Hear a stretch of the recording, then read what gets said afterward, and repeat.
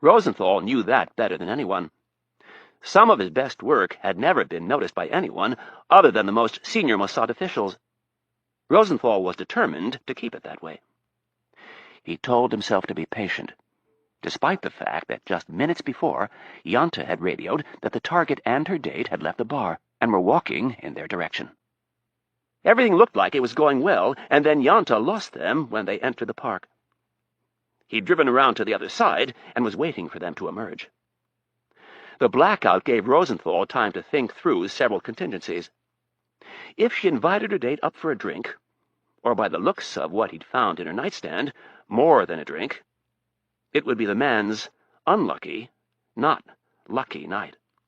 Rosenthal had no compunction in killing an innocent bystander. There were those in his profession who would argue with him, but very few of them had shared his success. If she did not come home tonight, if this man lived nearby, and they were walking to his place, he would have to consider hitting her on the street in the morning.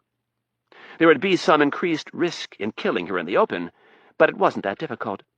He'd done it before. Walk up behind her, move to pass her on the left side, place the silencer against her back, and fire 3 times. Keep walking, and never look back. The gun would be exposed for no more than 2 seconds.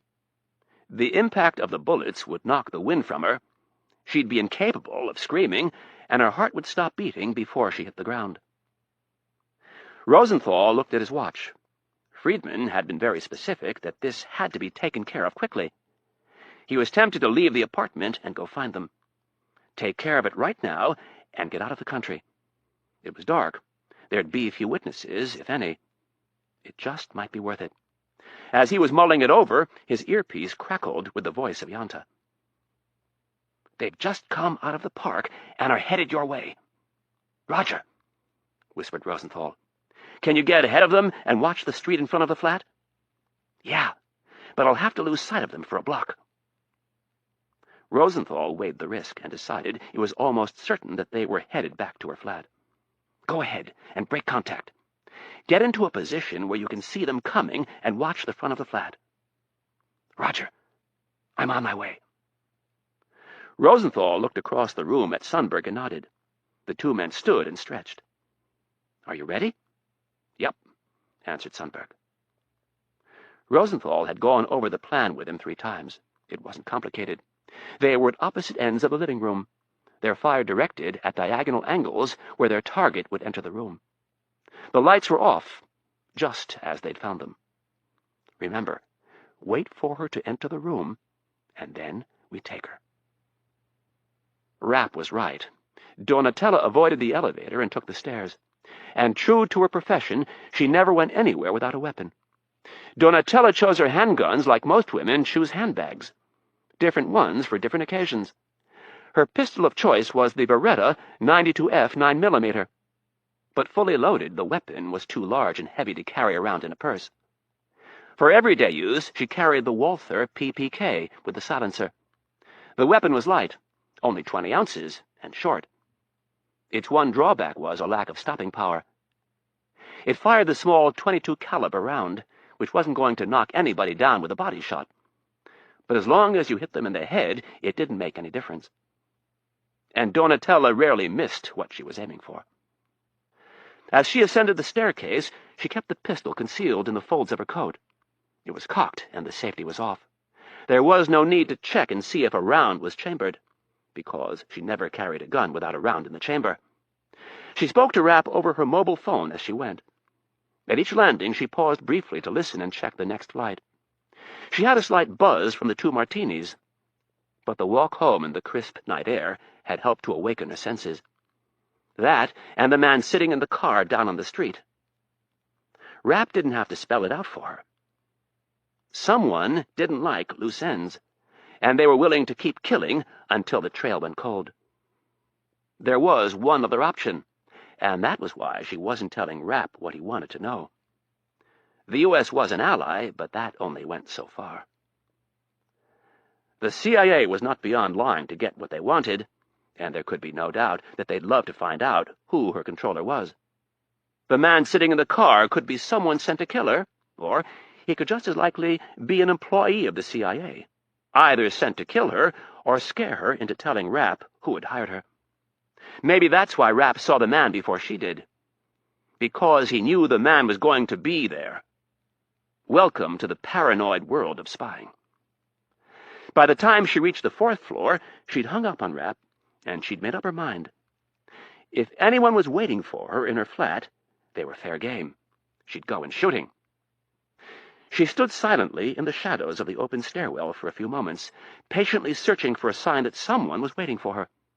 She put the cell phone away and for a second thought of taking her boots off, so she could make it down the hall without noise. Then she realized if anyone was in her flat, they would have already been alerted by the man on the street. Donatella took off her coat and retrieved a knife and her keys from her purse. She threw her coat over her shoulder and started down the hall. When she reached the door to her flat, she stood off to one side and placed the key in the lock. She turned the key and pushed in the door. The 4-panel door swung open by itself while she stayed in the hallway, protected by the heavy doorframe. With one eye peeking into the narrow foyer, she looked at the credenza on the right to see if anything had been disturbed. The 3 framed photos and the flower arrangement were as she'd left them. She reached in and turned the light on, and then before stepping into the narrow foyer, she peered through the crack where the door was connected to the frame to make sure no one was waiting behind it. It was clear. She entered her flat, the heels of her boots announcing very clearly that it was a woman. She paused for a moment, and then reached out with a second key and locked the closet on her left. Clearing closets was a 2-person job, and even then it was a good way to get killed. She set the keys down on the credenza along with her purse, and then, with a deep breath to steel herself, she walked toward her living room as casually as her nerves would allow. Her pistol was up and level in her right hand, and the knife was in her left, reversed so the blade was hidden against her forearm. Even now, just several feet from the end of the foyer, she could see no more than half of the rectangular-shaped room. All 4 corners were hidden from her sight. If she were waiting in someone's apartment, she knew exactly where she'd be positioned. With her left hand, she flipped the switch up, and the ceiling light and 2 lamps in the room flickered to life. Donatella paused briefly, listening for the sound of movement, her gun pointed where she thought her assassin might come from. But there was nothing. Pulling her coat from her shoulder, she swung it underhand and launched it into the room, where it landed on the arm of the couch just to the left.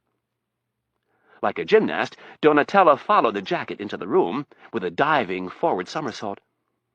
In midair, she heard the telltale sound of a subsonic round leaving the end of a silencer. It had come from the direction she'd anticipated. In the split second it took for her to hit the ground, she knew the assassin had missed. Donatella rolled forward between the couch and the chair and sprang to her knees. Her silenced Walther was up and rapidly moving toward the source of the shot.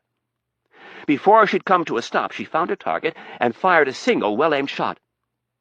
The only thing she noticed about the man was his dark hair and his gun coming to bear on her. Up on one knee, Donatella spun to her right as her eye caught some motion, and moved her arm quickly to acquire a second target. Before she could get off a shot, she felt the stinging impact of a bullet slamming into her right shoulder. The shot knocked her off balance, and she started to fall. In slow motion, she watched her gun drop from her unresponsive fingers, and then she felt something slice through her hair. Chapter 23. Rapp rounded the last corner, and instead of taking a hard right and coming up directly behind the car, he crossed over to the other side of the street. He was breathing hard from the sprint, but ignored the pain. He was too close to getting the answer he desperately needed. Rapp saw the car up ahead on his right as he ran down the sidewalk in a slight crouch. His eyes scanned the parked cars and sidewalk for any signs of trouble. There was no turning back. He was close now. He kept his eye on the car at the next corner and then slowed enough to cut in between 2 parked vehicles.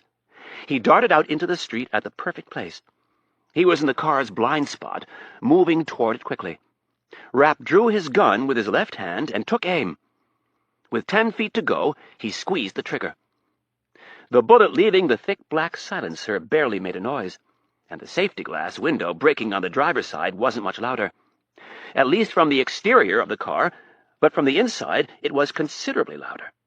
The man sitting behind the wheel jerked spastically in reaction to the shattered glass. His arms flew up in a vain attempt to stop the thousands of broken pieces from hitting him. Rapp was now at the window. It had taken less than a second for him to fire the shot and get to the door. The man's hands were up shielding his face, and the glass was still tumbling from his lap to the floor of the car. Rapp reached in with his right hand and grabbed the man's wrist. Rapp's pistol was still in his left hand, and he reached in to smack the man with the butt end of the grip. He aimed for the man's temple. Just before the hard metal made contact, the man yelled, and then his body went limp from the sharp blow. Quickly, Rapp unlocked the door and opened it. He immediately removed the man's gun from his hip holster and threw it into the back seat as he continued his search. While looking for a backup weapon, it occurred to him that he'd almost missed something. He'd been breathing so hard, and the adrenaline was coursing through his veins so fast, that it didn't register what the man had yelled. And more importantly, what language he had yelled it in. The man had sworn in Hebrew. Rosenthal's pistol was trained on the woman. He slowly approached her from his corner of the room. She was on her butt, her body limp and leaning against the side of the chair. Her pistol was a good 8 feet away, sitting in the middle of the hardwood floor. Rosenthal was pretty sure she was dead. He'd hit her once in the shoulder and then in the head. He'd put one more in her just to make sure. With his gun still aimed at her, he called for his partner through clenched lips. "Jordan!" There was no answer. "Jordan, can you hear me? Are you all right?" Rosenthal tried to make sense of what had just happened. How had she known they were waiting for her? What had he done wrong? How would he explain to the colonel that he had lost Jordan Sundberg?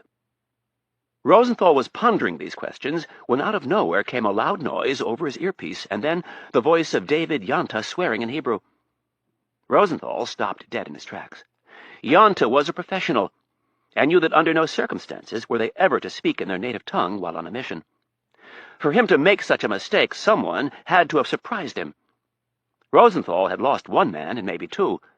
He was jolted by the horrible sinking feeling of going from the hunter to the hunted in just seconds. With one hand on his lip mic and the other holding his gun, he began to call in earnest for Yonta to check in. Donatella had landed on her butt. She was leaning against the chair with one of her legs bent under her. Her shoulder hadn't begun to throb yet. It was too early for that, but she felt a stinging sensation on the back of her scalp. One of the shots must have grazed her. Her head was tilted down, her chin resting on her chest. She looked dead, or at the least unconscious. She didn't dare move, not without her pistol. The man would have to come closer. With her hair hanging down in front of her face, she cracked her eyes ever so slightly. She looked for her Walther, but it was nowhere in sight. She heard the man's steps as he approached her.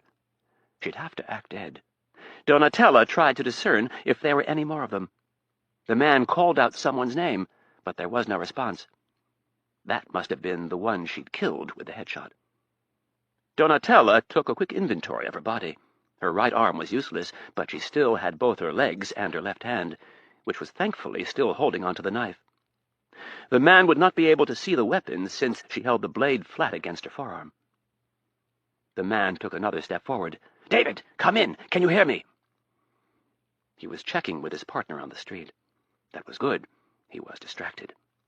The shoes came another step closer, and the man was standing right in front of her. Through her hair, she could see the gun that was pointed at her head. Donatella knew what she had to do. She jerked her head away from the gun and brought her left hand up at the same time. The razor-sharp blade sliced through the flesh and tendons of the man's wrist. The silenced gun thudded to the floor before a shot could be fired. Donatella's next move was a vicious kick that just barely caught the man's groin, but nonetheless sent him retreating across the room. In that fleeting moment, Donatella abandoned the knife and lunged for the man's gun. The man realized his mistake and stopped his retreat. With his life in the balance, he stepped forward and dove for the gun. Donatella beat him to it by less than a second. She grabbed the gun with her left hand just as he landed on top of her. The force of him hitting her sent them skidding across the hardwood floor. It was her good arm against his good arm. Donatella wrestled to get free, and Rosenthal struggled to keep her down. She was on her back, and he was on top of her. He was stronger and had the leverage. The gun started to move closer to Donatella's head. Her brain sent signals to her wounded right arm to do something. With incredible effort, it began to twitch. Donatella felt herself losing her grip on the pistol, and she lashed out. The man's head was just above her. She opened her mouth wide, lifted her head off the floor, and bit down as hard as she could. After just a second, she could taste the warm, salty blood of the man's right ear dripping into her mouth. The man growled in pain, but did not release his grip. Donatella kept her jaw locked and started shaking her head violently. In her teeth, she could feel the air tearing away from the man's head. His groan turned into an all-out scream, but his grip stayed firm. The thought occurred to Donatella again that she was going to die, that this man was too tough for her. It was this feeling of absolute desperation that caused her right arm to move, and when it did, it bumped into a familiar object. Donatella closed her eyes as her fingertips searched the familiar shape. After what seemed like an eternity, she had it in her hand. With agonizing pain, she picked it up and released her bite on the man's ear. His head snapped around, his ear barely still attached, flapping loosely down by his neck. He looked at her with absolute rage in his eyes. Her sweaty left hand lost the battle over his gun, and he twisted it from her grip. Any feeling of accomplishment or celebration that he might have felt was short-lived. Donatella stuck her silenced Walther 22 against the bloody spot where the man's ear should have been, and pulled the trigger. Rosenthal's head jerked violently. His eyes opened wide with the horror of what had just happened. And then his whole body went limp. Donatella did not have the strength to move. She just lay there, covered by the body of the man she'd killed. Chapter 24. Four Seasons Hotel, Milan, Thursday evening. Anna felt a little off-kilter. She'd woken on her own at 9:05, a little surprised to find that Mitch hadn't returned. Not overly alarmed, she went into the bathroom and stepped into the shower. Mitch had said he had some business to take care of, but that he'd be back around 8 to take her to dinner. Anna stood in the marble shower and let the warm water bring her back to life. She tried to figure out what time it was in Washington, and if she'd just taken a long nap or had a short night's sleep. She wasn't awake enough yet to figure it out, so she gave up after a couple of weak attempts. She was in Italy to enjoy life and hopefully to start a new one. Time didn't matter for the next 6 days. She would sleep when she wanted to sleep, she would eat when she wanted to eat, and she would have sex often. By the time she got out of the shower, she'd gone back on her first promise.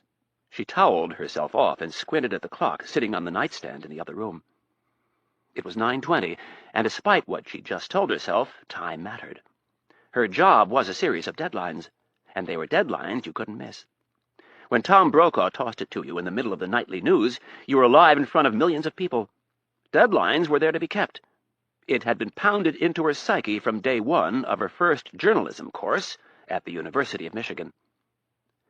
Professionally, she was good at keeping deadlines, but personally she struggled. This was a source of great irritation between her and Mitch. For very real reasons, he was a worrier. He was rarely late, and when he was, he called. She was constantly late for everything but the news, and it drove Mitch nuts. The talons of fear began clawing at her. She was getting a taste of what he felt. It would be one thing if Mitch was just another tourist, but he wasn't. Standing in front of the mirror, she began applying lotion to her skin. She worked her way from top to bottom, rubbing the lotion in more vigorously as she went. By the time she reached her feet, she was mad. She was mad at Mitch for being late, and she was mad at herself for allowing herself to get upset. She kept telling herself to relax, but it didn't work. To help pass the time, she got dressed. She had no idea where they were going to dinner, so she put on a nice pair of dress pants, a white camisole, and a sheer gray blouse. With that done, the clock was quickly approaching 10 o'clock. With few other options, she opened the minibar and made herself a vodka tonic. Anna alternated between sitting and sipping her drink, and walking out onto the balcony and sipping her drink. The Four Seasons had a beautiful courtyard. From the room's balcony she could look down at the people dining on the terrace of the hotel's restaurant. They sat under white umbrellas and dined by candlelight. A young couple about her age began dancing to the music of a string quartet. It was all very romantic, and it depressed her. She went back inside and poured herself another drink, a stiff one. She sat down in front of the TV and turned it on. She stared at the screen, but it didn't really register. Her mind was often running, trying to solve bigger problems, trying to decide if maybe she was making the wrong decision. Why would any woman want to live the rest of her life with so much stress? The doubt sneaked up on her, and she began asking herself just what in the hell she was thinking when she'd allowed herself to fall in love with Mitch Rapp. There were a lot of obvious reasons. He was an incredibly gentle and sensitive man, especially considering what he did for a living. He was, without exaggeration, the sexiest man she'd ever known. His rugged good looks were backed up by a confidence and intellect that feared nothing. He was a lover like no one she had ever experienced. When they went to bed, it felt as if their bodies were made to be with each other. And he had saved her life and countless others. She could place no value on that. He was a phenomenal person, but he had his faults. Or, more precisely, he had one major fault. Riley knew what it was like to grow up in a home where you worried if a loved one might not return after a day's work, or if the next knock on the door might be your father's best friend coming to tell the family that Dad had given his life in the line of duty.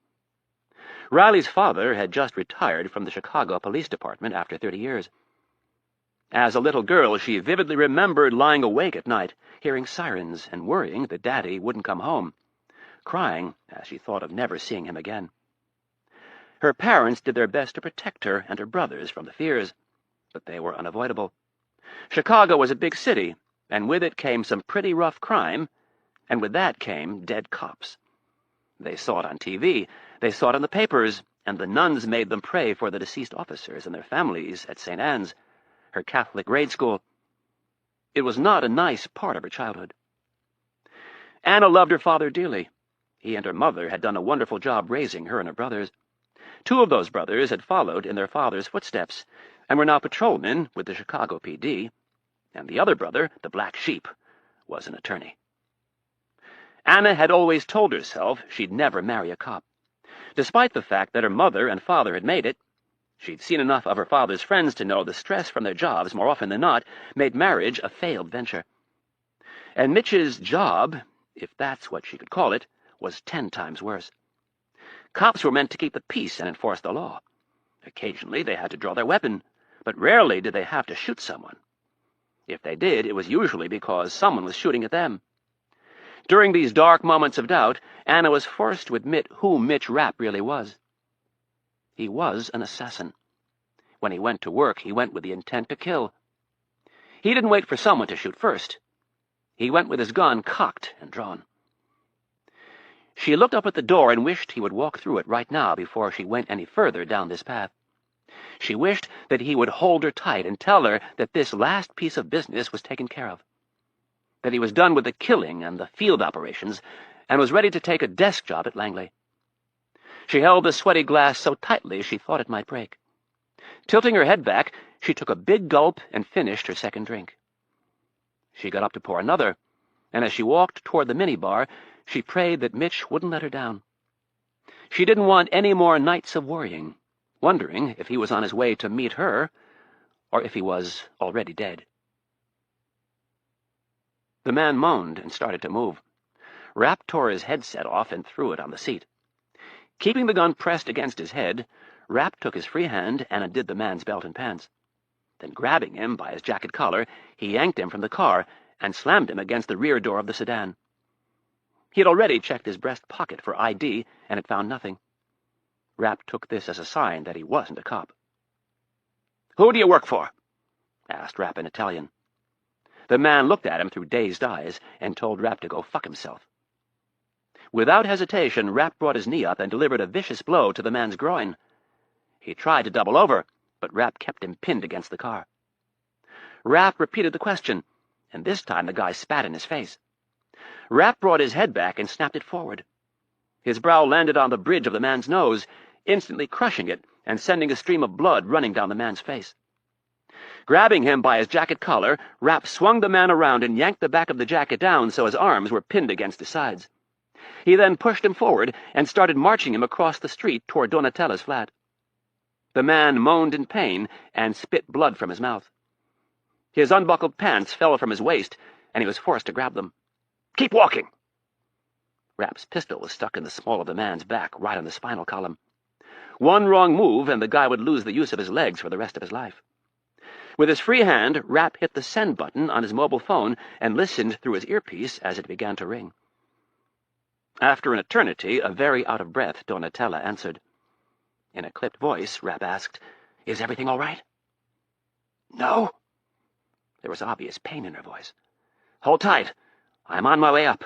Can you buzz me through the door?" "Yeah." Rapp pushed the man in the back and drove him forward. "Move it." When they got to the door, Rapp told Donatella to buzz him in. The elevator was waiting for them, but Rapp ignored it. Shoving the man toward the stairs, he said, "All right, numbnuts, let's double-time it up these stairs.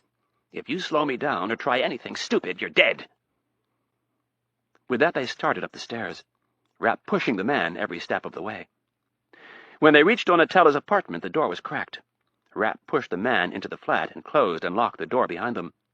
When he entered the living room, he saw a body on the floor and Donatella sitting on the couch with blood on her face and neck. "What in the hell happened?" "There were 2 of them waiting for me. The one on the floor and the second one over there behind the couch." Rapp didn't bother asking if they were dead. "Are you hit?" Donatella nodded. "Where?" "My shoulder." Rapp could tell by her posture that the wound was more than a graze. His mind was scrambling to prioritize what had to be done. A gunshot wound was serious business. They would have to get a doctor, and not just any doctor. They'd need one on the payroll, one who wouldn't report it to the authorities. The first thing he had to do, though, was secure the man he dragged up from the car. With one hand still on the guy's shirt collar, Rapp flipped his gun in the air and caught it by the barrel. He then swung it, smashing the grip into the back left side of the man's head. His knees went limp, and Rapp lowered his unconscious body to the floor. Stepping over him, Rapp knelt down in front of Donatella. "Are you hit anywhere else?" he asked incredulously as he looked at all the blood on her chin and neck. "No, this is his." She jerked her head toward Rosenthal's body. "I bit his ear during the struggle." Rapp started peeling back her jacket so he could get a look at the wound. Donatella winced in pain. Rapp asked, "Any idea who these goons belong to?" "No." After he'd eased the jacket off her shoulder, he found the bullet hole in her shirt and tore it open so he could inspect the wound. He quickly realized by the size of it that he was looking at an exit wound. His other hand slid around the back and felt for the entry wound. He found it with his forefinger and was pleased that there was very little blood coming from it.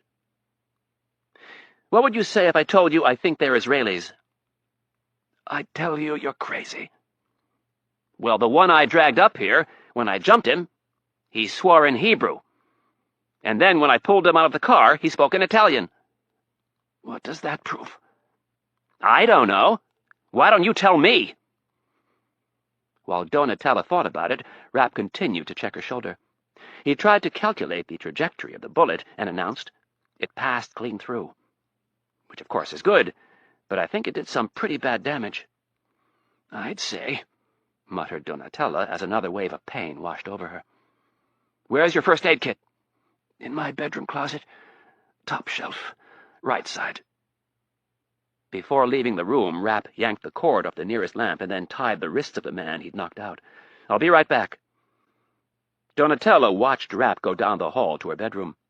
When he was gone, she whispered several swear words to herself and looked at the bodies on the floor. It was a big deal that Rapp had heard the man swear in Hebrew. Donatella didn't recognize any of them, but they were Mossad. They were personal recruits of Ben Friedman. She'd seen the type before. As Donatella linked things together, she saw that she was painted into a very tight corner. Her life in Italy was over, and for that fact, so probably, too, was her life. She needed a way out, and she didn't mean finding a way to spend the rest of her life on the lam. She'd seen others try it. Very few succeeded. They usually slipped up somewhere along the way, or were forced to live such a shitty life that it wasn't worth it. No, she'd worked too hard for everything. She wasn't going to just throw it all away. She needed leverage. She needed a way to negate Ben Friedman's significant power. She thought of what Rapp had said earlier. that he could protect her, that he could take it all the way to the top. She wondered briefly how high all the way to the top was. The man on the floor began stirring. Donatella wondered what information he would provide when Mitch went to work on him. At that moment, she made a difficult decision. She would be the only one with the secrets, and if Rapp wanted them, he would have to come through on his promise. He would have to give her her life back. The silenced Walther was still in her left hand. She heard Rapp coming back down the hall. Donatella raised the weapon, took aim, and fired a single shot into the top of the man's head. Chapter 25. "What in the hell are you doing?"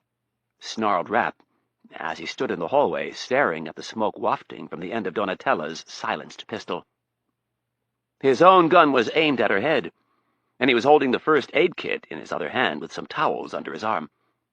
"Put your gun down right now, Donatella!" Acting as if his request was tiresome, she tossed her weapon to the floor and sank back into the couch. Rapp crossed over to her and kicked her weapon to the other side of the room. He set the first aid kit and the towels on the coffee table, looked at the man with the fresh bullet hole in the top of his head, and then turned back to Donatella. "What in the fuck was that for?" "We were going to have to kill him sooner or later." She looked away from Rapp and closed her eyes. "I didn't want you to have to do it." "The hell you did!" "I did you a favor." "My ass you did." Rapp pointed his pistol at the man whose hands he'd just tied. "You knew him, didn't you?" With her eyes closed and a grimace on her face, she shook her head. "Bullshit, Donnie!" "Stop your stupid arguing and give me a shot of morphine." She reached out for the kit with her good hand.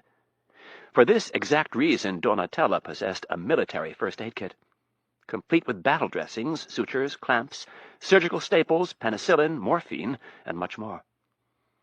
Rapp snatched the kit away from her and said, "I came all the way over here to help you, and you haven't given me shit. You'd better start giving me some answers." "You didn't come over here to help me. You came over here to help yourself." "Oh, is that right, you little ingrate? If I hadn't stepped in, the agency would have grabbed you off the street and done God only knows what to you." "For all I know, these guys were sent here by the agency."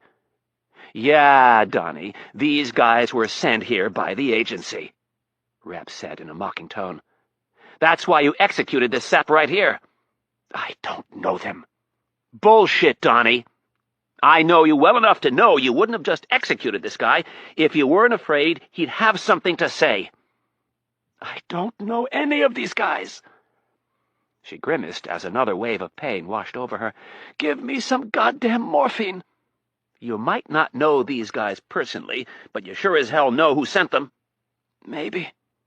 "Maybe my ass, Donnie. I'm done fucking around. You're going to tell me right now who hired you to kill Peter Cameron, or I'm walking out of this apartment and out of your life." "I think you're walking out of my life, whether I tell you or not." "Fine." Rapp grabbed his mobile phone. "Who are you calling?" "The agency. I'm done with you. I'll babysit you until they get some people over here to pick you up." Hey, put the phone away for a second." "Why? Give me a good reason." "Because I need you. Because I saved your life once."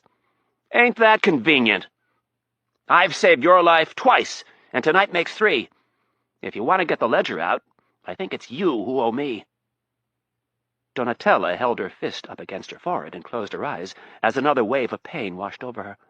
"Just give me the kit, and I'll give myself the damn shot." "Donnie, what in the hell is wrong with you? I came here to help you. Why won't you trust me and tell me who hired you?" "Give me the shot, and I'll tell you." "Nope." Rapp shook his head. "Fine." Donatella tried to get off the couch, but Rapp pushed her back down. "Where do you think you're going?" "Mitch, either give me a shot or get the hell out of my way." "No way, Donnie. You can either tell me who hired you, or you can tell one of the agency's doctors." After letting out a moan, she said, "All right, fine. Give me the shot, and then I'll tell you." Rapp looked at her, trying to discern her sincerity. Do you know who hired you?" "Yes, damn it, now give me the damn shot!" Rapp finally relented and set the kit down. He opened it and found an ampule of morphine. He took the small glass container and held it in front of Donatella's face. "This is your last chance. I'm going to give this to you, and then you'd better tell me who hired you to kill Peter Cameron. If you don't, you're going to wish you would have." Rapp stabbed the ampule into her thigh, and the painkiller was released into her bloodstream. It didn't take long for Donatella to begin to relax. "Thank you." "You're welcome." Rapp grabbed a pair of scissors from the kit and began cutting the sleeve from Donatella's blood-stained blouse. His biggest fear now was that she'd lose consciousness from the loss of blood. "Where do you want to start?" "What do you mean?" Her eyes were getting glassy. "Who hired you, Donny?" "Oh, we're back to that again." "Yep." Rapp grabbed one of the towels and started wiping the blood away. "Who hired you, Donny?" "Oh, Mitch, I'm in a lot of trouble." "I can help. I promise you I'll protect you." Rapp placed one of the towels on the couch. "Here, lie down." He gently lowered her onto the towel. He began cleaning the wound. "Whatever kind of trouble you're in, I promise I can help you get out of it." Rapp doused the wound with iodine. Thanks to the morphine, Donatella never felt the sting. "You have to promise me, Mitchell. You have to promise me that no matter how bad this gets, you'll stand by me." Rapp tore open a pocket of coagulant powder and sprinkled as much of it into the wound as possible. "Donny, do you trust me?" He looked into her beautiful brown eyes. Donatella blinked. "Yes, but I'm warning you, this is going to get very ugly." Rapp shrugged and began packing gauze into the bullet hole. "It can't be any worse than some of the crap we've already been through."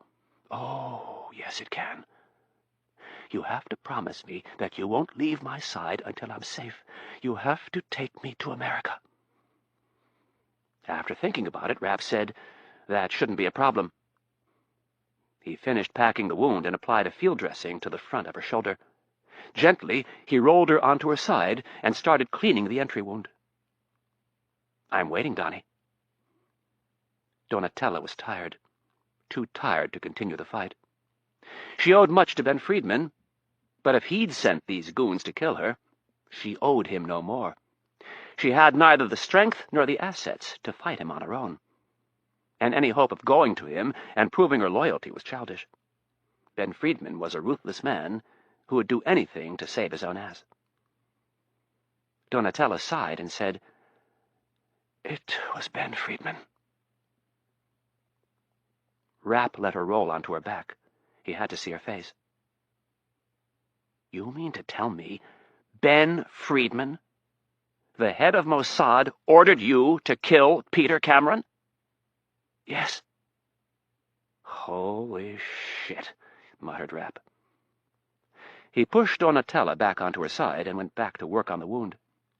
He and Kennedy had ruled the Israelis out. As far as they could tell, there was no motive for them to try and kill Rapp. They must have missed something. Those in the know around Washington knew that no group was better at penetrating U.S. intelligence assets than Israel. In many ways, they were America's most ungrateful ally. But they almost always worked toward the same goal when it came to counterterrorism. Was Cameron an agent for Mossad? I have no idea. Then why would Friedman want him dead? I don't know. You'll have to ask the person who hired us. What do you mean, hired you? You said Friedman ordered the hit. I'm freelance now, but Friedman still handles my contracts. He sets everything up, takes care of the money, and keeps a third of it. Cheap bastard. So technically, Mossad has nothing to do with this. No, we're completely separate. Donny, I don't think you're very separate when you were trained by them, used to work for them, and Friedman is the current Director General. Mitchell, I'm telling you Mossad had nothing to do with this. Someone approached Ben with a rush job, and they were willing to pay a lot of money to have Cameron taken care of quickly. How much? $500,000. Rapp stopped what he was doing momentarily. $500,000 was a lot of money for a contract on a former civil servant. Did you get the money? Yes. Rapp placed a field dressing on her back and then gave her a shot of penicillin. How do you feel? Fine. She smiled crookedly. I don't feel a thing. After helping her sit up, Rapp asked, Do you think you can walk? At your service. All right. I'm going to get you a new shirt from your room, and then we need to get out of here. Rapp stood. Do you still have a bag packed? Of course. Bedroom closet, bottom right side. If you can think of anything else, now's the time. You might not be back here for a while. Rapp hurried into the bedroom and reappeared less than a minute later with a bag over his shoulder and a blouse and black sweater in hand. Donatella looked at the dead bodies on the floor. What are we going to do about these guys? I'll make a call and have it taken care of. Rapp helped Donatella change into her new blouse and sweater, and then helped her put on her coat. He threw some of the medical supplies into the bag and grabbed her pistol from the floor. After finding her purse, he put in a fresh magazine and gave her the gun. Rapp grabbed Donatella with one hand and threw the bag over his shoulder. They left the apartment, locked the door, and took the elevator down to the first floor. As they went out into the cool night, Rapp scanned the street for danger. They headed toward the hotel, and he briefly wondered how he would explain Donatella to Anna. He tried to tell himself that she'd understand, but something told him it was wishful thinking. Chapter 26. Donatella wasn't saying much. Rapp had gripped her firmly under her good arm. He would have liked it if they could have walked a little faster, but at least he didn't have to carry her. Rapp wasn't too sure how long she'd last. She'd lost a fair amount of blood. There was no way around the problem. That blood needed to be replaced. They could worry about the wound and possible infection later, but for now, he needed to get her stabilized. Fortunately, the streets were not very crowded. If there were any more trouble out there, he'd stand a good chance of seeing it coming. The worry that more Mossad agents might be lurking in the shadows had kept him from using his phone. He had to keep one hand on Donatella and the other on his gun. Conversely, though, he needed to alert Kennedy. He needed to tell her what he'd found out. And if there were more Mossad agents about, there was a strong case to make that he should call Kennedy immediately and tell her what he'd discovered. If he and Donatella went down in a hail of bullets, Kennedy would never discover the truth. Rapp decided the risk was worth taking. At the next corner, he stopped and leaned Donatella against a building. Hold tight for a second. He released the grip of his pistol and grabbed his earpiece and phone. In a perfect world, he would have preferred a more secure form of communication, but his digital satellite phone would have to do. He'd been told the phone was secure, but he knew better. There was very little the National Security Agency couldn't pick up if they put their minds to it. What he had to say was for Kennedy's ears only. Yes, the NSA was supposedly on his team, but they had their own problems, just like the CIA had theirs, and unfortunately, in this particular case, Ben Friedman had been very good at cultivating agents within Washington's various intelligence agencies. Security be damned, he had to make the call. He would have to use innuendo and personal information to communicate the message. Rapp punched in a special number, one that he'd used very rarely over the last 10 years. As it rang, he grabbed Donatella by the arm, and they started walking again. A man answered on the other end with a no-nonsense tone. State your business. This is an Alpha priority call. I need to speak with the DCI immediately. Are you on a secure line? No. I have your number. Hang up and stay off the line. Rapp pressed the end button on the phone and turned to check the street behind him. 2 men had appeared out of nowhere, and they were moving fast. Rapp squeezed Donatella's arm and whispered, Look sharp. We might have company. Situation Room, Thursday afternoon. The President liked Colonel Gray's plan. and he liked it even more after Kennedy came up with the idea of bringing back one of the nukes. It was not without great risk, however. Launching cruise missiles was one thing. Anybody with or without moral character, anybody with or without some intestinal fortitude, could give the order to send in the cruise missiles. It did not test a leader's skills one iota. Sending in the planes was the next level and involved some real risk on America's part. The last thing anybody wanted to see was an American airman on Iraqi TV.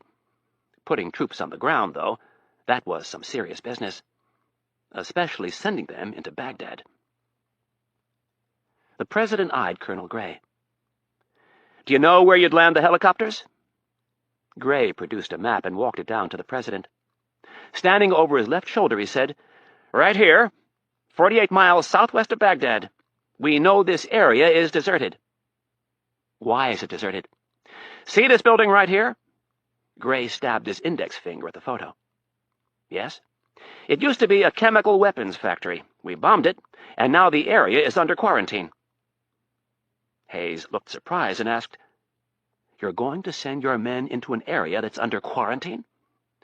"We bombed it 8 years ago, sir. We've sent people back into the area and had the soil and air tested. It's safe." The President was tempted to ask when this was done, but instead accepted the Colonel's answer. "Is there anything else in the area we need to worry about?" "Just the main road between Al-Musayyi and Baghdad." Gray again pointed out the spot with his finger. "There's a secondary road right here that leads to an abandoned chemical factory." "So, you'll use the area to unload the cars." The President studied the photograph. "What if you get there and it's occupied?" "Then we move on to our secondary landing area here." Gray pointed out the next spot. "Sounds complicated, Colonel." "This isn't the part that worries me, sir." "What is?" "Baghdad, sir. I don't have anybody who's ever set foot in the city. I'd like to find someone who knows the way around. Someone who can get into the city before the op and check things out. Someone who can meet my team there and lead them to the target and back out of the city." "Do you have anybody in mind?" "I do, actually." Gray looked at Kennedy. "There's a certain individual who I've worked with from time to time who knows his way around this part of the world very well. We could really use his help." The President looked at Kennedy. Who was he talking about? "Iron Man." "That might be a problem," replied the President. "Why?" asked a disappointed Colonel Gray. "Iron Man is in the process of— how should we say this?" The President looked at Kennedy, who finished the sentence. "He's retiring from the field." Instead of showing disappointment, a sly grin spread across the Delta Force commander's face. "Guys like Iron Man don't retire. Give me 5 minutes with him, and he'll be begging me to go on this op." The President folded his arms across his chest and said, "I hope you're right, Colonel." As General Flood began to reiterate his position on the airstrikes, Kennedy's digital phone beeped. She turned away from the group and answered the call. She listened for only a few seconds, ended the call, and abruptly stood. There was a secure phone in the Situation Room, but she didn't want to talk in front of the others. "Excuse me, Mr. President, but there's something I have to take care of." The President consented with a curt nod, and Kennedy quickly left the room in search of a secure phone with some privacy. At the next corner, Rapp took a right turn and pushed Donatella into the first storefront he could find. He drew his weapon and waited for the 2 men to round the corner. Several seconds later, they appeared, but continued straight instead of turning. Rapp watched them cross the street and disappear. It was probably a false alarm. The ringing of his phone caused him to jump slightly. He pressed the call button and said, "Hello?" "It's me. What's up?" "We've got some big stuff happening." "You know that hunch we had about my old friend?" "Yes." "We were right." "Who was she working for?" "Her old employer." There was a pause before Kennedy replied, "Say that again." "Do you remember who hired her originally?" "Yes." Rapp looked up and down the street. "They had some type of a freelance arrangement. He set up the contracts, and she did the work." Are we talking about my counterpart over there? Rapp could tell Kennedy was having a hard time believing this. That's correct. Are you sure? Yes, and there's more. But we need to talk in person. Rapp looked at Donatella. Her eyes were closed, and she was leaning against the glass door. He was losing her. I need a place cleaned up. Do you understand? I think so. And I need a dock. For you? There was concern in Kennedy's voice. No, for someone else. Anna? The concern grew. No, the other person we were talking about. How serious? She'll be all right, but someone needs to look at her in the next hour or so. I can take care of that.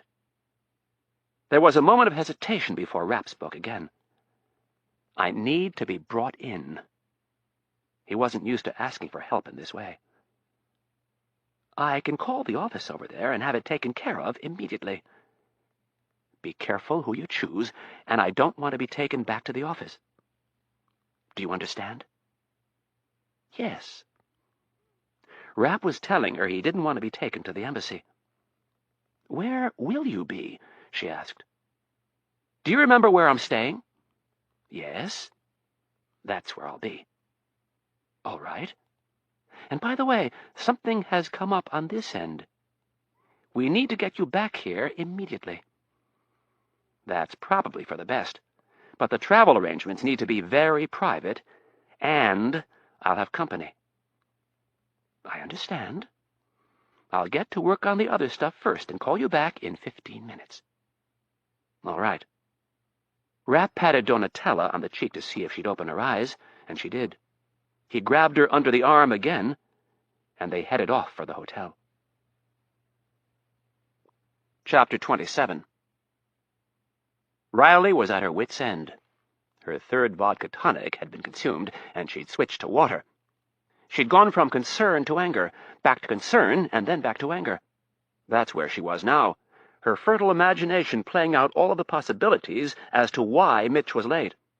None of the scenarios were good. It was in this moment of despair that she made up her mind. She loved him too much to just walk away. But if she was going to marry him, some changes would have to be made. No longer did she think it was a good idea for him to take the job in the CIA's counterterrorism center. He needed to sever all ties with that God-forsaken place. If they were going to get married and have children, he would have to take a normal job like normal people. Riley made up her mind. She didn't like giving ultimatums, but she was going to. It was worth it. She couldn't live the rest of her life in fear that every time her husband was late, something terrible had happened. She was pulled from her moment of decisiveness by a sound at the door. She did not leap to her feet. She kept her cool and calmed herself for the ensuing battle.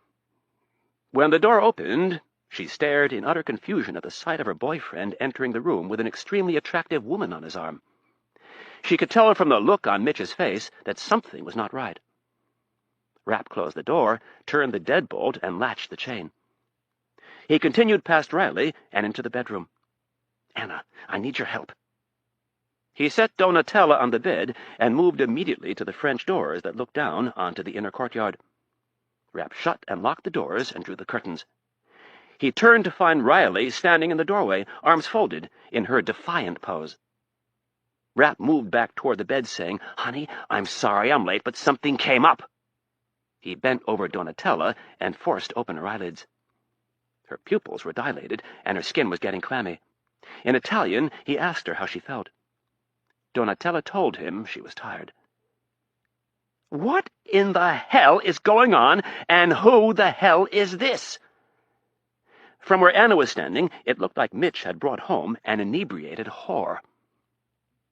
Before Rapp could answer, Donatella blurted out, in English, a response to the second part of Riley's question. I am his lover. What? Snarled Anna. Rapp grimaced and then began shaking his head as he went toward his girlfriend. That's not what this is all about. Anna seized on the fact that he didn't confirm or deny the woman's claim. How well do you know this woman? He put his hands up in an effort to calm Anna. Very well, but that's not what this is about. Very well? Spat Riley. What in the hell does very well mean? We had, Donatella slurred her words, wild and passionate sex for many years. Rapp cringed and waved his hands back and forth. Don't listen to her! Anna's skin was flushed with anger. She yelled, Excuse me, but I was under the impression that you were going to take care of some business, and now you show up 2 hours late with this drunken tramp. I think you have some explaining to do. Rapp grabbed Anna by the shoulders. Lower your voice. She tried to break free from his grip, but couldn't. Let go of me. Rapp held her tight. Anna, she isn't drunk. She's been shot. She's on morphine, and I think she's slipping into shock. So if it's okay with you, I'd like to discuss this later. Rapp didn't wait for an answer. He released Anna and walked into the living room. He opened the minibar and grabbed a bag of cookies and a bottle of water. He came back to the bed and propped Donatella up against the headboard. Here. Rapp held the bottle of water to Donatella's lips. I don't know how long it'll be until the doctor gets here. She drank half of the bottle, and then Rapp handed her a cookie. When she was done with the cookie, she drank the rest of the water. Rapp laid her down on the bed and shoved some pillows under her legs to get her feet elevated. He covered her with a blanket and checked her eyes again. Hovering above her face, he whispered, Everything is going to be fine. I want you to just lie here and rest. No more talking, just rest. Rapp turned around and found that Anna had again adopted her defiant pose. This time, however, there was a scowl on her face that told him he was in trouble. Rapp grabbed Anna by the arm and brought her into the living room. He closed the doors to the bedroom and said, I know you're mad, but I can explain. In an extra catty tone, she said, Please do. That woman and I used to work together. We were— Anna interrupted him. Have you ever slept with her? Rapp looked her in the eye. The thought occurred to him that he should lie, but he knew it was wrong to keep a secret like this from her. That's beside the point. It has nothing to do with this. Answer the question. Anna took a step toward him and poked him in the chest. Have you ever slept with her? Yes, but it was— Rapp was blinking in frustration, trying to figure out a way to make her understand. She brought her hand up fast and slapped him across the face. You bastard! Rapp's demeanor changed instantly. He grabbed Riley by the wrist and stuck his face within inches of hers. Very slowly, clearly, and deliberately, he said, Don't ever hit me again. I don't hit you. You don't hit me. Riley yanked her hand free. Don't change the subject. We come to Italy to get engaged, and you take off on some meeting— Riley mocked him by making quotation marks with her fingers— to take care of some final business. What was that final business? One more screw with your old girlfriend? Rapp closed his eyes. It wasn't like that. We used to work with each other. And you used to screw? Yes, but that was before I met you. Yeah, right. I screw everyone I work with. Stop it. No. Do you actually expect me to believe this crap? You keep all of these secrets from me because you say it involves national security. Riley was getting louder. And then you go have a drink with this gal who you used to work with. Now, I'm no spy, but I sure as hell wouldn't think that the fact that you and this girl used to fuck each other is a national secret. She folded her arms across her chest and looked at Rapp with hatred in her eyes. Anna, please don't do this. I love you. I have never cheated on you, and I will never cheat on you. Then why didn't you tell me about her? She was before you. I don't ask you about any of your old boyfriends. Excuse me, but I don't fly to foreign countries to have secret meetings with my ex-boyfriends. I don't show up in a hotel room with one of my ex-boyfriends who just happens to have been shot. Rapp took a step back and tried to figure a way out of the mess. Anna, my darling, you have to trust me on this. I did not cheat on you. I will never cheat on you. This was official business. Riley wasn't buying any of it. What did you have to talk to her about? After hesitating, Rapp said, I can't talk about it. How did she get shot?" "There were some men waiting for her in her apartment." "Oh, so you went to her apartment. Did you have sex?" "No." "Oh, that's right. You couldn't because these men were waiting for her, but you would have, right?" "No, I would not have," Rapp said patiently. "Bullshit! Who were these men? Why were they waiting for her?" "I can't talk about it, Anna." "The hell you can't! I am so sick of your secrets. I am so sick of this double life. I'm so sick of worrying that you're going to get killed every time you walk out the door." Rapp moved toward her. "I just have to see this last thing through." He moved to put his arms around her, and then everything will be fine. Riley blocked him and stepped away. "No!" she began, shaking her head. "No, it'll never be over. I can't live like this." She moved toward the door, tears welling up in her eyes. "I can't do this." Rapp held out his hand for her. "Anna, I love you. I promise I'll make everything right." She stopped by the door and wiped some tears from her face. Turning, she faced Rapp and said, "I love you too. But I know now I can't live this way." She grabbed her purse and her jacket. He moved toward her, and she held up her hand. "Don't!" Rapp stopped. "I had my doubts before tonight. This mess only confirmed what I already feared. I can't be married to you." Riley opened the door, and without looking at Rapp, she said, "Don't follow me. I think it's best if we don't see or talk to each other." With that, she went into the hallway, and the door closed behind her. Rapp stood in the middle of the room, unable to move. He didn't know if he'd ever felt such pain. The woman he loved more than anyone in the world had just told him she would not marry him, that she did not want to talk to him or see him again. None of it made any sense. This was supposed to be one of the happiest times of his life, and it had just turned into one of the worst. He couldn't just let it slip away like this. As Rapp started for the door, his phone rang. He stopped, thought about not answering, and then decided he had to. It was Kennedy. Chapter 28. Wolf Trap Park, Virginia, Thursday evening. The last vestiges of daylight were slipping over the horizon, but the wind was still gusting. A small beagle started off the path and scampered through the dry leaves that covered almost every inch of the park. The dog found a sapling with a yellow ribbon tied around it and lifted his leg. His owner puffed on a pipe and watched. It looked like they had the park to themselves. Jonathan Brown's outward appearance didn't show it, but he was nervous. So much so that he dug through the boxes in his basement and broken out his old pipe. He just hoped the boys from Langley's office of security hadn't decided that today was the day to follow him. Or even worse, the counter-espionage people over at the FBI. They followed everybody from time to time, no matter how senior. The beagle finished relieving himself and trotted back to the path. The owner and dog started winding their way through the park again. Brown had obsessed all day about the risks involved with the meeting. He wondered if it was a good idea to meet in a park so close to his home. That's where they'd busted the traitor, Robert Hansen, in a park right by his house.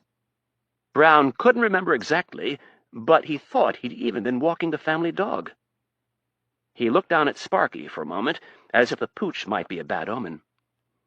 Brown shook his head and told himself he was being paranoid. Hansen had been spying for the Russians. Brown wasn't spying for anyone.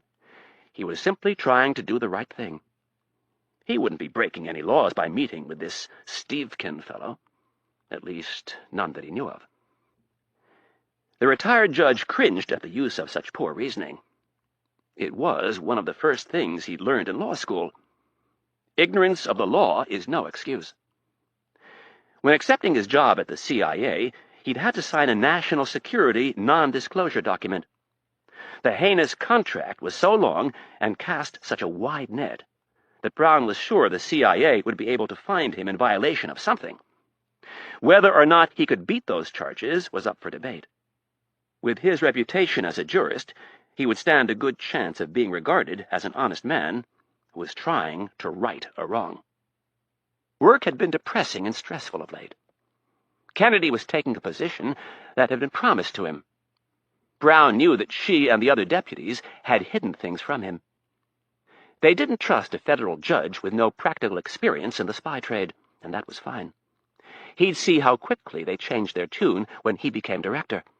He would clean house and bring in people who were loyal to him, people who would do things by the book. And then, when the time was right, he would move into Clark's administration for one of the top spots. The wind died down for a second, and it was then that he noticed the footfalls of someone on the path behind him. Nervously, he looked over his shoulder and saw a man approaching. Sparky darted off the path again. Brown stopped and turned so he could get a good look at the man. There was a casual recognition in the eyes of the person as he approached, a slight nod as a precursor to a verbal greeting. Brown had no idea what this Stevkin looked like. A horrific thought flashed across his mind. What if this was a trap?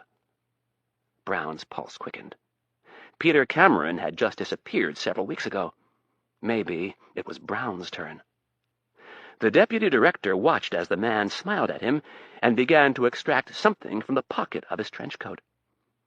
Brown flinched and brought his hands up.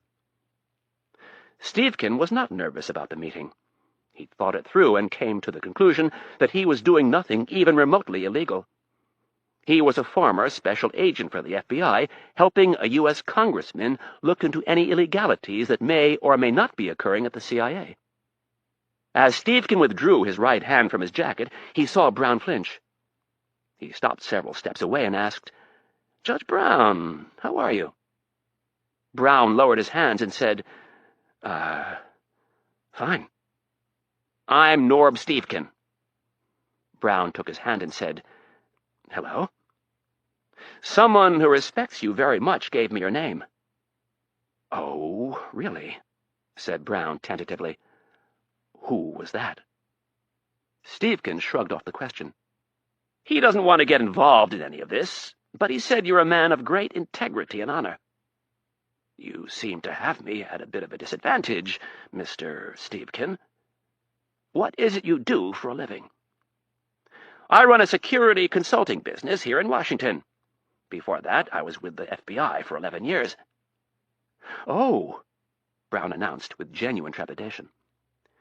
"If you have a few minutes, I'd like to ask you some questions." Brown didn't respond. He simply turned and started down the path. Stevkin fell in beside him. "Judge Brown, I'm going to be blunt with you. I followed some of your cases while you were on the bench. I know that you ran your courtroom by the book. You had a reputation for being very hard on the Bureau. Your former employer sometimes thinks they don't have to follow the rules like everyone else. You'll get no argument from me, Judge." After a few steps, Stevkin asked, "What about your new employer, Judge?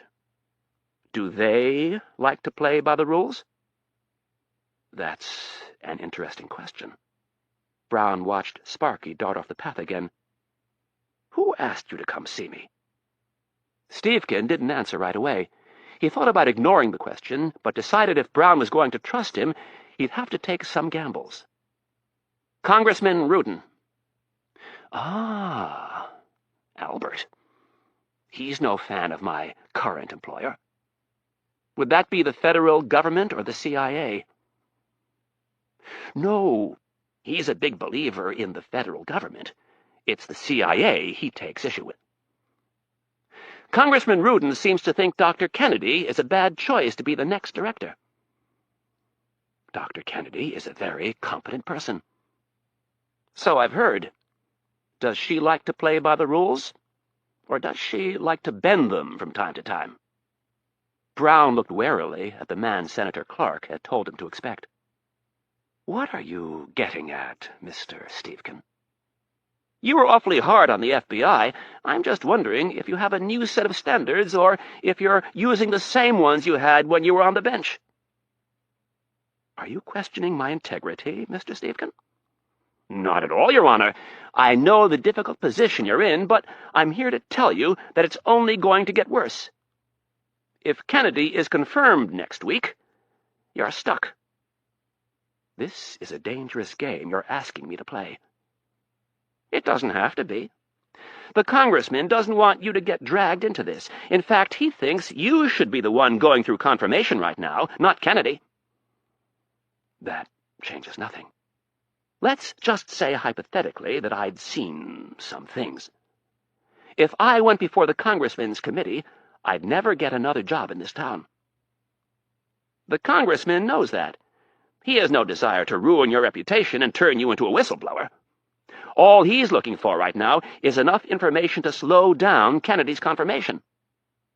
Stevkin stopped and grabbed Brown by the arm. Something legitimate that he can take to the press.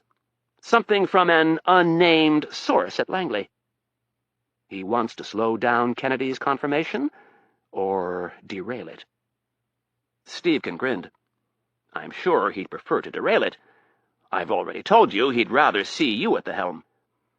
Brown started walking again. I'll need some time to think about this. I'm sorry, Judge, but we don't have a lot of time. The Senate Intelligence Committee is scheduled to vote on Monday afternoon. Brown stopped abruptly and extended his hand. It was very interesting meeting you, Mr. Stevkin. Brown pumped his hand twice, and then leaned in close. He whispered, Come back tomorrow evening, and we'll talk some more. With that, Brown released Stevkin's hand and walked away. In the darkness of the coming night, a smile creased his lips. The real world of plotting and trading secrets was far more exhilarating than he'd ever imagined.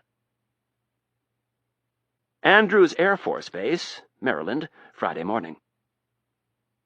The United States Air Force executive jet was on approach for landing. It had left the U.S. Air Force Base in Aviano, Italy, just prior to sunup.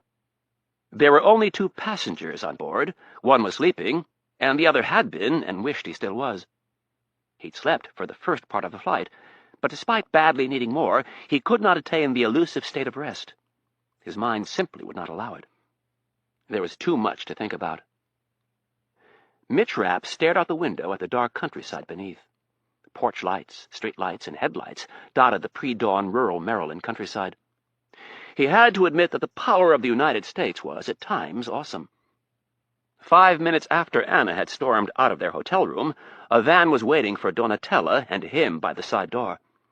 There was no time to go after Anna, no time to write a note, no time to try and reason with her. He had to get Donatella out of Italy fast. Waiting for them outside the hotel was a man who introduced himself only as Chuck. The agency had sent him.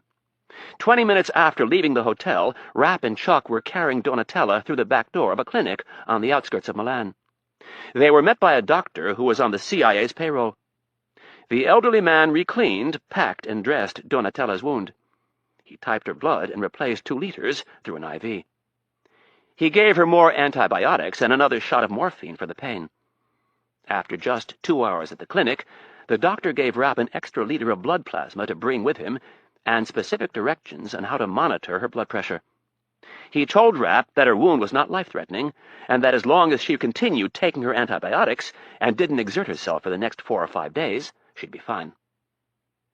They left the clinic shortly before 1 in the morning and began their journey across the northern part of Italy, passing through Verona and Venice, and then heading north toward Udine. Donatella slept during the entire 3-hour drive. Rapp could not afford to. He'd never met this Chuck fella before, and he wasn't about to trust his life with a complete stranger. When they reached the base, they were waved through security and escorted to the waiting plane. Within minutes, they were airborne and headed for America. No customs, no police, no video cameras. Rapp had virtually passed out after takeoff. He and Donatella were alone in the spacious cabin portion of the plane. The flight crew had been told not to disturb their 2 passengers. A little over 4 hours into the flight, Rapp had woken up suddenly. He was agitated and disturbed. He'd been having a nightmare. Anna was in his dream. She was in his house with another man, someone he'd never seen before. They were happy, laughing, holding hands and kissing. Rapp was outside looking in. Anna noticed him in the window and shook her head at him as if to say, "You had your chance, and you blew it." It hurt. He loved her dearly, but the way she'd handled things back at the hotel had given him pause. Staring out the small window of the plane, he was rocked by a barrage of emotions over the entire disaster. He was mad at Donatella and her crazy Italian passion. She didn't need to tell Anna that they'd been lovers. It was hardly the time for the confession. Rapp would like to have thought that it was the morphine talking. But he knew Donatella well enough to know that she was more than capable of such verbal confrontations when she was sober. He could be mad at her for her lack of tact and timing, but that was it. In light of the information he'd been given by her, he had to let the other stuff go, and besides, she'd been very loyal over the years. As the landing gear locked into the down position, Rapp realized that part of him resented Anna for not understanding the severity of the situation. Hell, she didn't even wait around to let him explain. People had died, Donatella had been shot, and he had just been given a piece of information that would impact the national security of the United States in ways he could only begin to imagine. The news that the head of Mossad was involved in the assassination of a former CIA employee was very serious. A lot of questions needed to be answered. Was Peter Cameron a spy for Mossad, a double agent? Was Ben Friedman acting on his own when he'd ordered the hit? Or was he taking orders from someone else? One thing was for certain. Things would get worse before they got better. Rapp had gone to Italy to get an answer. All he wanted was a name from Donatella, and he had been foolish enough to think that one name would end it. Instead, he found himself embroiled in what could become an international crisis. It was clear that Donatella needed to be protected, and she had to tell her story to Kennedy. He'd had no choice other than to get her out of Italy and back to the U.S. as quickly as possible. It was obvious by what had happened at her apartment that Friedman wanted her dead, and Rapp knew that he would not stop until he got what he wanted. This was the way the last 10+ hours had gone. He'd bounced back and forth between the crisis with Friedman and his disintegrating relationship with Anna. His past was pulling him in one direction, and his future was vanishing over the next ridge. As far as Riley was concerned, he saw little hope. He could not tell her what was going on. He couldn't even get into the details of his past with Donatella. Yes, they had been lovers, but that was over. He did not care who Riley had slept with before they met. He trusted her, and it hurt that it wasn't mutual. It hurt that she didn't understand the complexities of his life. He wasn't walking away from an accounting job after a decade. In his line of work, you didn't just simply hand in your 2-week notice and spend your remaining days hanging out in the break room and taking long lunches. In his world, there were no coffee breaks, no long lunches. Hell, he didn't even have a desk to clean out. It was a dirty, thankless profession, and Rapp knew it sounded trite, but somebody sure as hell had to do it. He was trying his best to get out, and it was all for the sake of his future with Anna. He was angry at her for not appreciating his sacrifices. He'd killed for his country.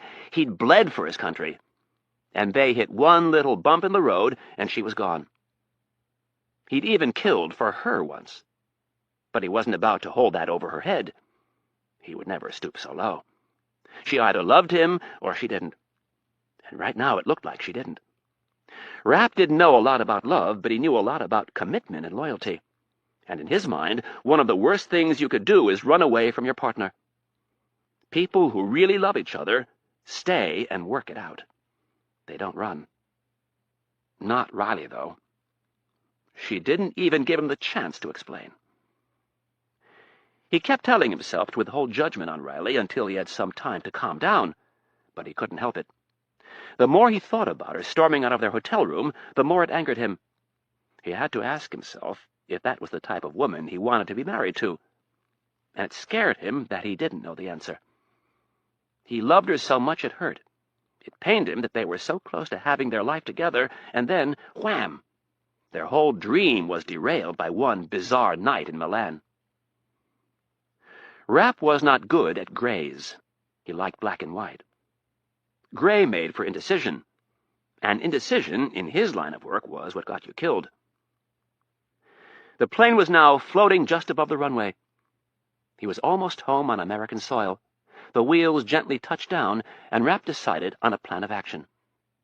Riley would have to wait. He wanted out, but he couldn't just abandon Kennedy. She was his friend, and unlike Riley, he wasn't about to abandon her.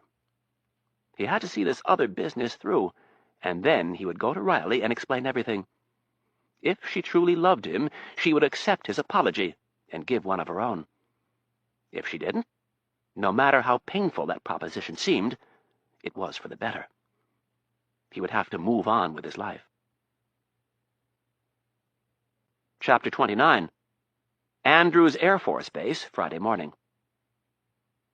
Irene Kennedy checked her watch. She stood at the door of a large gray metal airplane hangar. Her armor-plated limousine was parked outside about 40 feet away.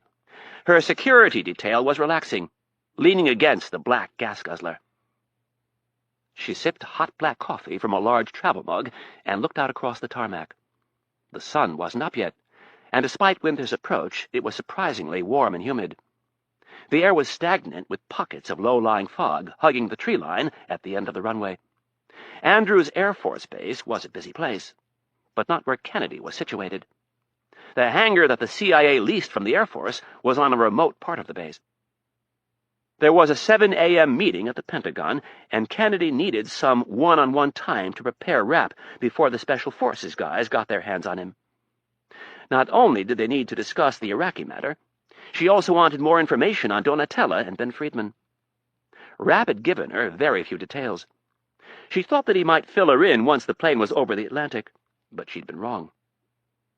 Whatever else Rapp had to say about her counterpart in Israel, he would not trust to even the Air Force's secure communications equipment. And she didn't blame him. Information of this nature not only needed to be kept from the prying ears of foreigners, but also from certain groups in America. When Kennedy had tried to press for details, Rapp had only one word for her: Pollard. The innuendo was clear. Jonathan Pollard was an American caught spying for Israel in the 80s. Pollard's treason had compromised every communique sent and received by the U.S. Navy for almost a decade. Israel was masterful at recruiting agents in the U.S., and Kennedy firmly believed there were more Jonathan Pollards out there.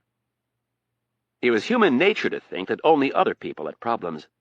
Many parents were slow to believe that their little darling could be causing trouble in school. Other people's children did that. The intelligence community worked the same way. When the Navy was caught with a spy in their midst, the Air Force, the Army, the CIA, the FBI, and everybody else pretty much shook their heads and said, "They blew it." Well, Kennedy was a realist. Everybody spied, and that pretty much meant everybody was spied on. She remembered the dark days at Langley when Aldrich Ames had been caught by the FBI. Morale was not good during that period, but Kennedy always hearkened to something her boss had said. Thomas Stansfield had been the deputy director of operations at the time. His job, as it had been for over 50 years, was to recruit spies in foreign countries. During the Ames fiasco, he had told a conference room full of whining CIA executives that it was the cost of doing business. You can't go into a boxing ring and expect to never get hit. And you can't be in the spying business without getting spied on. Stansfield had been a big man. He knew how to stay above the petty, everyday dealings of Washington. He used to say that 99% of the talk in Washington was utterly worthless. To him, the key was to take nothing personally and remember the old axiom: whatever goes around, comes around. Well, he couldn't have been more prophetic when it came to the Ames case. It was no secret that the FBI and the CIA did not always get along. During the 50s, 60s, 70s, and 80s, the battles were legendary, and the Ames case only deepened the divide. The FBI adopted a very overt smugness toward the CIA. With Ames, the FBI gloated over how talented they were and how inept the CIA was. Stansfield had said to Kennedy and his other people, "Don't worry, the FBI has a few Aldrich Ameses of their own. They just haven't caught them yet."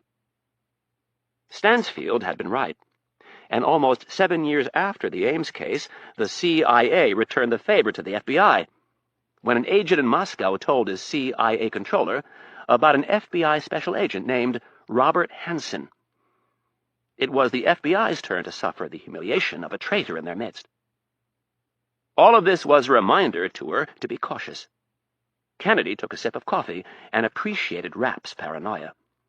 They had to communicate via long distances. There was no way around it. They were, after all, in the information exchange business. They just had to be careful who they exchanged the info with. Rapp had made the right call in waiting to tell her in person. Ben Friedman had eyes and ears all over Washington, and she was certain he had a few in Langley, too. The previous night's sleep had been restless. Kennedy hadn't mentioned the Friedman business to anyone, not even the president. She needed to get a better handle on things before she did that. First, she would have to put her most trusted people on analyzing the damage Peter Cameron may have caused as a double agent for Israel. The group would have to ascertain if there were any others at Langley who could be linked to Cameron. After that, the job would become interesting. Kennedy had already begun to form a plan that would give Ben Friedman a taste of his own medicine. The true test of spying was not to simply expose someone. There was another option, one that required real talent. Kennedy heard the car first and then looked to her left. The white van was rolling down the tarmac toward the agency's hangar. She had been expecting it. As the vehicle neared, she pointed inside the hangar and watched as the nondescript vehicle rolled past her. The van contained 3 individuals whom she knew Rapp would approve of. They were former Navy SEALs. The leader of the group was Scott Coleman, a former commander of SEAL, Team 6. He'd brought with him 2 of his most trusted operators, Kevin Hackett and Dan Strobel. Rapp had worked with them before.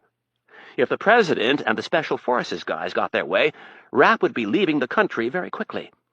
And that meant somebody was going to have to babysit Donatella. It had to be somebody who Rapp trusted implicitly, and that meant the guys from the CIA's Office of Security were out of the question. Coleman approached Kennedy and extended his hand. In his late 30s, he was still lean, and even a casual observer would notice that he was someone not to be messed with. The former naval officer had a very interesting past.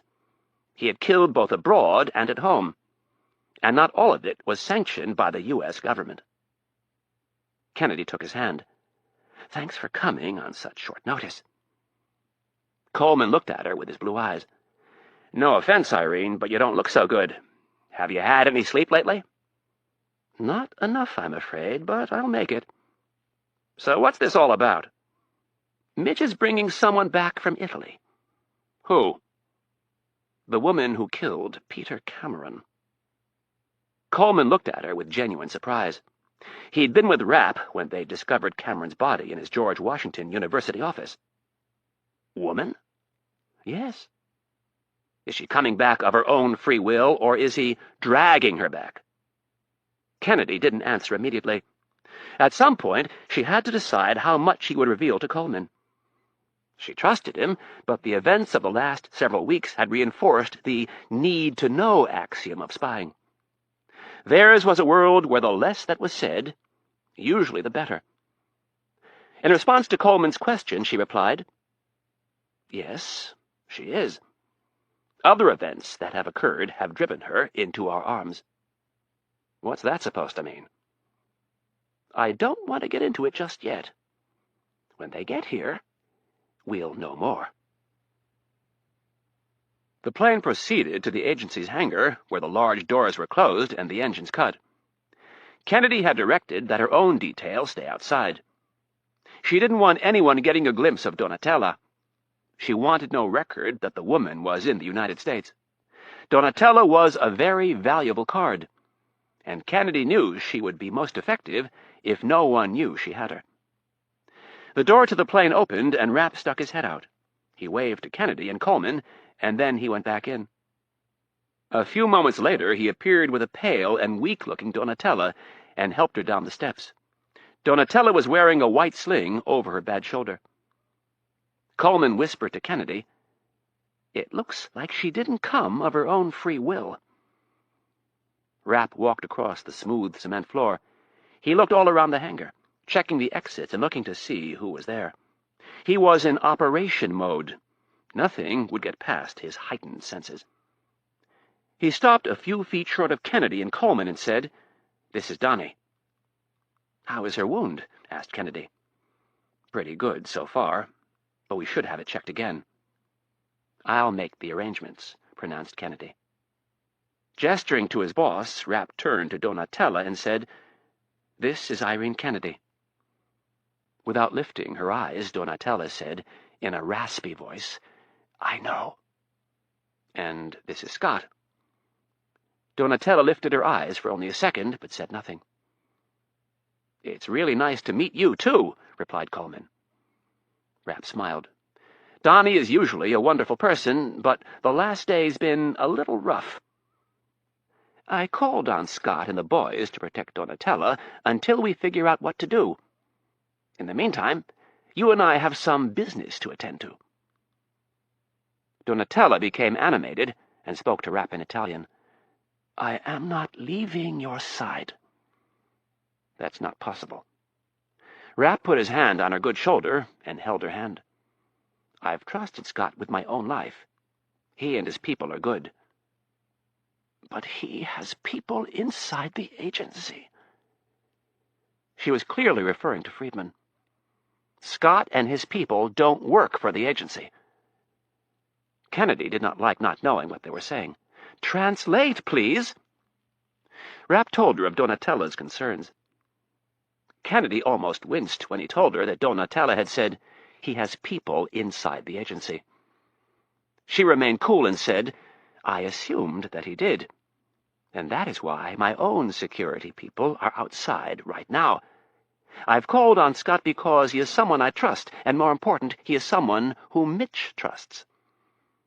Rapp could tell that Donatella was still not enthralled with the idea. "Donnie, you have to trust me. In order to help you, I have to do some things. I have to meet with some people, and you can't be seen. We need to keep you under wraps until the time is right." Reluctantly, she relented, and they walked over to the van. Coleman introduced Donatella to his two men, who said only hello. When they had her buckled in, Rapp asked for a moment alone with her, and the others walked away. Rapp brushed a curly black lock of hair from her face. "Donnie, don't do anything stupid." She scowled at him. "I'm serious," he said. "These guys can protect you. They're good." Looking out the window, she sized them up. "Military." "Yep, retired Navy SEALs." She sized them up again. "I know what you're thinking, and I want you to get it out of your head right now. They are my friends. Don't even think about running. If you kill them, I will kill you." Donatella would not look him in the eye, so Rapp grabbed her chin and made her look at him. "I'm serious. I want you to give me your word that you won't kill any of them. Give me your word that you won't try to run. I can help if you trust me." Rapp looked into her tired eyes. "Do you trust me?" She did not answer right away, but when she did, it was sincere. "Yes, I do." "Good. Now promise me that you won't hurt any of them." "I promise." Donatella was looking down. "Look me in the eye and mean it." "I promise." "Good." Rapp retrieved Donatella's silenced pistol from his jacket and handed it to her. "You gave me your word." "And I meant it." She wasn't able to pull the slide back, so she asked, "Is it chambered?" "Of course." She looked at the weapon and said, "Thank you." "No problem. I know you'd do the same." "I would, you know," she said, a little defensively. Rapp touched her cheek. "I know. And don't be sad, Donnie. I'm going to get you your life back." Rapp kissed her on the forehead. "I'll be checking in with you later. Be nice to Scott and the boys." Rapp got out of the van and went over to the group. "I need to tell you guys a few things about Donnie. First of all, she's armed, and second of all, she's really good." None of the former SEALs spoke, but Kennedy did. "I don't think that's such a good idea." "I'm sure you don't, but I do. If I were in her shoes, I'd want to be able to protect myself. And besides, if something goes down, believe me, you want a gun in her hand." "I don't like it," replied Kennedy firmly. "Well, you're going to have to live with it because I don't think we're going to get it back from her." Rapp and Kennedy were very close. Sometimes, like this, when Rapp spoke to her like they were siblings, Kennedy thought they'd gotten a little too close. She'd learned over the years to not take it personally, though. Mitch was a one-man show, and when things got tense, the traits that had helped him to survive in the field for all these years came to the forefront. He showed little patience. He was controlling, and any pretense of civility or respect for a superior was thrown out the window. Rapp shook Coleman's hand and said, "Thanks for helping out. Be really careful with her, Scott. She's frightened right now, and you know what frightened animals do." Coleman nodded. "Do I need to worry about her taking off?" After thinking about it, Rapp said, "No. As long as she feels safe, she'll stay put." "We'll have to make sure she stays safe, then." "Where are you taking her?" "Eastern shore of the bay. Irene has all the info." It was just like the old SEAL to pick a spot on the Chesapeake. Rapp held up his phone. "You've got the number for this, right?"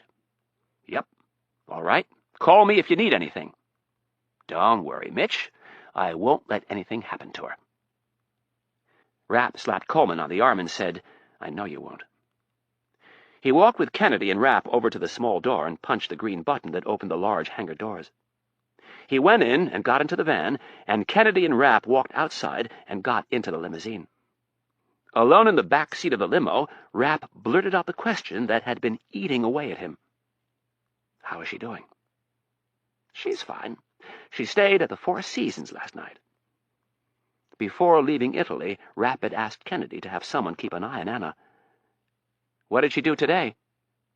"She left the hotel and went to the Duomo." Kennedy turned to the side so she could better observe Rapp. "My person tells me she's been very emotional. He's seen her crying on 3 separate occasions." Rapp dropped his head into his hands. He did not like to hear that she was in pain, but at least she still cared enough to cry. "Do you want to tell me about it?" He shook his head slowly. "I think you might have to." "Why?" "I need to know what she knows." "Irene Anna isn't going to say anything." "I disagree, but my real concern is what Ben Friedman will do when he discovers his men have gone missing." Rapp thought of the 3 dead bodies in Donatella's apartment. "Did you get that taken care of?" "I've been told it's no longer a problem." Kennedy studied Rapp for a moment and said, "I'd feel better if Anna was back here in the States." Rapp thought he would too, but was reluctant to put any pressure on her. She had said some very hurtful things, and although they were spoken in the heat of the moment, they all had a ring of truth to them. In a solemn voice he said, "I can't ask her to come back." "Why?" "I don't want to get into it." "Is there anything I need to know?" Rapp shook his head. "What happened between you and Anna?" "I don't want to talk about it." Kennedy was reluctant to say what was on her mind, but felt she couldn't let it go.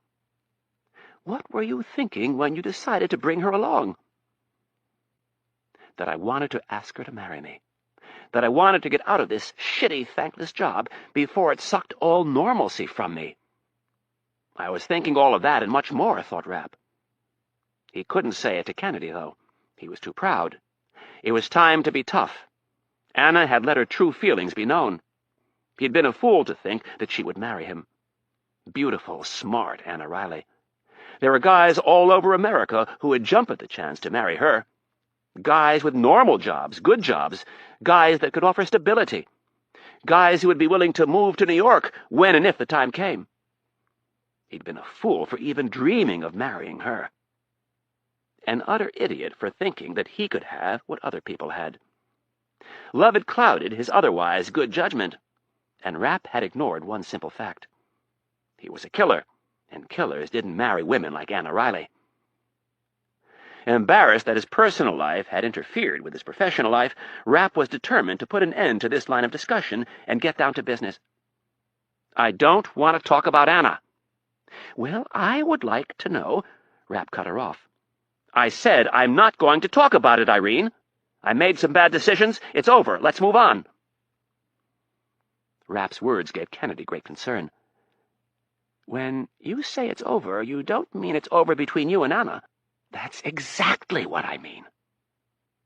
Rapp replied with an intensity that told Kennedy it would be unwise to probe further.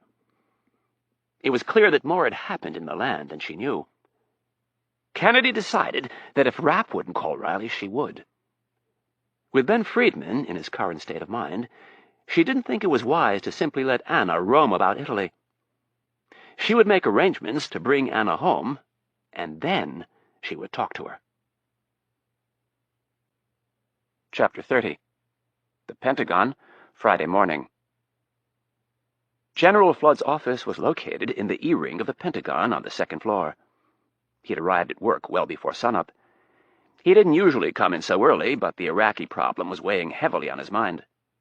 The President had made it very clear that he wanted to keep a tight lid on the recent developments with Iraq. If Saddam got even the slightest whiff that they were onto him, the nukes would be moved, and their chances of ever finding them would vanish. This presented one hell of a problem for General Flood and his people. How do you prepare to wage war without telling your own people?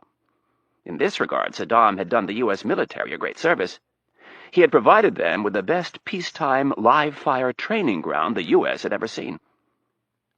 Since the end of the Gulf War, the U.S. military's Southern Command had kept a very active presence in the region. Most notably, they enforced the northern and southern no-fly zones. On a lesser note, the Army and Marine Corps regularly conducted exercises in the deserts of Kuwait and Saudi Arabia.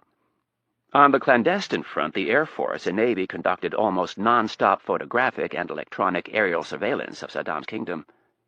In addition to the military intelligence that was gathered, the National Security Agency and the National Reconnaissance Office probed deep into the heart of Iraq with their billion-dollar satellites orbiting the Earth. The Middle Eastern dictatorship had become enemy number one of the U.S., and with such distinction came great attention. Back on the ground, a full-time contingent of Delta Force commandos and Green Berets had been added to the region.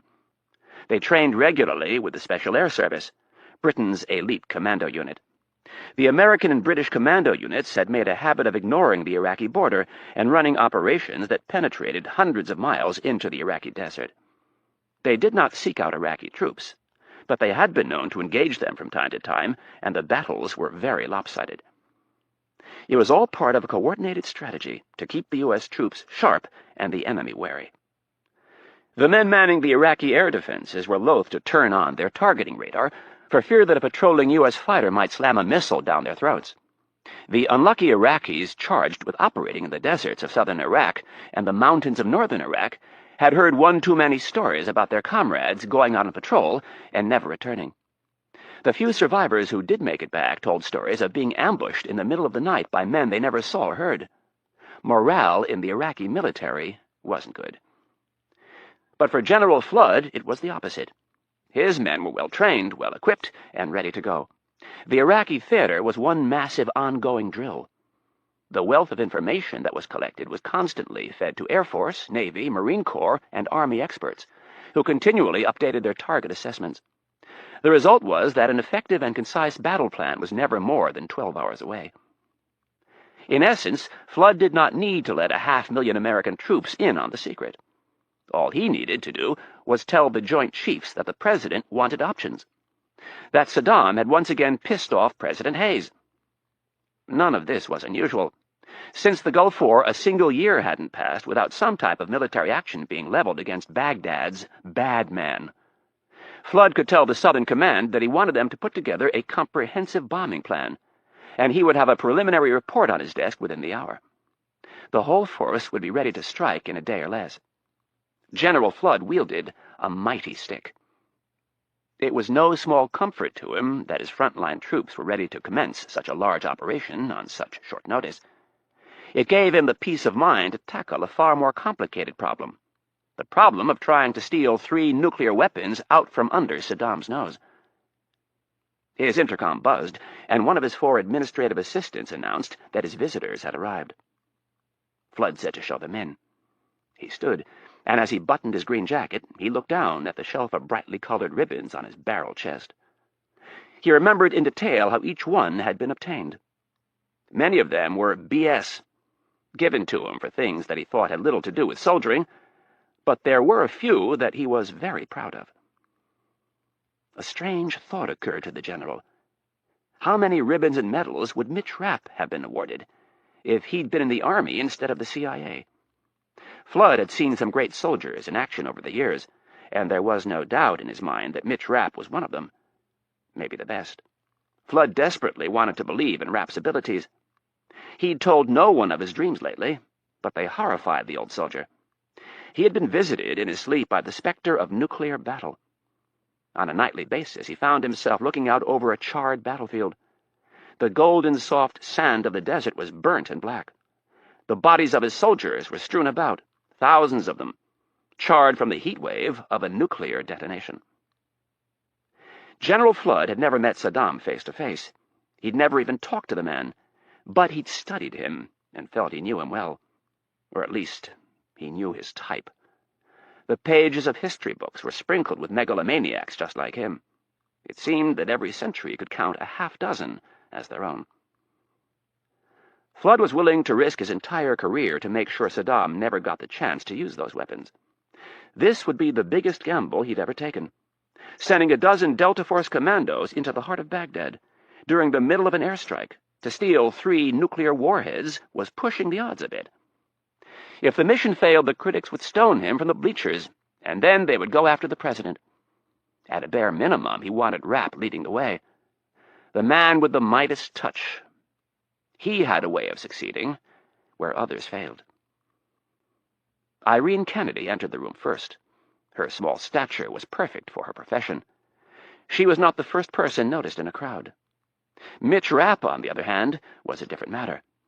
In his black leather jacket and 2-day-old beard, he stood out like a sore thumb.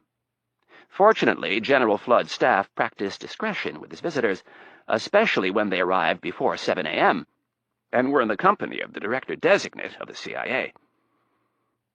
Flood met them midway across his large office. "Good morning, Irene." "Good morning, General." Flood reached out for Rapp's hand. "Thanks for coming in to see me, Mitch." "Not a problem, sir." Rapp liked Flood, so he lied. There were other things they would rather be attending to, but he would hear the man out. "Please, sit." Flood motioned to an arrangement of 2 couches and several chairs on his right. There was a small table in the middle. On top was a basket of muffins, a coffee pot, sugar and cream in several cups, as well as side plates. "I figured you'd be hungry, Mitch. Help yourself to whatever you want." Flood leaned forward and poured a cup of coffee. "Irene?" "Please." Kennedy took the cup, but passed on the muffins. "Thank you." Rapp poured himself a cup and took a muffin. "Irene tells me you have a little bit of a problem." "I'd say so. How many times have you been in Baghdad?"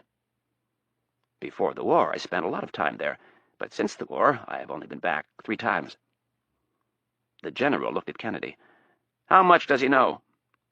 "Unfortunately, I didn't have time to brief him.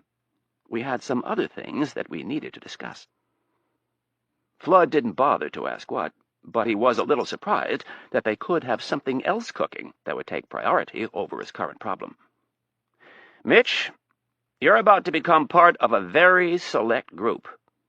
The Joint Chiefs don't even know what I'm about to tell you. The President has asked us to keep an extremely tight lid on this." "Understood." "A week ago, one of our allies came to us with some pretty damning intelligence that Saddam is about to go operative with 3 nuclear weapons." Flood stopped so Rapp would have a chance to absorb the seriousness of the problem. To his surprise, Rapp smiled. "I knew it." "Knew what?" asked Flood. "Don't tell me you already knew." "No. I just knew sooner or later it would come to this. That's why I disagreed when we stopped back in 1991. We should have gone all the way to Baghdad and ousted the nutbag." "You don't need to tell me. I was over there with my Rangers preparing a nighttime assault on several bridges when the truce was announced. We could have been in Baghdad in 2 days, but the man who previously occupied this office, in his infinite wisdom, convinced President Bush to stop. Thanks to him, I am now confronted with a much bigger problem than the invasion and occupation of Kuwait." "How much time do we have?" asked Rapp. Flood looked at Kennedy. She turned to Rapp and said, "This information was provided by the Israelis. We have a little more than a week to take the bombs out, or they will do it themselves." In light of his recent trip to Italy, Israel was not at the top of his favorite country list. Rapp was tempted to say, "Let them," but kept his mouth shut. When he and Kennedy were alone, he would probe deeper in regard to the veracity of the intelligence provided by Israel. "I assume we know where the bombs are?" "Yes." Flood got up and went over to his desk. He came back with a file containing aerial photographs of the target. "We don't have anybody on the inside, but we've been told they are located here." Flood pointed to a building circled in red. "That's the Al Hussein Hospital." Kennedy nodded. About a year ago, they built a hardened bunker under the hospital. Rapp looked up. "Saddam figured we'd never find it, and if we did, we wouldn't have the balls to bomb it." "Exactly," Kennedy answered. "Do you know where the hospital is?" Flood asked. "Yeah." Rapp threw the photos on the table. "I've been in the area before." Not one to beat around the bush, Rapp added, "So, where do I fit in?" Flood sat back down and let out a sigh. "We've already put a plan in front of the president to take out the bunker with some new bombs that are designed to penetrate command and control structures." Rapp didn't like the idea of dropping a bunch of bombs on a hospital. He liked the people of Iraq. They were caught between an inhumane dictator and a superpower that was hell-bent on destroying them. "What are the odds for success?" "Good. My flyboys tell me they can virtually guarantee the destruction of the facility." "Then why am I here?" Rapp knew at least part of the answer, but he wanted to hear it from Flood. He'd done this type of stuff before. Sneak into a country, sit on a rooftop and paint the target with a laser designator. The flyboys weren't quite as good as they liked to advertise. When they really needed to hit something, they usually put someone on the ground first. "Several reasons. Actually, first of all, your old friend Colonel Gray asked for you. Apparently he thinks you're pretty good at your job." Flood grinned. "And as soon as the president heard your name mentioned, he insisted that you be involved." "In what capacity?" "Bombing the target has some drawbacks." "Like killing a bunch of innocent civilians?" "Mitch, we didn't put those nukes under that hospital." "I know we didn't. I'm just pointing out the shitty reality of the situation. As always, I appreciate your frankness, and I agree with you. So do a lot of others, and that's one of the reasons we're working on a second plan." Rapp raised an eyebrow. "And would that involve Colonel Gray?" "Yes, it would. The colonel has come up with a bold but ingenious plan." Flood went on to explain the use of the white cars to ferry the Delta team into Baghdad under the cover and mass confusion of an all-out aerial bombardment. He also told Rapp that the president hoped one of the bombs could be brought back as proof that Saddam was working on acquiring the ultimate weapon of mass destruction.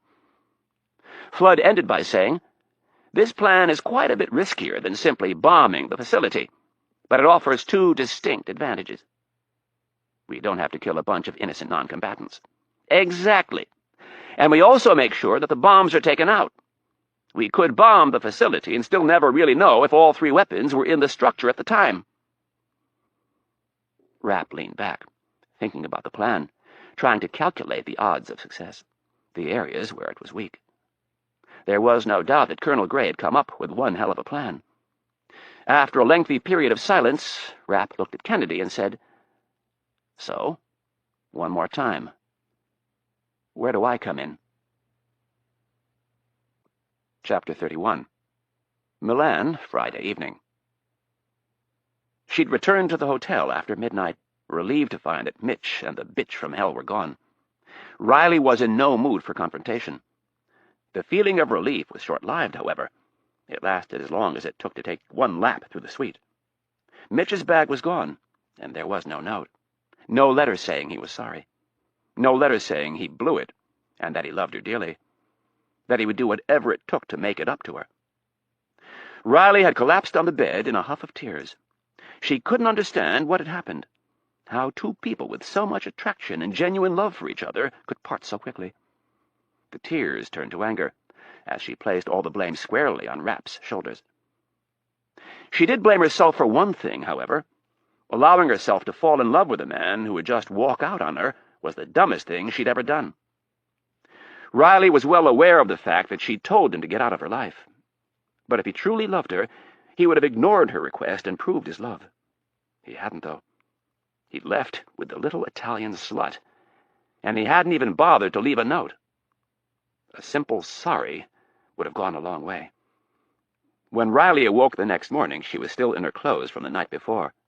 A hangover gnawed at her, the result of the 3 vodka tonics and the 3 glasses of wine she'd downed at a bar after she'd stormed out of the hotel. Her eyes were puffy from all the crying, and in general she felt like shit, both emotionally and physically. Before entering the shower, the thought occurred to her to go home, to just pack up and get the hell out of Italy. By the time she got out of the shower, she was resolved to stay. She would not simply run home. None of this was her fault. She had 6 days of vacation left, and she was going to enjoy it. Riley dressed with a determination to make the best of the trip, to enjoy her day in Milan and then head south for warmer weather and a few days in the sun. The day had turned out to be a real roller coaster of emotions. There were tears and determination, longing and anger, second-guessing and righteous indignation. Anna Riley was, in short, miserable. She'd explored the Duomo, the magnificent cathedral of Milan that had taken over 400 years to complete. The awe-inspiring beauty of the church could move even the most emotionally stable person. In Riley's fragile condition, the tears flowed frequently, and she found herself asking God why. Why had he allowed her to fall in love with Mitch Rapp? Of all the men in the world, why him? God didn't answer her question. After spending the entire morning at the Duomo, she moved on to shopping. That helped for a while, but all too frequently she found herself looking at clothes and wondering if Mitch would like them. All in all, the day had proved one thing to her, that she loved Mitch Rapp more than she had ever realized. Her last act of bravado was to go out for dinner. Anna Riley was nothing if not stubborn, and she'd be damned if she was going to sit in her room and pout. The concierge at the hotel got her a reservation at Leo, a nice restaurant within walking distance of the hotel. The place was known for great fresh fish and an unpretentious atmosphere. Riley dressed conservatively for the evening. She didn't want to sit in her room and hide, but she had no desire to attract the attention of any male company. Upon arriving at the restaurant, she was seated at a table for 2 by the front window. She ordered a glass of Foradori Pinot Noir and began perusing the menu. She was there for all of 5 minutes when a man approached the table. He asked Riley if he could join her, and she politely declined. For dinner, she ordered penne with prawns and grilled razor clams and a second glass of wine. It was delicious. Midway through her meal, a second man approached the table and sat.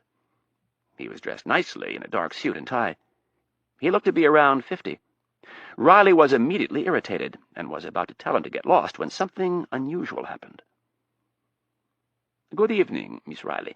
I apologize for intruding like this, but a mutual acquaintance asked me to give you a message." Anna's heart leapt. "Mitch?" "No." The man casually looked around the restaurant. "Dr. Kennedy." Extending his hand, he said, "My name is Tino Nanni. I work at the consulate here in Milan." "The U.S. consulate?" "That's correct." Riley lowered her voice. "Is everything all right with Mitch?" "I wouldn't know, Miss Riley. I've only been told to give you a message." Eagerly, Anna asked, "And what is that?" "Dr. Kennedy thinks you should return to the U.S." Anna was instantly taken aback. "What do you mean?" "I know next to nothing. I've simply been told to give you a message. Dr. Kennedy, for reasons unknown to me, thinks you should return to the U.S. immediately." "You work for the CIA?" The man winced at the acronym and looked around. "I work for the State Department, and please be careful about what you say." Riley, always the reporter, was used to asking what she wanted whenever she wanted. "I think you know more than you're telling me." "I know a lot of things, young lady." The man stood. "But as far as you are concerned, and why you're supposed to return to the States, I know nothing." He reached inside the breast pocket of his suit coat and grabbed a business card. "If you need anything, call me." He placed the card on the table and left the restaurant. Tel Aviv, Friday evening. Ben Friedman was busy pecking away at his computer. The younger people at Mossad called it surfing the web. He called it doing research. Friedman did not look natural in front of a keyboard. His bald head, broad shoulders, and thick forearms were more suited for heavy labor. His stubby index fingers pounded away at the keys. It was slow going, but it worked. A cigarette dangled from his lips, a curved hunk of gray ash ready to break free at any second. At the last second, Friedman snatched the cigarette from his mouth and deposited the spent vice in an ashtray. He grabbed his small 4-ounce coffee cup in his meaty hands and gulped down the remaining few ounces of thick black coffee. "Adriana!" He yelled his assistant's name without taking his eyes off the screen. "More coffee, please!" Friedman was worried. It had been a full day since the hit was to have taken place. Rosenthal was to have emailed him the results of the operation, and as of yet there was nothing. He was now checking the online version of Milan's newspaper, looking for what would undoubtedly be a big story. So far, he'd come up with nothing. It was possible that Rosenthal had killed her and disposed of her body without anyone knowing. That was what Friedman had asked him to do. Maybe Rosenthal had run into a few problems, and it was taking longer to get out of Italy and back to Israel. Anything was still possible. But with each passing hour of silence, the chances that things had gone according to plan diminished. At this stage, Friedman had no choice but to try to stay calm, despite the fact that his gut told him Donatella had not gone down without a fight. He'd trained her. He should have known better. It was the damn money Senator Clark waved in his face. He should have firmly told him not to worry, that he knew Donatella, and she would keep her mouth shut. Friedman had to be honest with himself, though. It was more than just the money. Donatella was a bit of a loose cannon, and sooner or later he figured he'd have to deal with her. She knew too many of his secrets, and with her temper there was no telling when she would explode and take him down with her. No, Friedman decided, it hadn't been a mistake to go after her. It had been a mistake to not send more people. Friedman needed to start working on a cover story. Rosenthal couldn't go missing for too many more days without some people starting to ask where he was. Why had he sent Rosenthal to Italy? That would be the first hurdle to overcome. He felt confident that he could come up with a pretty good lie to handle that problem. But if Donatella was still alive, and she started making waves, he could be in big trouble. Friedman grabbed his phone and punched in an extension. A moment later, a woman answered, and he said, "I need you in my office right now." He hung up and wondered how much he'd have to tell this one. Not much, he decided. She could go to Milan and start digging around. Hopefully Rosenthal would contact him and report that the mission was a success before she even got there. Friedman knew the chances of that happening were between slim and none.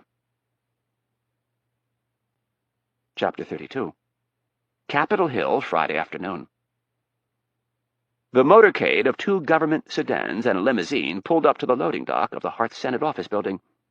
Normally, they would have used the front of the building, but today it was swarming with media. Dr. Irene Kennedy emerged from the limo.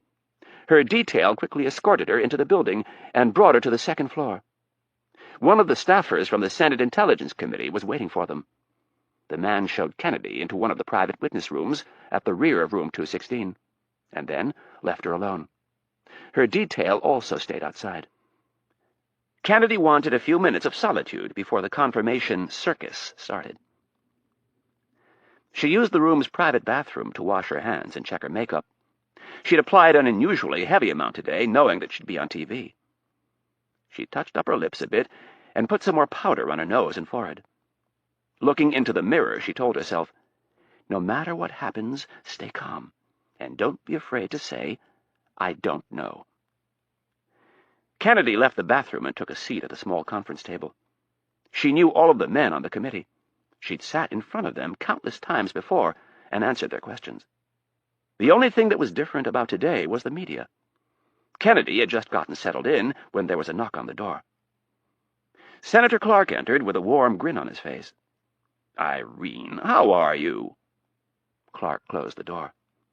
Kennedy stood. "Just fine, Mr. Chairman." "Irene, how many times do I have to tell you? It's Hank when we're alone like this." He placed a hand on her shoulder. I could never get your boss, God rest his soul, to call me by my first name, but he was 20 years my senior, so I cut him a little slack." Clark winked at Kennedy. "You don't have that excuse, so from now on, it's Hank when we're alone, all right?" Kennedy nodded. "All right, Hank." "Good. Now, are you nervous at all? Is there anything I can get you before we go out there?" "No, I'm fine, thank you." Clark looked down at the diminutive Kennedy and felt a pang of sorrow for her. He really did like her. It was too bad that she was going to have to go through this. "I don't expect things to get rough. Most of the men out there like you, and with the President and myself backing you, the votes are already there.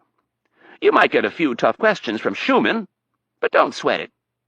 That's just him grandstanding in front of the cameras." "I know. I've seen him do it plenty of times." "I'll do my best to keep him in line, along with any others who might get a little unruly, but ultimately, it's up to you to handle them." "I know. I've done this before, Hank." "But you've never done it in front of all these cameras and reporters." There was no smile on his face. "Be very careful what you say in front of this crowd. One slip up, and they'll pile on." Kennedy showed no fear. "I know." "Well, you're the only show this afternoon, so when you're ready, we'll go." Clark pointed toward the door with his thumb. "I'm ready." Clark gave her another warm smile and then wrapped his arms around her for a hug. "Good luck out there." He released her and said, "Let's go make history." Kennedy followed him out of the room. The hallway was crowded with people. Every single one of them stopped talking when Clark and Kennedy appeared. The senator towered above everyone, even the men from Kennedy's security detail. He continued through another door, and Kennedy followed him out onto the side of the dais located at the front of the hearing room. Clark gestured for Kennedy to head out to the witness table, and he continued up to take his place at the center of the long U-shaped bench with the other senators. The gallery was filled with reporters and TV crews. Today was an historic moment. The first woman ever nominated to run the CIA was about to begin her confirmation hearing. The hearing was not scheduled to be aired live by any of the networks or major cable outlets other than C-SPAN, but every network was there to get a clip for what would be the lead story on the nightly news. As Kennedy approached the witness table, she was nearly blinded by camera flashes. She left an entire entourage back at Langley. The people from legal and public relations had wanted to sit at the table with her, or at the very least in the first row. They wanted to be there to help manage a situation in case one arose. Kennedy had declined all requests. It was a point of pride that she go through this alone. No photo ops of men whispering in her ear, as if she couldn't answer a question on her own. Kennedy had looked forward to this day for a long time. She wasn't always sure it would happen, but that didn't stop her from dreaming. As the political climate changed in Washington over the last 2 decades, she began to realize that within her lifetime it was likely that a woman would head the CIA. It was inevitable. The old boy network that had run the agency during its first 50 years wouldn't like it one bit. Kennedy's potential to men like Allen Dulles and William Casey would have been to get them a cup of coffee and maybe type a few letters.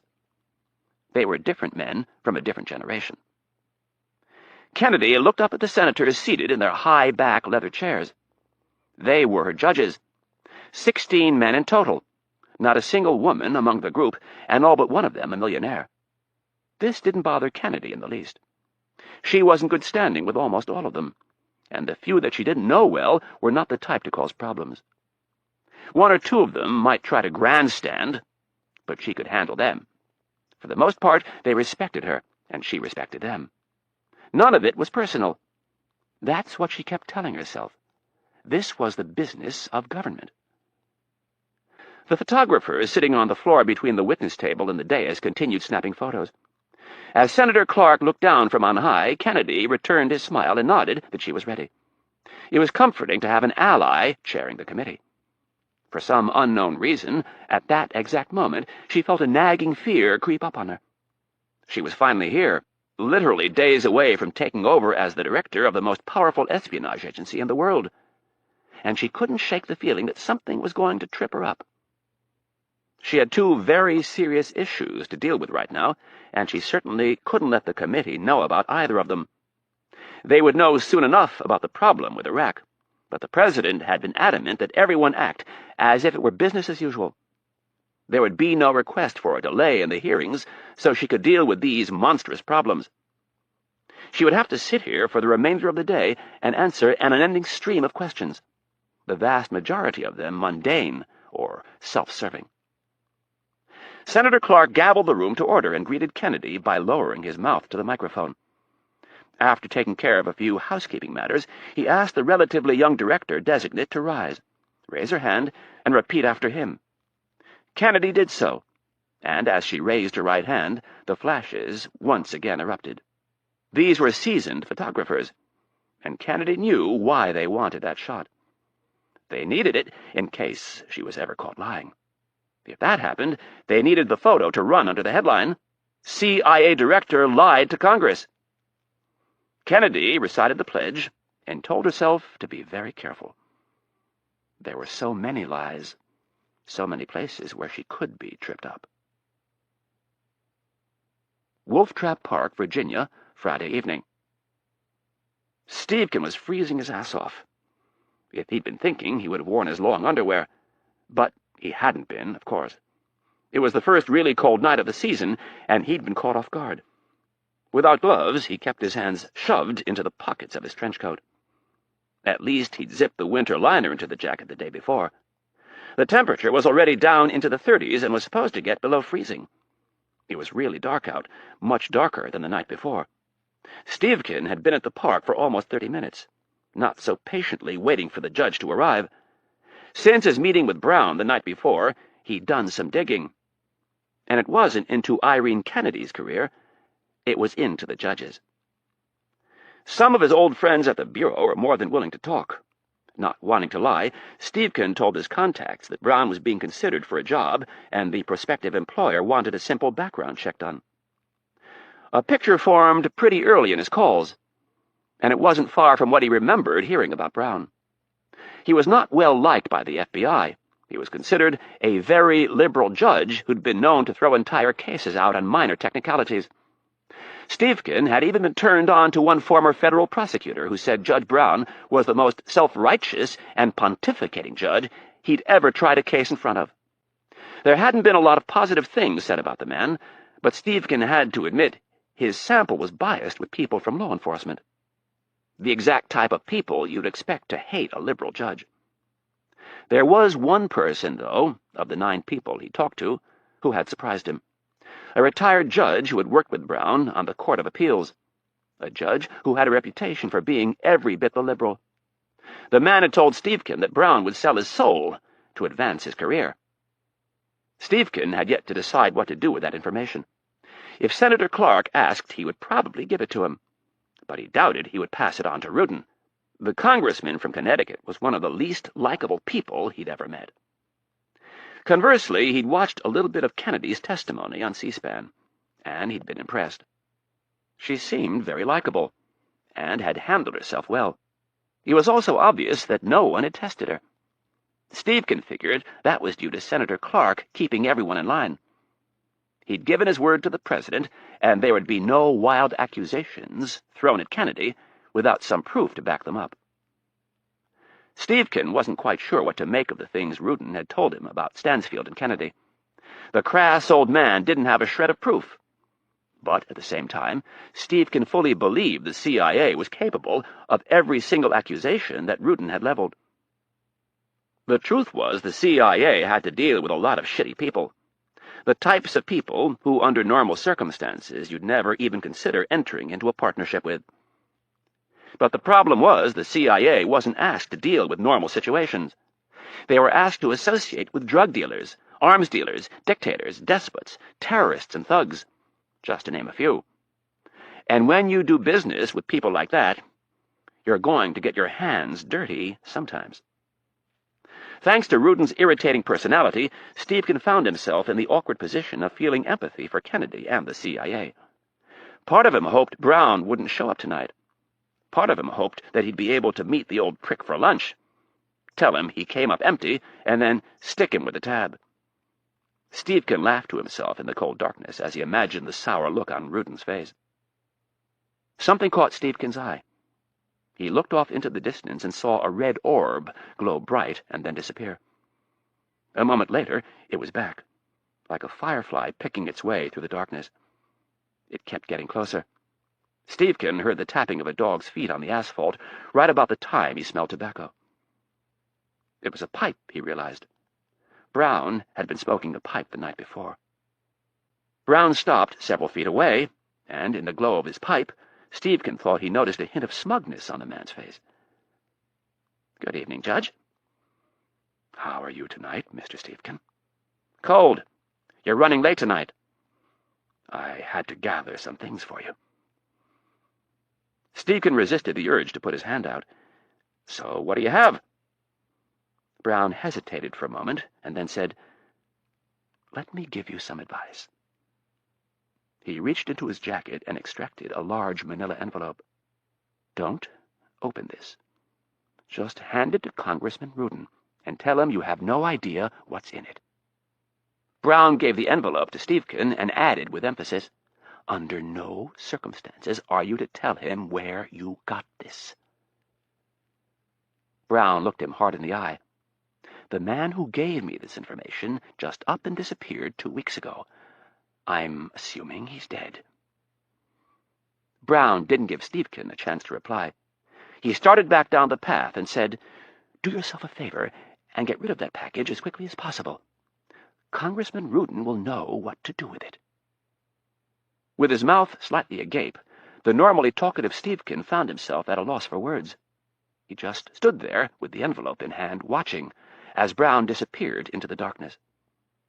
When the judge was too far away to hear, Stephen mumbled, "Thanks for nothing." He had the distinct feeling that he was being played, but he owed Clark too much to do anything about it. Chapter 33. The White House, Friday evening. As night fell on Washington, the limousine approached the White House. Rapp didn't like coming here. Too many cameras, too many reporters, and too many people who liked to talk. Besides, in his present state, he looked like someone who would like to assault the president, not meet with him. He hadn't accepted the mission yet, but he knew which way he was leaning. It would be a quick insertion, and because of that, he couldn't shave, at least not until he knew what his cover would be. If he had to go in across the desert and play the role of a nomad, he would need a scruffy beard to pull it off. After missing several days with the razor, it was already thick. He was wearing his black leather jacket, and, in an attempt to fit in a bit, he was wearing a blue U.S. Secret Service baseball hat. As the limousine pulled up to the southwest gate of the White House, Kennedy leaned over to Rapp and said, "Have you ever noticed the president paces when he's upset?" Rapp had to think about it for a second. He seemed to remember that the president was prone to standing in meetings, but not the pacing part. "I've noticed he stands a lot." "He stands because his back bothers him," she said in her clinical tone. "That doesn't mean he's mad. When he starts pacing, that means he's mad." Kennedy was a frequent visitor to the White House, and the limo was allowed through the heavy gate without inspecting the passengers. Before the vehicle came to a stop, Rapp asked, "So, do you think he's going to do some pacing?" After rolling her eyes, Kennedy said, "I think this is going to infuriate him like nothing I've ever seen." The limo stopped in front of the awning on West Executive Drive. "It's a good thing we're meeting in the Situation Room. That way he can scream his head off and no one will hear a word of it." Rapp let Kennedy get out first, and he followed close behind, keeping the brim of his hat tilted down. When they went through the door, Jack Warch, the special agent in charge of the president's Secret Service detail, was waiting for them with his hand extended palm up. Rapp took his weapon from his shoulder holster, checked to make sure the red dot was covered, and then handed the gun over to Warch. Warch thanked him, and the three of them started down the hallway. "Nice hat," Warch said with a grin. "I earned it." Rapp backhanded the Secret Service agent in the stomach. "By bailing your ass out." Warch laughed. "No arguments here." "Hey," said Rapp, "when are you going to trust me to carry in this place?" "It's procedure, Mitch, you know that." "Yeah, but come on. I fired more rounds in this place than your entire detail." Warch was quiet for a moment as he thought about the hostage standoff that had taken place not so long ago. Rapp had bailed everyone out, that was for certain. "Let me talk to the president about it. We'll see if he'll make an exception." They turned into the area of offices known as the Situation Room and stopped at a heavy reinforced door with a camera mounted above it. Warch punched his code into the cipher lock and opened the door. Immediately on the left was the soundproof conference room. "He's in there waiting for you." Kennedy and Rapp found the president alone, sitting at the head of the table with his back to the door. The president stood immediately and grabbed Rapp's hand. "Mitch, thank you for coming. I really appreciate it. Irene tells me you've been doing some traveling." "Yeah." Rapp had no desire to get into the subject of Italy, at least not the personal aspect of his trip. He sat one spot farther away from the president, and Kennedy took the seat between them. President Hayes asked if either of them would like anything to drink. They both declined. Hayes plopped himself down in his leather chair. The man looked tired. There were dark circles under his eyes, and his hair was slightly mussed. The white sleeves of his dress shirt were rolled up, and his top button was undone. It looked like the crisis was getting to him. Hayes picked up his reading glasses and twirled them around. "Irene, I heard you did a nice job on the Hill this afternoon." "It seemed to go smoothly." "Good." Turning his attention to Rapp, the president said, "General Flood tells me he talked with you this morning." "That's right." "So what do you think?" "I think we have one hell of a problem." "We sure do," replied the president. "And that's why I want you involved." The commander-in-chief of the world's sole superpower stared unflinchingly at one of his best offensive weapons. Rapp already knew his answer. His day had been filled with a repeating chain of thoughts. Anna, Donatella, and Baghdad. It had gone like that over and over. As soon as he stopped thinking about one, it was on to the next. He didn't know it, but he'd already started to build walls around the Anna issue. His feelings were hurt, and his defense mechanisms had kicked in. His undying love had been damaged. He'd begun to question Anna's loyalty and sense of commitment. Maybe she wasn't the one for him, not if she wouldn't give him the common courtesy of allowing him to explain himself. The more Rapp thought about her storming out in Milan, the more distance it put between them. If she couldn't understand the importance of what he did, he was better off without her. That, at least, was the flimsy conclusion he'd come to the last time he'd thought of her. It had been several hours earlier. He'd gone to his home on the bay to get some things, and he was instantly awash in memories of Anna. Everywhere he turned, there were reminders of her.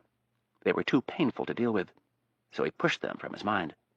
He hurriedly gathered his things and left. He refused to admit the truth to himself, that he would give or do almost anything to get her back. Rapp was too busy putting up walls, sealing off that part of his life so he could deal with more urgent problems. "We really need your help on this one, Mitch," the president pleaded. For the most part, Rapp had already made up his mind. For a lot of good reasons, he didn't want the hospital bombed by the Air Force.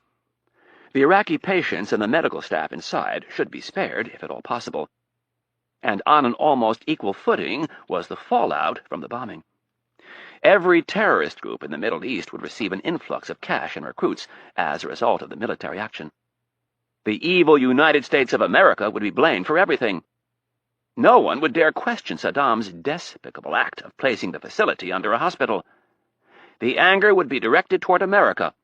Leveling the hospital would create more problems down the road. He'd seen it before. These were the reasons he would give to the president and Kennedy.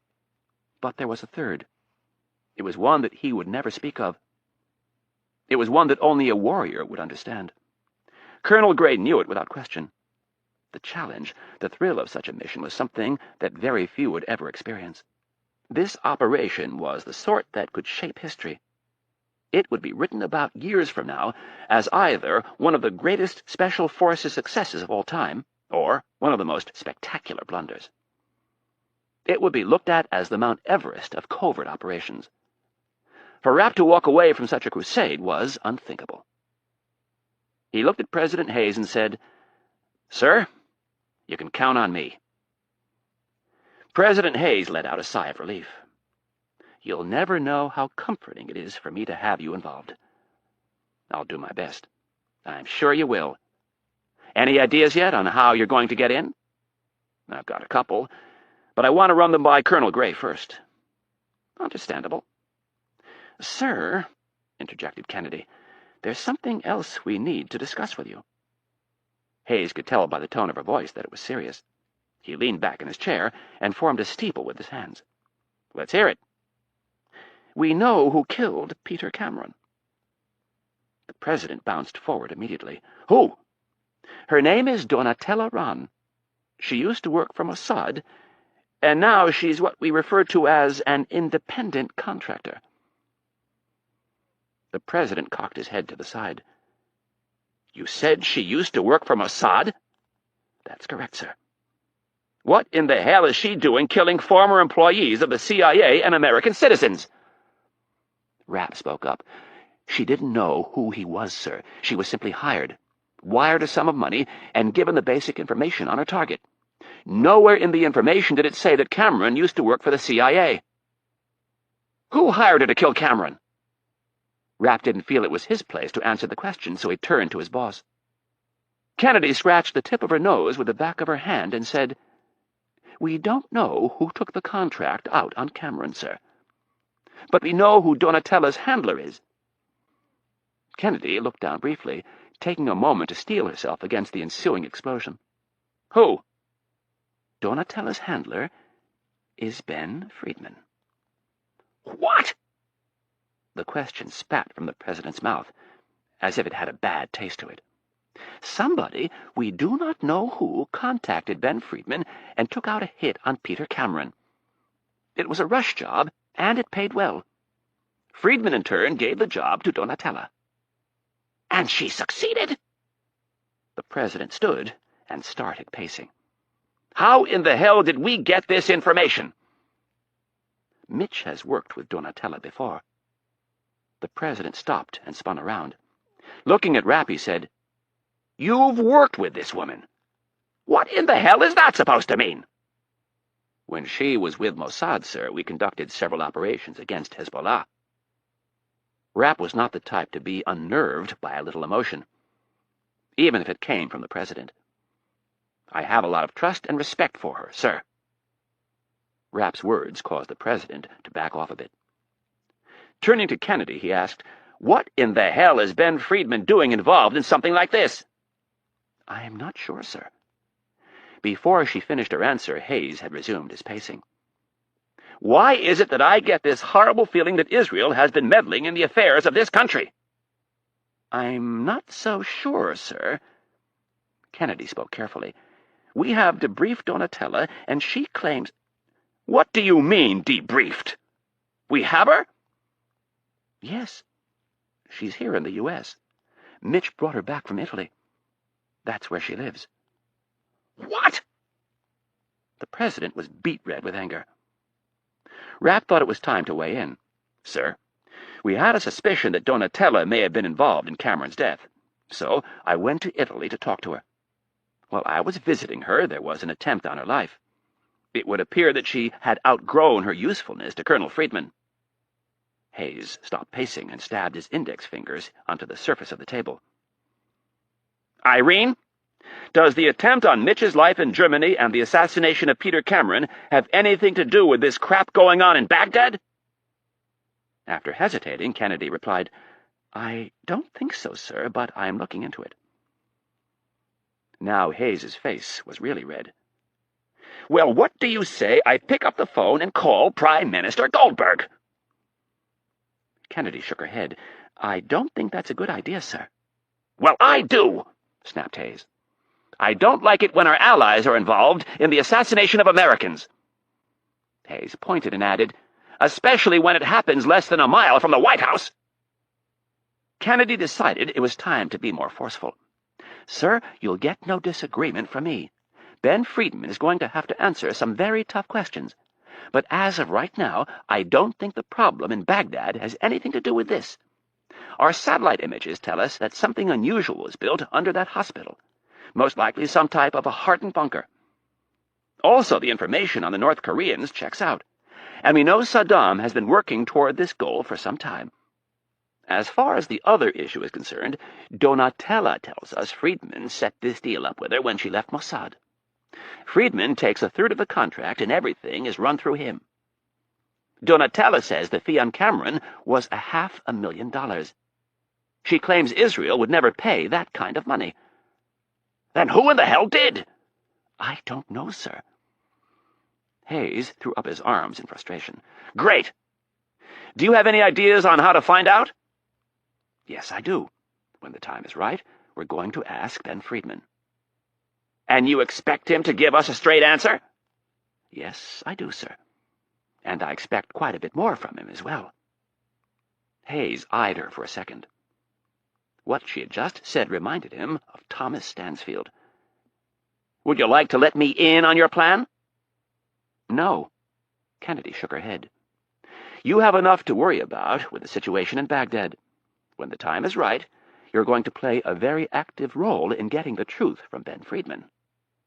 Trust me. Chapter 34. Fort Bragg, North Carolina, Saturday morning. Early the next morning, Rapp boarded a CIA Learjet for the relatively short hop from D.C. down to Fayetteville, North Carolina. In his possession were 2 large duffels and a garment bag. The duffels contained various weapons and ammunition that he might need for the mission, plus a few necessities. He did not plan on returning to D.C. until the mission was over. In the garment bag was a surprise. It involved something he'd been perfecting for years. As the plane took off, Rapp looked out the small window and allowed himself to think of Anna one last time. He told himself this really would be it. He would need absolute focus and clarity in everything he did until the nukes were taken out. It was painful to think of her. He wondered where she was, if she was on her way back to America or sitting in the sun on the terrace of the breathtaking villa he'd rented on the Amalfi Coast. He imagined lying beside her, his arm under her head, his hand on her naked hip, their legs intertwined, her gorgeous green eyes staring dreamily at him, her perfect lips turned up in a blissful smile. She looked so happy in his dreams, the way he'd seen her on so many occasions before. Why couldn't it have stayed that way? His hopes, his dreams for a normal life were in tatters. He'd been a fool for ever thinking he could have that life. He was a killer. Men like him didn't marry someone like Anna. They were oceans apart. She was worried about who he'd slept with before they met. And he was trying to find out who had hired Peter Cameron to kill him. It was almost comical when you took a step back. When he looked at it this way, it caused him to think Anna was selfish, or at least self-absorbed. She couldn't understand the commitment and sacrifices he'd made. And if she couldn't do that, they had serious problems. Sure, she'd been appreciative that he'd saved her from being raped and probably killed. His secret life with the CIA was fine, just so long as it involved saving her. But in any other light, it was horrible and intolerable. And to end it all over something so sophomoric as jealousy was pathetic. Maybe she wasn't the woman for him. That's how Rapp came to grips with his dashed dreams. Anna had always told him it was fate that he'd intervened that horrible night in the White House. Well, maybe it was fate. And maybe it was fate that things had fallen apart in Milan before he'd asked her to marry him. To a certain degree, he really believed in fate, or at least that things happened in life for a reason. If they were truly meant to be together, she would be there when he got back. Colonel Gray was waiting for Rapp when the plane landed at Pope Air Force Base, which was adjacent to Fort Bragg. He was in his green camouflage fatigues, a beret, and black jump boots that were polished to perfection. Despite the late autumn chill, he had his sleeves rolled up to the middle of his muscular and tanned forearms. Unlike most of his men, Gray kept his hair short, since he didn't go into the field anymore. Delta Force operators were given a special dispensation by the Army on hair regulations. The intent was to allow them to blend in with the general population when they were deployed. Gray, in his mid-40s, was still in peak physical condition. He jogged 5 miles 5 days a week, and still managed to keep up with the new recruits on the obstacle course. To keep his skills sharp, he fired over 200 rounds a day on Delta's various ranges. Gray believed in leading by example. The man did not have a pretentious bone in his body. As Rapp stepped from the plane, Gray rushed forward to help him with his bags. They stowed Rapp's luggage in the back of the colonel's Humvee and jumped in. "Thanks for coming down, Mitch. I really appreciate it. I got a little worried the other day when I heard you were looking at retiring." Rapp shrugged off the question, and not wanting to get into the details of his disastrous love life, he simply said, "I'm getting old, Colonel." "The hell you are. You're old when you get to be my age. You're still a young pup." Rapp figured Gray was in his mid-40s, still relatively young by any normal standards, but by Special Forces standards he was ancient. "Where are we off to this morning?" Gray wrestled with the steering wheel on the Humvee like he was a city bus driver. He turned it around a corner and hit the gas. "I want to show you something before I bring you over for the briefing." A minute later, they pulled inside a massive airplane hangar where an equally massive C-141 Starlifter was being loaded with equipment. The colonel shut off the Humvee, and he and Rapp jumped out. Near the rear of the plane were 3 vehicles sitting under gray tarps. Gray approached the last one and pulled the tarp off. Underneath was a white Mercedes-Benz E-Class sedan. "What do you think?" Rapp was smiling. "No offense, Colonel, but the Army isn't exactly known for throwing money around. How did you get your hands on these?" Gray opened the driver's door. "We do the DEA a lot of favors. We help train their SWAT guys and in general help them with tactical training." "And?" "I told them if they ever come across any Mercedes sedans to let me know. We got them cheap." "Drug seizures?" "Yep, and that's only half of it. They're armor-plated. Some crazy Colombian drug dealer down in Miami owned them. A white one, a black one, and silver one. We painted them all white." Gray gestured to the other side of the car. "Get in. I want to show you a few things." Rapp got into the front passenger seat and looked at the dash. Colonel Gray was pointing to a computer screen beneath the radio on the dashboard. "The car comes standard with a GPS map system. We brought in some techno-weenies from the National Reconnaissance Office and had them program the system for every street in Baghdad and all the main and secondary roads leading in and out of the city." Rapp nodded. "You have them in all 3 cars?" "Yep." "That's huge. No more Mogadishus." Rapp was referring to an operation in Somalia back in 1993, when things went horribly wrong for a task force of U.S. Special Forces. After grabbing several top lieutenants of a warlord, the ground element of the force came under fire and got lost in the maze of streets that crisscrossed the Third World hellhole. Even with a command helicopter circling high above the city giving the ground element directions on how to avoid roadblocks and get out of the warlord's stronghold, the convoy continued to take wrong turns. Taking heavy fire, the group was pinned down for the night. By the time the operation was over, 18 soldiers were dead, and dozens more critically injured. Despite killing over 400 Somalis, the operation was looked on as a disaster back in Washington. "The windows are all bulletproof, the tires are self-sealing, and we added sunroofs to the back seats so the men can fire the heavy equipment while moving." Rapp looked around the vehicle admiringly. He thought he knew the answer, but he asked anyway. "Why didn't you go with limos?" "We thought about it, and even fooled around with the idea a bit, but it really complicated the mission profile. If we used the limos, we would either have to drive them in across the border, which presented some problems that we wanted to avoid, or we would have to load them on the C-130s and either drop them by pallet and parachute, or land the planes in Iraq and offload them, which for obvious reasons we didn't like. One of my men who'd been poring over reconnaissance photographs noticed that not all of these caravans are limousines. Some of them use sedans. Several in particular use these Mercedes E-Class sedans." "Those are the ones used by his son, Uday," added Rapp. "The sadistic little bastard?" "Yep." "Where'd you get that info?" Rapp grinned. "I have my sources." "I'm sure you do." Gray studied Rapp for a moment with his shrewd eyes, wondering how far he should push. "Does the fact that Uday uses these cars hurt or help?" "Oh," said Rapp, I think it helps. What do you know that I don't? I'll tell you later, when you give me the briefing. For now, I'd like to hear the rest of what you were saying. Going to the Sudans simplified things greatly for us. They fit into the Chinooks that we use for deep penetration operations. Using the Chinooks, we can fly in under radar and land exactly where we want. Perfect. I'm impressed, Colonel. Well, let's hope you still are when you've heard the briefing.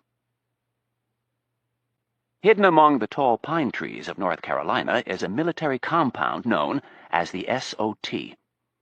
It stands for Special Operations Training Facility. The 8-mile perimeter of the compound is surrounded by a double fence topped with razor wire. The no-man's land between the two fences is loaded with microwave sensors and cameras. Inside the fence line, tall earth berms conceal the movement of the people who train at the $100 million facility. The men who occupy the area are referred to as operators. The SOT is home to Delta Force, the U.S. Army's ultra-secret counterterrorism Special Forces unit.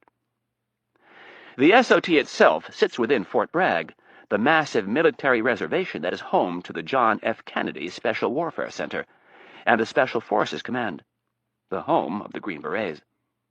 It is from the Green Berets that Delta Force gets its operators, the best of the best. Security around the facility is very tight. Rarely is a civilian allowed entrance. But in the case of Mitch Rapp, Colonel Gray, the commanding officer of Delta Force, was more than willing to make an exception. The guards at the gate allowed Colonel Gray through with a salute. They didn't bother checking the credentials of the other man in the front seat of the Humvee. Half a mile later, the vehicle braked to a quick stop in front of Delta's headquarters building. Rapp grabbed his garment bag, and on the way in, Gray confided in him, saying, "I envy you young guys. This is going to be the op to end all ops." Rapp smiled back, but didn't say anything. He didn't need to. Gray was right. Instead, he asked, "What's on the schedule?" "I have my team assembled. I want to give you a full briefing, have you poke a few holes in the plan, and then try and figure out the best way to coordinate our activities. We're due to ship out at 1400, so we don't have much time." Rapp followed him down the hall to a conference room. He draped the garment bag over a chair and took a seat next to Gray at the head of the table. Gray took a moment to introduce Rapp to the team's commanding officer. "Mitch, this is Major Berg." Rapp stuck out his hand. "Nice to meet you, Major." The man looked to be in his mid-30s, old enough to have served in the Gulf. "Same here. The Colonel speaks very highly of you." Rapp accepted the compliment with a nod and sat back to listen to the Colonel. "This is Mr. Cruz," bellowed the Colonel to the other 12 men sitting around the table. They all knew Cruz was not his real name, and none of them would bother asking what it was. Gray continued. "He spent a lot of time in the Middle East, probably more than all of us combined." The Colonel made eye contact with each of the 12 men.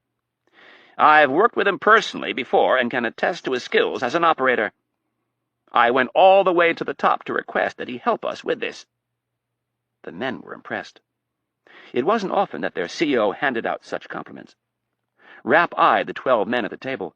It was obvious what they'd been trained for. There wasn't a pair of blue eyes to be found, not even Hazel. All of the men had brown eyes, jet black hair, and thick black mustaches. A few of them also had beards. They were all dark-skinned, and as was the case with Rapp, after applying a healthy dose of deep brown self-tanning lotion, they would pass for Arabs. Rapp didn't have to ask about language skills. He doubted any of them spoke Arabic as well as he did, but they would all be fluent. Many of them would also speak Farsi and Kurdish. These men were trained specifically to operate in the Middle East.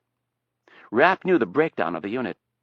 12 men, 1 commanding officer, who was Major Berg, a warrant officer, and the rest sergeants.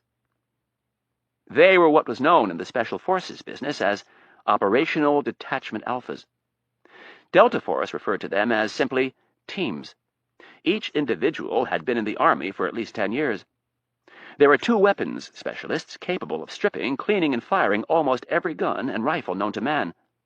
2 engineers who specialized in explosives, 2 medics who could work at any emergency room in the country, 2 communications specialists whose equipment would allow the group to talk to their command via secure satellite uplink from anywhere in the world, an intelligence specialist, and an operations specialist who was in charge of keeping everyone supplied and in line. The last man was the senior sergeant of the group.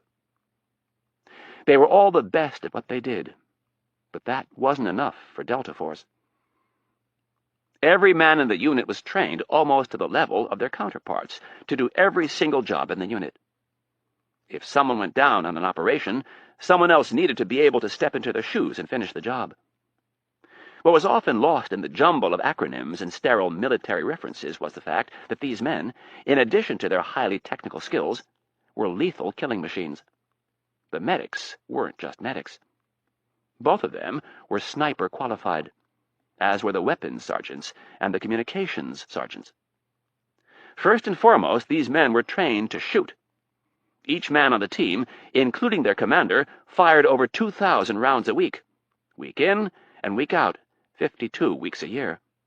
Their skills were kept honed for just this reason, that on a moment's notice they would be sent into action. Colonel Gray introduced each team member, and then asked Rapp, "I know General Flood gave you a brief overview of the mission. Do you have any questions before I get into the details?" "I assume the team will be wearing SRG uniforms?" SRG stood for Special Republican Guard. This was the elite unit within the Republican Guard that was in charge of protecting Saddam, his family, and his palaces.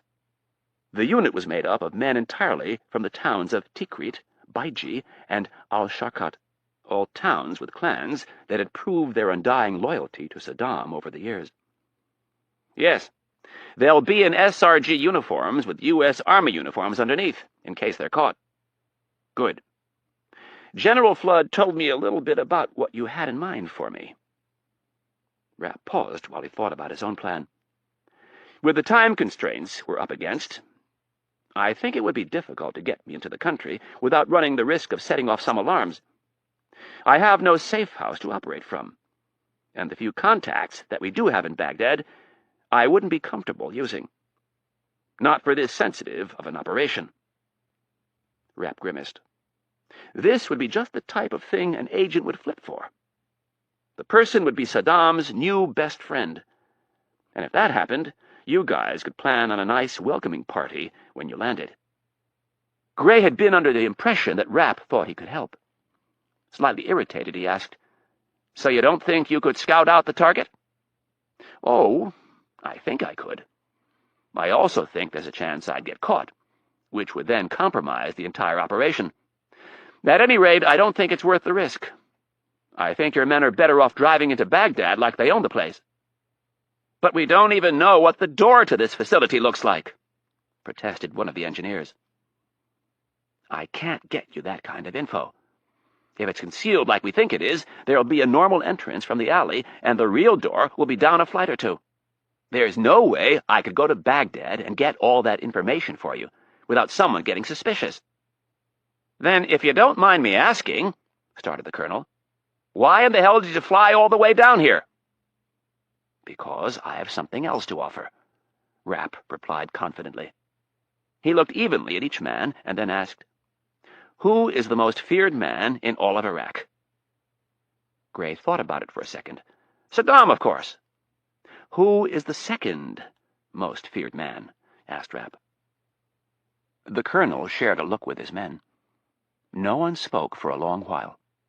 Finally, one of the sergeants said, "Saddam's son, Uday." "Correct." Rapp pointed at the sergeant. "Some would argue that he is the most feared man in Iraq. He's always been a bit of a sadist, but in 1996 there was an attempt on his life. He was shot 10 times and survived. Since then, he's become a real bastard. No one is safe from him. His own friends have been tortured by his hand, teeth pulled out, fingers cut off, eyes gouged out, servants hobbled. He even killed his own brothers-in-law." "Saddam Kamel and Hussein Kamel," said the sergeant. "That's right. Uday is feared by everyone, including his own family." "So how does he fit into this?" asked Gray. "Like you, Colonel, I've done some experimenting in my spare time. Your plan, by the way, to use the white cars to transport the team, is pure genius." "Thank you, but I can't take credit for it. It was Sergeant Abdo." Gray pointed to the man who had been answering Rapp's questions. Rapp looked at the man approvingly. "Nice work, Sergeant." "Thank you." Abdo placed his forearms on the table and asked Rapp, "Where are you going with this Uday thing?" "Saddam is not the only person who travels around Iraq in white cars. His sons Uday and Qusay also travel in similar fashion. Uday, in fact, has a fleet of white Mercedes sedans. He has a real penchant for wanting to appear hip, and he sees the sedans as a way to separate himself from the older, limousine-riding members of the family. At any rate, just pulling up to the side door of the hospital in white cars does not guarantee that they'll let you into the facility."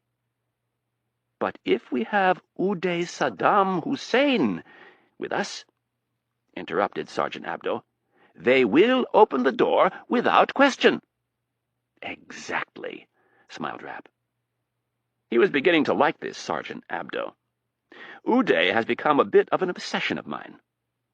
I've studied videotapes of his rare public appearances, satellite intercepts of his phone conversations, virtually everything that we have on him. I know the way he walks, with a pronounced limp in his right leg. I know the way he speaks. I know his gestures. And I know where each of his scars are located. I know how to imitate him to perfection." Chapter 35. Arlington, Virginia, Saturday morning. Stevkin hadn't slept too well. It was the package. After his meeting with Brown, he'd returned to his townhouse. He didn't call Rudin right away. He set the letter-size manila envelope on his coffee table and twisted the top off a cold bottle of Anchor Steam. No TV, no music, just him and the package of secrets. If Brown hadn't dished out his unsolicited advice, there was a good chance Stevkin would have just passed the package along and left it at that. But the arrogant man had to dole out his wisdom. If he wasn't so full of himself, he might have realized that such a warning might only serve to entice him into looking inside the package. It was during his third bottle of Anchor Steam that Stevkin came full circle with his logic and pondered the possibility that Brown was using reverse psychology on him. After all, who in their right mind tells a former special agent not to look at something? It's in a Fed's very fiber to want to find things out, to crack the unsolved case. By the time the 11 o'clock news came on, Stevkin had pretty much decided that whatever was in the package wasn't worth knowing. This was the type of stuff that you could get subpoenaed over. And getting subpoenaed wasn't good for future business. There was also the chance that things could get really ugly. It was not outrageous to assume someone would be willing to kill to keep the information in the package from becoming public knowledge. And if he didn't know what was in the package, there was no reason for anyone to want to kill him. For a brief moment, he had thought of looking into the envelope and then transferring the material to a new envelope, but decided against it. There was also the option of discarding the package into the nearest dumpster and telling Rudin he'd come up empty. As far as Brown and Rudin were concerned, he was impressed with neither. A sense of professionalism, however, and his gratitude to Clark made him decide not to dump the package. Finally, at 11:30, he called Congressman Rudin and told him he'd come up with something. Rudin wanted him to come over to his row house on Capitol Hill immediately. Stevkin told him he'd meet him at 7 a.m. at the Silver Diner on Wilson Boulevard in Arlington. As he predicted, Rudin wanted to meet someplace closer to his house. Stevkin, emboldened by the 3 beers and a growing dislike of Rudin, repeated the name of the establishment and the time, and then hung up. He arrived the next morning at 6:30 a.m. with a copy of the Post and the package. As was fitting for the meeting, he picked a corner booth and sat facing the door. Stevkin was in jeans, a blue ski jacket, and a Penn baseball cap. He was one of only 8 customers in the place, and the youngest by a good 20 years. When the waitress showed up, he ordered a pot of coffee, a large glass of orange juice, a side of hash browns, a side of links, and a tall stack of blueberry pancakes. Stevkin drank his orange juice and scanned the paper. Below the fold on the front page was a headline that read, "Historical Confirmation Hearing Begins." Under it was a picture of Dr. Kennedy with her right hand raised. The article was pretty standard background-type stuff. It said Kennedy joined the CIA after her parents were killed in the U.S. Embassy bombing in Beirut back in 1983. It encapsulated her career with the agency and talked about her successes since becoming the director of the Counterterrorism Center. It mentioned that she had overwhelming support on the Hill, with the noted exception of Congressman Albert Rudin of Connecticut, the chairman of the House Intelligence Committee. Fortunately for Kennedy, the article pointed out that Rudin had no say over whether or not she would be confirmed. His pancakes and sides arrived, and he went to work on the food. He intended to be done by the time Rudin arrived. Stevkin came to the conclusion that Kennedy was probably a pretty decent person. Losing your parents to some crazed car bomber would be no fun at all. He found himself looking at the package and again wondering what was inside. His thoughts were interrupted by the obnoxious sound of someone loudly clearing his throat. Stevkin looked up and saw Rudin standing in front of the hostess stand with a white handkerchief. He placed it over his large nose and began to blow. Every patron in the place turned to see who was making so much noise. Stevkin shook his head and shoved another stack of syrup-drenched pancakes into his mouth. He made no effort to alert Rudin to his presence. The man was 10 minutes early, and Stevkin hadn't finished his meal yet. With only 8 people in the place, Rudin eventually found him. He sat down in the booth and unzipped his puffy down jacket. Not bothering to say good morning, he asked, "So what do you have for me?" Stevkin ignored his request and asked, "Why do you hate Irene Kennedy so much?" Rudin looked shocked. "What are you talking about?" "Kennedy. Dr. Irene Kennedy." He held up the paper and showed Rudin the photograph. "Why do you hate her so much?" Rudin glared at the young man and said, "You told me last night you had something for me. Now hand it over. I'm a very busy man." The waitress was headed their way, so Stevkin flagged her down. He pointed to Rudin. "What do you want?" "Nothing. I'm fine." "Nonsense." Looking up at the waitress, he said, "Bring in the same thing you gave me." "But I'm not—" Stevkin held out his hand and silenced the congressman. He repeated the order and shooed the waitress away. With an arched brow, he looked at Rudin and said, "You don't do this much, do you?" "Do what?" he snapped. "Clandestine meetings. You come in the door and start honking your nose so everybody in the whole joint turns around to see who's making the racket. You sit down and tell the waitress you don't want anything. Well, if you don't want anything, then why in the hell are you here?" Stevkin waited half a second to see if Rudin had anything stupid to say, and then added, "This is classified information." He held up the package and saw Rudin's eyes get as big as a pervert's in a strip joint. "Pull your head out of your ass and get with the program." On the outside, Stevkin looked very serious, but inside he was laughing. Rudin had seen the treasure and couldn't take his eyes off it. He mumbled, "Sorry," and stuck his hand out for the envelope. Stevkin set it back down on the booth seat and said, "Under the table, dummy. People are looking." "Oh." Rudin put his hand under the table. "Not yet," said Stevkin. "We have to go over a couple of things first." "Like what?" Stevkin stabbed his fork into a sausage link and shoved half of it into his mouth. He washed it down with some coffee and asked, "Why do you hate Kennedy so much?" It was obvious that Rudin didn't want to answer the question, but it was also obvious that he needed to play along until he got what he wanted. "She's a liar, and I don't like public servants lying before congressional committees. It's very bad for a democracy." "You mean a republic." "What?" "Never mind." Stevkin wolfed down his last 2 bites of pancakes and wiped his mouth. As he looked at Rudin, he made a final decision concerning how he would handle things. "I want to be very clear about this. I don't know what's in this package. I haven't looked because I don't want to get involved." He flashed Rudin the inside of his jacket and said, "I'm taping this meeting as proof. Whatever you have up your sleeve, I don't want to be involved in it. I got this from Jonathan Brown. You have any questions, you go to him." Stevkin slid the package under the table, and Rudin eagerly snatched it. Sitting back, he watched the congressman tear open the top and sneak a peek at the contents.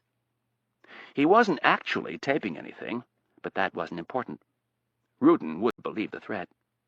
He'd given Brown up out of a sense of fair play. If he wanted to destroy Kennedy, he should have to show his face. The waitress dropped off Rudin's orange juice and coffee. "Your food will be up in a minute." When the waitress left, Stevkin got up and grabbed his paper. Rudin looked at him and asked, "Where are you going?" "I'm a busy man, Albert." He pointed at his own eyes and then at Rudin. "But I'm going to have my eye on you." He started to walk away. Rudin called after him, "Hey, you forgot to leave some money." Stevkin smiled and said to himself, "No, I didn't." Chapter 36. Tel Aviv, Saturday afternoon. Surly was probably the best word to describe Ben Friedman's mood. He'd just left his wife and was on his way into the office. He'd sent a Katsa to Milan to look into the disappearance of Rosenthal and his people, and that trusted agent was back. Unfortunately, it sounded like she had little to report. As the armor-plated Mercedes raced through the suburb of Ramat Aviv, Friedman looked out the window at the ocean and wondered how in God's name 3 highly trained agents just disappear. The problem, Friedman knew, was that they didn't just disappear. There was only one logical explanation after this long. Donatella had killed them. This presented a challenging problem for the head of Mossad. 3 key dons can only go missing for so long, and then people start asking questions. The Mercedes turned away from the ocean and rocketed up a steep hill toward a bland 6-story concrete building with antennae bristling from the roof. The driver had radioed ahead, and the pop-up barrier at the gate was down. The car raced through the entrance, leaving the Uzi-toting security personnel in a cloud of dust. When Friedman reached his office, he found the Katsa that he'd sent to Milan waiting in his outer office by herself. Friedman rushed past her like a tank racing toward the front lines. Without a word, he waved for her to follow. When she entered his inner sanctum, he closed the door and sat behind his desk. The Katsa did not sit. She stood practically at attention in front of his desk. Friedman yanked open his top drawer and retrieved a pack of cigarettes and a lighter. He puffed on the cigarette and offered the pack up to the woman. She declined with a shake of her head. "So tell me, Tanya, what did you discover for me?" The woman's posture and demeanor spoke of military training. She was small, with dark features, and wore no makeup. "I found some things at the safe flat, but other than that, there was no sign of them." "And the woman I told you to check on?" Friedman ran one of his meaty hands along the top of his bald head. "I called her office, and they said she was out, so I took the opportunity to stop by in person. I pretended that we were old friends and that I was just passing through Milan for the day. I put on a big show about how disappointed I was and asked if I could leave a note. While I was leaving the note, I asked where she was off to this time. They told me they didn't know. She called in abruptly on Friday to say she needed to take some personal time." Friedman puffed on his cigarette and tried to piece things together. Friday would have been the day after Rosenthal was supposed to have hit her. She was on the run, and Rosenthal, Yanta, and Sundberg were all dead. Damn, she was good. Friedman chided himself for not sending more people, or better yet, doing it himself. Donatella would have trusted him. He could have got her to let her guard down and then taken her. The problem was he had rushed into it, and now the mess was compounded. "Did you check her flat?" "Yeah, it was spotless. Nothing unusual or out of the ordinary." Friedman thought for a while longer and finally said, "All right. Thank you for looking into this for me." "No problem, sir. Am I excused?" "Yes, but I want you to keep quiet about this entire matter." "Yes, sir." The woman turned and left the office. Friedman spun his chair around and looked out at the blue water of the Mediterranean. There would be an official investigation, one way or another. and it would look much better if he were the one to launch it. He would have to make Donatella out to be a psychotic who had betrayed Israel by freelancing. He could even go to the CIA and apologize for Donatella killing Peter Cameron. He could say that she had broken away and was doing freelance work. Yes, he told himself, that was the path to take. Always mix fact with fiction for the most believable story. Congressional Country Club, D.C., Saturday morning. If he was in town, and it was Saturday, he was doing one of two things, either playing golf or getting a massage. Since the temperature was still below freezing, he had opted for the massage. When he pulled up the long drive of the club in his Jaguar XK8 coupe, shortly after 9, he spotted 3 brave souls standing on the first tee. Huddled in stocking caps, they were a testament to golf's addictive nature. Hank Clark had 2 overriding principles or philosophies in life. The first was to never allow any single thing or person to control him, and the second was to succeed at any cost. He could have adopted a Puritan lifestyle and banned all vices from his life, but that would have been too easy. Clark had seen alcohol destroy his mother. He knew what it could do to a person, to a family, but instead of running from it, he was determined to conquer it. Clark's competitive nature could not stand boredom, and it detested simplicity and complacency. Life was to be lived, not wasted cowering in a corner avoiding every vice, as if it might jump up and drag you down into hell. Clark took things on, but always in a well-thought-out way. He'd been an all-conference pitcher for the ASU Sun Devils. That was when he learned to control his emotions and outthink an opponent. Where a football player is taught to get pumped up and attack the ball carrier, Clark learned to think clearly, get his competitor to expect one thing and then deliver something else. He was a master at blindsiding people without them ever knowing he had a hand in their demise. As he lay face down on the massage table, he was trying to figure out how to take these last few steps. He was so close, but this was where it would get tricky. The important thing to keep in mind was to let things happen, not to force anything. The wheels were set in motion. The game was rigged, and the odds were in his favor. All he needed was for Albert Rudin to make one last-ditch effort to derail the Kennedy nomination.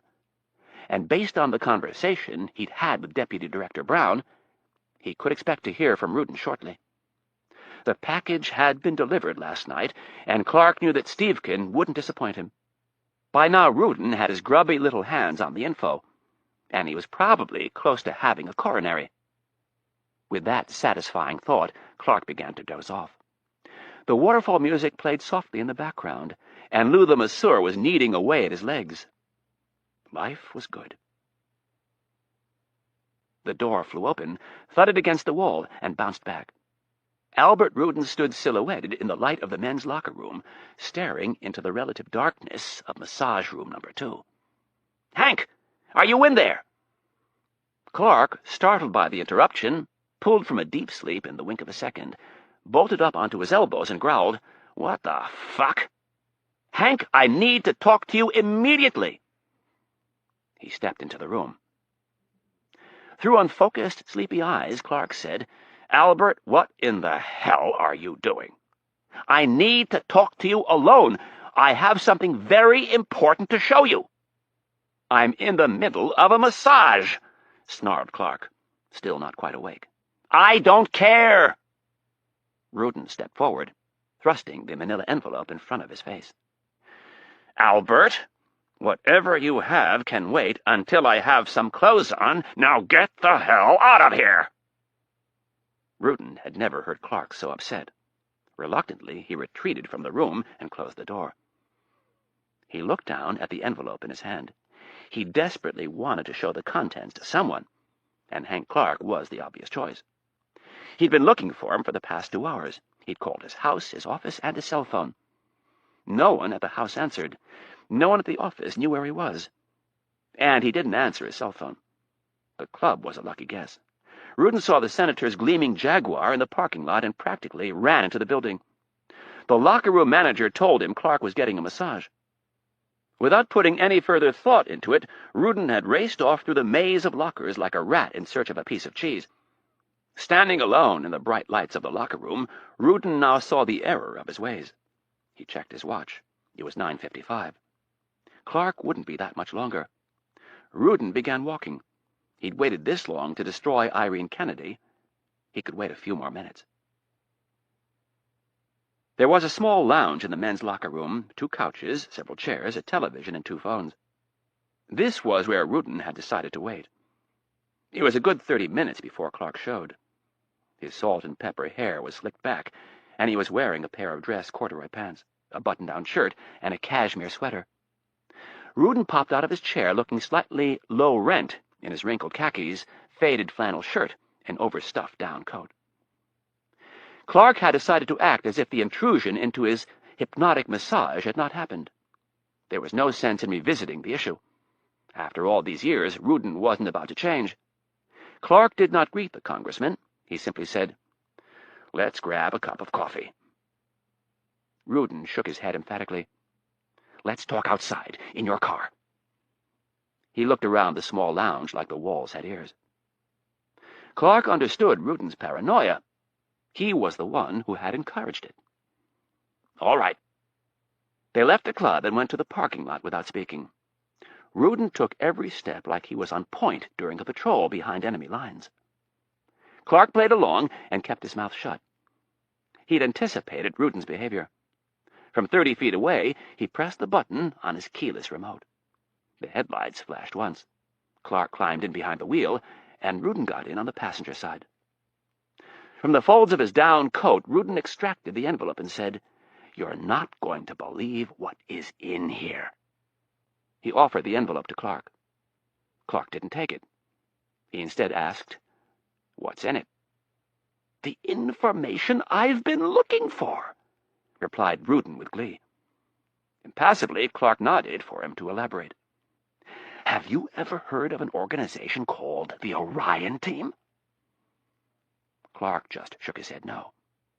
"It's a secret organization that was started by that bastard Thomas Stansfield and headed by Irene Kennedy." Rudin spoke their names with great hatred. "They've been running covert ops in the Middle East for over a decade, and they haven't said shit to us." Rudin stabbed his finger into his own chest. "They fucking lied to us, Hank, and I have proof. Right here, look." Rudin pulled some papers from the envelope. "I have a list of people they've killed. There's account numbers where legitimate money has been diverted to fund these operations. There's even mention of special forces units being used to support these fucking antics." "This is absolutely shocking." "I told you she was no good, just like her old boss Stansfield." "I can't believe it," said Clark. "Where did you get this?" "From your guy," said Rudin defensively. "That Stevkin fellow." "And where did he get it?" "That's the best part," said Rudin excitedly. "He got it from Jonathan Brown. Judge fucking Brown, can you believe it?" That was not the answer Clark was expecting. "Have you talked to anybody else about this?" "No, you're the first person." "Well, do yourself and Brown a favor and don't mention his name to anyone." Clark was trying to figure out how in the hell Rudin had got Brown's name. "Why?" "Because the second you mention his name, they'll destroy his reputation." Clark was thinking quickly, trying to come up with a logical reason. "Think of his name as your ace in the hole. The longer you wait to show it, the more valuable it'll be. Or the longer you wait to play it." Rudin tried to pass the envelope to Clark. "No, I believe you. When you get a chance, make copies for me and send me the whole thing." Clark wasn't about to put his fingerprints on classified documents. Rudin was a little disappointed, but pleased to hear that Clark trusted him enough to take his word. "So what are you going to do on Monday?" The senator placed a hand on his chin and looked out the front windshield. Quietly, he said, "I'm not sure." Rudin was sure. It's all he'd been thinking about for the past 3 hours. Kennedy's confirmation hearing was going to turn into an inquisition. "Hank, what do you mean you're not sure? You're going to get her under oath, and you're going to nail her ass to the wall." "Oh, don't worry. If this information is as damaging as you say, that'll happen," he said reassuringly. "I'm just trying to make sure we have all of our bases covered first." Clark looked at Rudin and asked, "Are you still scheduled to appear on Meet the Press tomorrow?" "Yeah." Clark paused briefly and said, "All right. Here's what we're going to do." Chapter 37. Maryland, Saturday evening. A steady drizzle fell from the night's black sky, and the cab's headlights cut a perfect but limited swath through the darkness. In the back seat, Anna Riley sat feeling her determination wilt away. She wasn't sure what she wanted to happen, but she knew she had to meet him face to face. She couldn't run. She loved him too much. She'd poured too much of her heart into the relationship. There were too many things that needed to be said. And besides, as a matter of practicality, she had to get her car. The trip back from Milan had been a long one. Thankfully, the American Airlines ticket agent had been kind enough to honor Riley's first-class ticket without charging her for changing the return date. It probably helped her that she recognized Riley as the NBC White House correspondent. What made the flight so miserable was that she was seated next to a 40-some-year-old man from Baltimore, who spent the majority of the flight trying to put the moves on her. She heard his life story at least once, and several chapters that he deemed extra important were repeated. The experience did nothing for her resolve.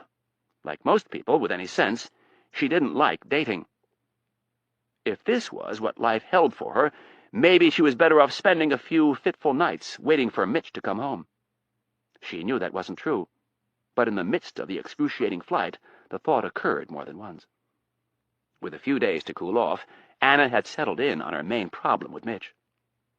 How well did she really know him? The question, of course, could be asked, how much did one really know anybody? But she didn't buy into that esoteric philosophy. She knew her family and her friends very well, and she thought she knew Mitch well, but she would have never thought him capable of doing what he did in Milan. Riley knew why they went to Italy. They went there to get engaged. Mitch had a little business to take care of first, and then they were off to start the rest of their lives together. The big problem was his business involved meeting with an ex-lover. She tried to put the shoe on the other foot. What would Mitch have done if she'd gone off to meet secretly with an ex while they were on vacation together? It didn't take Riley long to come up with an answer. He'd blow his top. Then why should she be so understanding? She kept coming back to the same question and the same answer. Mitch lived a different life. Secrets were part of his existence. And what made this worse was that Anna was a reporter.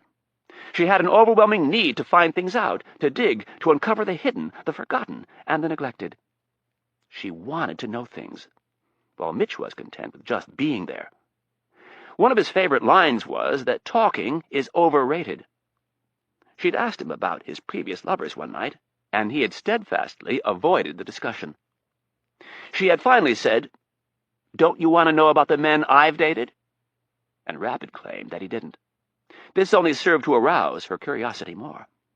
There was no past with the man. It was an aspect of Mitch that drew her in and drove her nuts. He only wanted to talk about the present and the future. As the cab neared his house, the house that just a few days earlier she'd thought of as theirs, she felt butterflies in her stomach that rivaled the ones she'd had on her first live remote. Out of nervousness, she hoped he wasn't home, and out of hope, she wished he were. The coward in her wanted to grab her stuff and leave, not give him the satisfaction of showing that she cared enough to talk about it. She could sneak in, grab her stuff, and avoid any confrontation whatsoever. There was another voice from within, though not quite as strong as the first, that was telling her she had overreacted, telling her that she could trust Mitch, and that whatever had happened in Milan could be explained. When the cab pulled into the driveway, Riley spotted a car parked next to the garage, and noticed that the front light was on, as well as one upstairs. She paid the cabbie and stood in the rain as he got her bag from the trunk. After a moment of indecision, she wheeled her bag over to her car and hefted it into the trunk. Then, standing under the narrow eave in front of the garage, she peered through the small square window.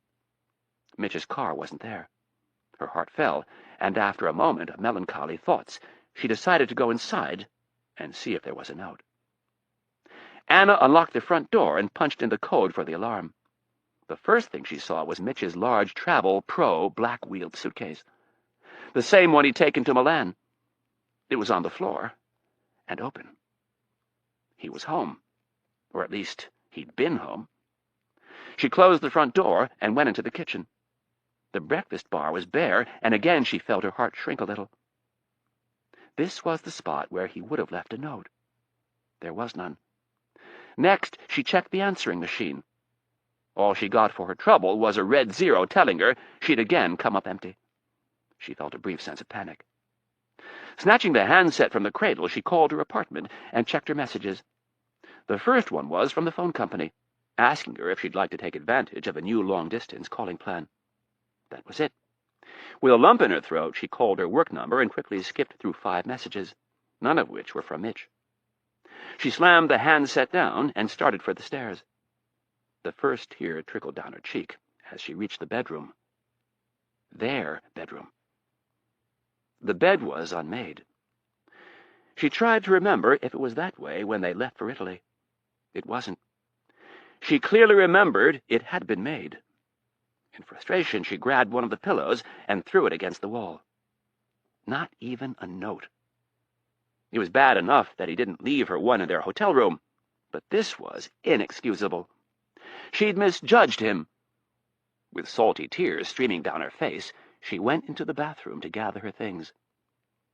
If he could be this cold and impersonal after all they'd been through, then so could she. Washington, D.C., Sunday morning. Senator Clark was in the kitchen of his mansion on Foxhall Road in the Wesley Heights neighborhood of Washington. The large chateau-style home was the senator's castle. The front of the house was covered with ivy that looked like it had been there for a century or more, and the double front door looked big enough to drive a small car through. 4 stone chimneys jutted above the hipped slate roof, 2 at each end.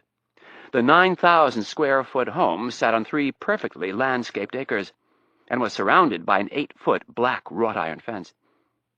On Sundays the help was off, so he was on his own for breakfast.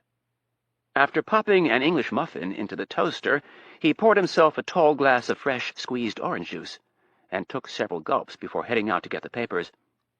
In slippers and a silk robe, he dared the November morning chill, and walked the almost 200 feet from his front door to the large black wrought-iron gate that kept unwanted visitors out. Caesar and Brutus, the senator's golden retrievers, joined him on the walk. It promised to be a good morning. His 2 regular Sunday papers, the New York Times and the Washington Post, were waiting for him in plastic bags. Clark returned to the house in time to hear the bell on the toaster announce that his muffin was done. He dropped the papers on the table and grabbed the muffin. He put raspberry jam on one half and peanut butter on the other. It was the same thing every Sunday. Orange juice and a muffin first, and then coffee with the paper. Rituals were a good thing. Wife number 3 was never involved in this little ritual because she never got out of bed before 10 on Sundays, and he doubted that he'd see her before noon today. She didn't just have 1 too many glasses of wine last night. She'd had 1 too many bottles. He was going to have to talk to her about laying off the booze. The campaign for the presidency would be in full swing about a year from now, and it wouldn't do to have her stumbling around making an ass out of herself. As he took a bite of the peanut butter-covered muffin, he asked himself what he was thinking when he married her. Unfortunately, he knew the answer. She was very attractive, and in politics it never hurt to have a good-looking lady on your arm. If the boozing didn't get better, though, he'd have to figure something out. Again, he contemplated the idea of her having a little accident. It might drum up the sympathy vote. No, Clark decided. As tempting as it was, they always blamed the husband when there was foul play.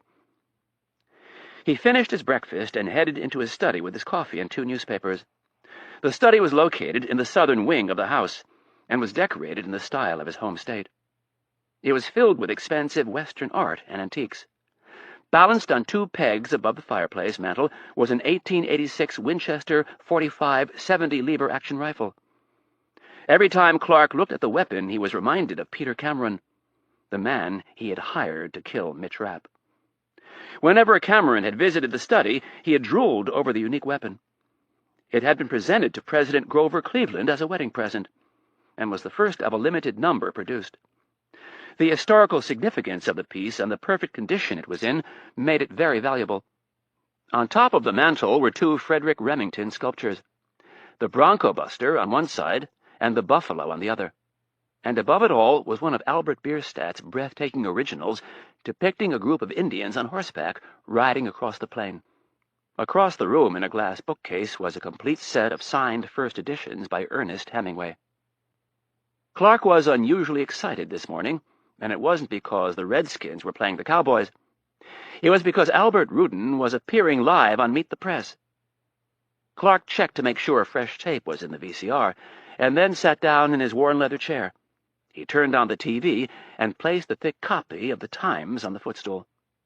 There were 5 more minutes before showtime, so he scanned the famously liberal editorial page for a few laughs. When the music for the show came on, Clark put the paper down and hit the record button. He sat and grinned as Tim Russert's voice announced the topics to be covered on the hour-long show. First up were Chairman Rudin of the House Permanent Select Committee on Intelligence, and Congressman Zebarth, the committee's ranking minority. Both men were in their 60s and had spent 30-plus years each in Washington as representatives. Russert started this segment by introducing his guests and saying, "Congressman, this is truly a historical week in Washington. For the first time in its 50-plus year history, a woman has been nominated to head the Central Intelligence Agency. What are your thoughts?" Congressman Zebarth jumped on the question first. "Dr. Kennedy is more than up to the job. She's been very effective as the director of the Counter-Terrorism Center, and she knows her way around Langley. I think the President has made a great choice, and I look forward to working with Dr. Kennedy in the years to come." Russert turned to address Rudin.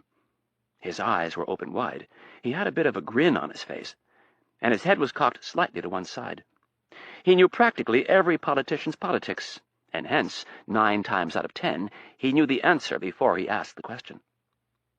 That's one heck of an endorsement coming from a Republican. Russert knew his guest detested the President's nomination. Rudin's face looked as if he'd just bitten into a bad piece of fruit. "I have no problem with a woman running the CIA. In fact, I think it's about time we give one a shot. God knows the men we've had running the place haven't given us much for the trillions of dollars we've pumped into it." "So you don't agree with the President's nomination?" suggested Russert, with a faint smile. "No, I don't. I've been warning the White House for months that Kennedy is not the type of person we Democrats want to be associated with." Rudin spoke with conviction. The gossip was all over town that the President had taken Rudin to the woodshed about the Kennedy nomination. Russert was a little surprised that the congressman from Connecticut would so publicly disagree with Hayes after what he'd heard. "And why do you think Dr. Kennedy is such a poor choice as the next director of Central Intelligence? You seem to be the only person on the Hill who disagrees with her nomination." "The only one who publicly disagrees," Rudin was quick to add. "For reasons I can't figure out, this President and his administration have forced this nominee down our throats without doing their research." In a strange twist of politics, Russert looked to Zebarth, the Republican, to defend a Democratic president. "Congressman Zebarth, as I've already said, I think Dr. Kennedy is more than qualified for the job. And to be honest with you, Tim, I'm getting a little tired of my friend's innuendos and implications. Just once, I'd like to see him back up his charges with some real evidence, or leave Dr. Kennedy alone. The woman has worked hard for this country, and she deserves a little gratitude." This sounded so reasonable that it made Rudin look like a bully. Hank Clark was on the edge of his seat. Zebarth had just lobbed a big, fat, hanging curveball. Clark clapped his hands together and said, "Come on, Albert. If there's ever a time to hit one out of the park, it's now." Rudin reached under the table and produced a file. With a grim look on his face, he shook his head and said, I feel a little bit like Winston Churchill today, Tim." Clark frowned at his TV and said, "Don't get carried away here, Albert." "I've been warning my colleagues for years about what was going on at the CIA. I've been harping that we need more oversight. I've been complaining that we weren't getting the truth from Director Stansfield when he testified before my committee. And the same goes for Dr. Kennedy. No one has listened to me. Even my own party has shunned me. Well, I'm here today to say that thanks to my vigilance, we are about to avoid a huge mistake." "What are you saying, Congressman Rudin?" "I have here in this file," Rudin waved it in the air for emphasis, "proof that Dr. Kennedy has lied before my committee. I have proof that she has launched covert operations without notifying Congress or seeking our approval. I have proof that she has committed perjury before Congress and that she has obstructed justice." Over the years, Congressman Zebarth had heard an unending litany of baseless accusations from his colleague. To his ears, Rudin's diatribe sounded like a last-ditch effort from a desperate man. "Albert, I've heard you say this many times before, and frankly, I think it is despicable that you continue to assassinate the character of this fine woman." "I'll tell you what's despicable," Rudin fired back. "A Congress that refuses to do the work the American people sent them to Washington to do. A Congress and a White House," he added with emphasis, "that refuse to make even the slightest effort to protect the Constitution." Zebarth, an old-school Virginian and a throwback to the days when the rules of debate truly ruled the day, was genuinely insulted by Rudin's blanket accusations. "Albert, if you have any proof of wrongdoing by Dr. Kennedy, I suggest that you produce it right here and now. Otherwise, attempt to have some dignity and cease these unending character assassinations." "I find your use of the word assassination rather amusing," snarled Rudin. At home, in the solitude of his study, Clark realized how poorly Rudin came off on TV.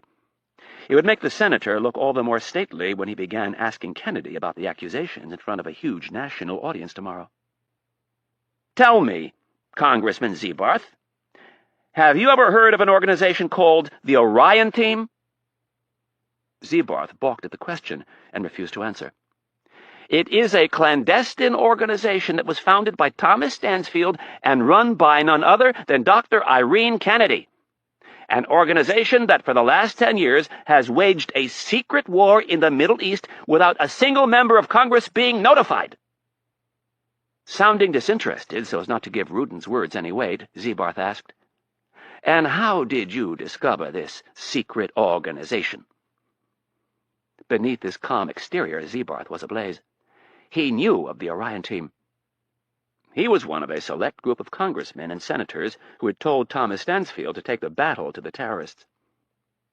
"Since my own committee has refused to allow me to investigate the CIA, and President Hayes has also tried to silence me at every turn, I had to proceed on my own. Through my own diligence, and at great personal sacrifice, I found a very senior person at the Central Intelligence Agency who was willing to talk to me.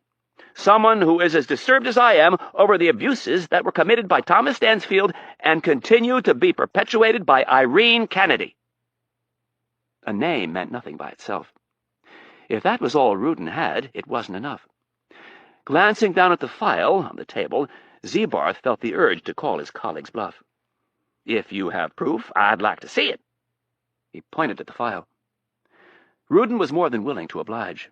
He whipped open the file, saying, "I have the names and dates of people that this organization assassinated. I have proof that U.S. Special Forces personnel were involved in some of these operations, and I have this." Rudin produced a black-and-white photograph. "His name is Mitch Rapp.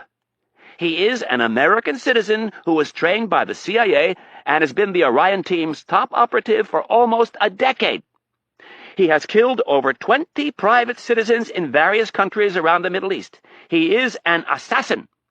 He is a criminal, and he should be prosecuted, as should Irene Kennedy and every single person who has anything to do with this abomination."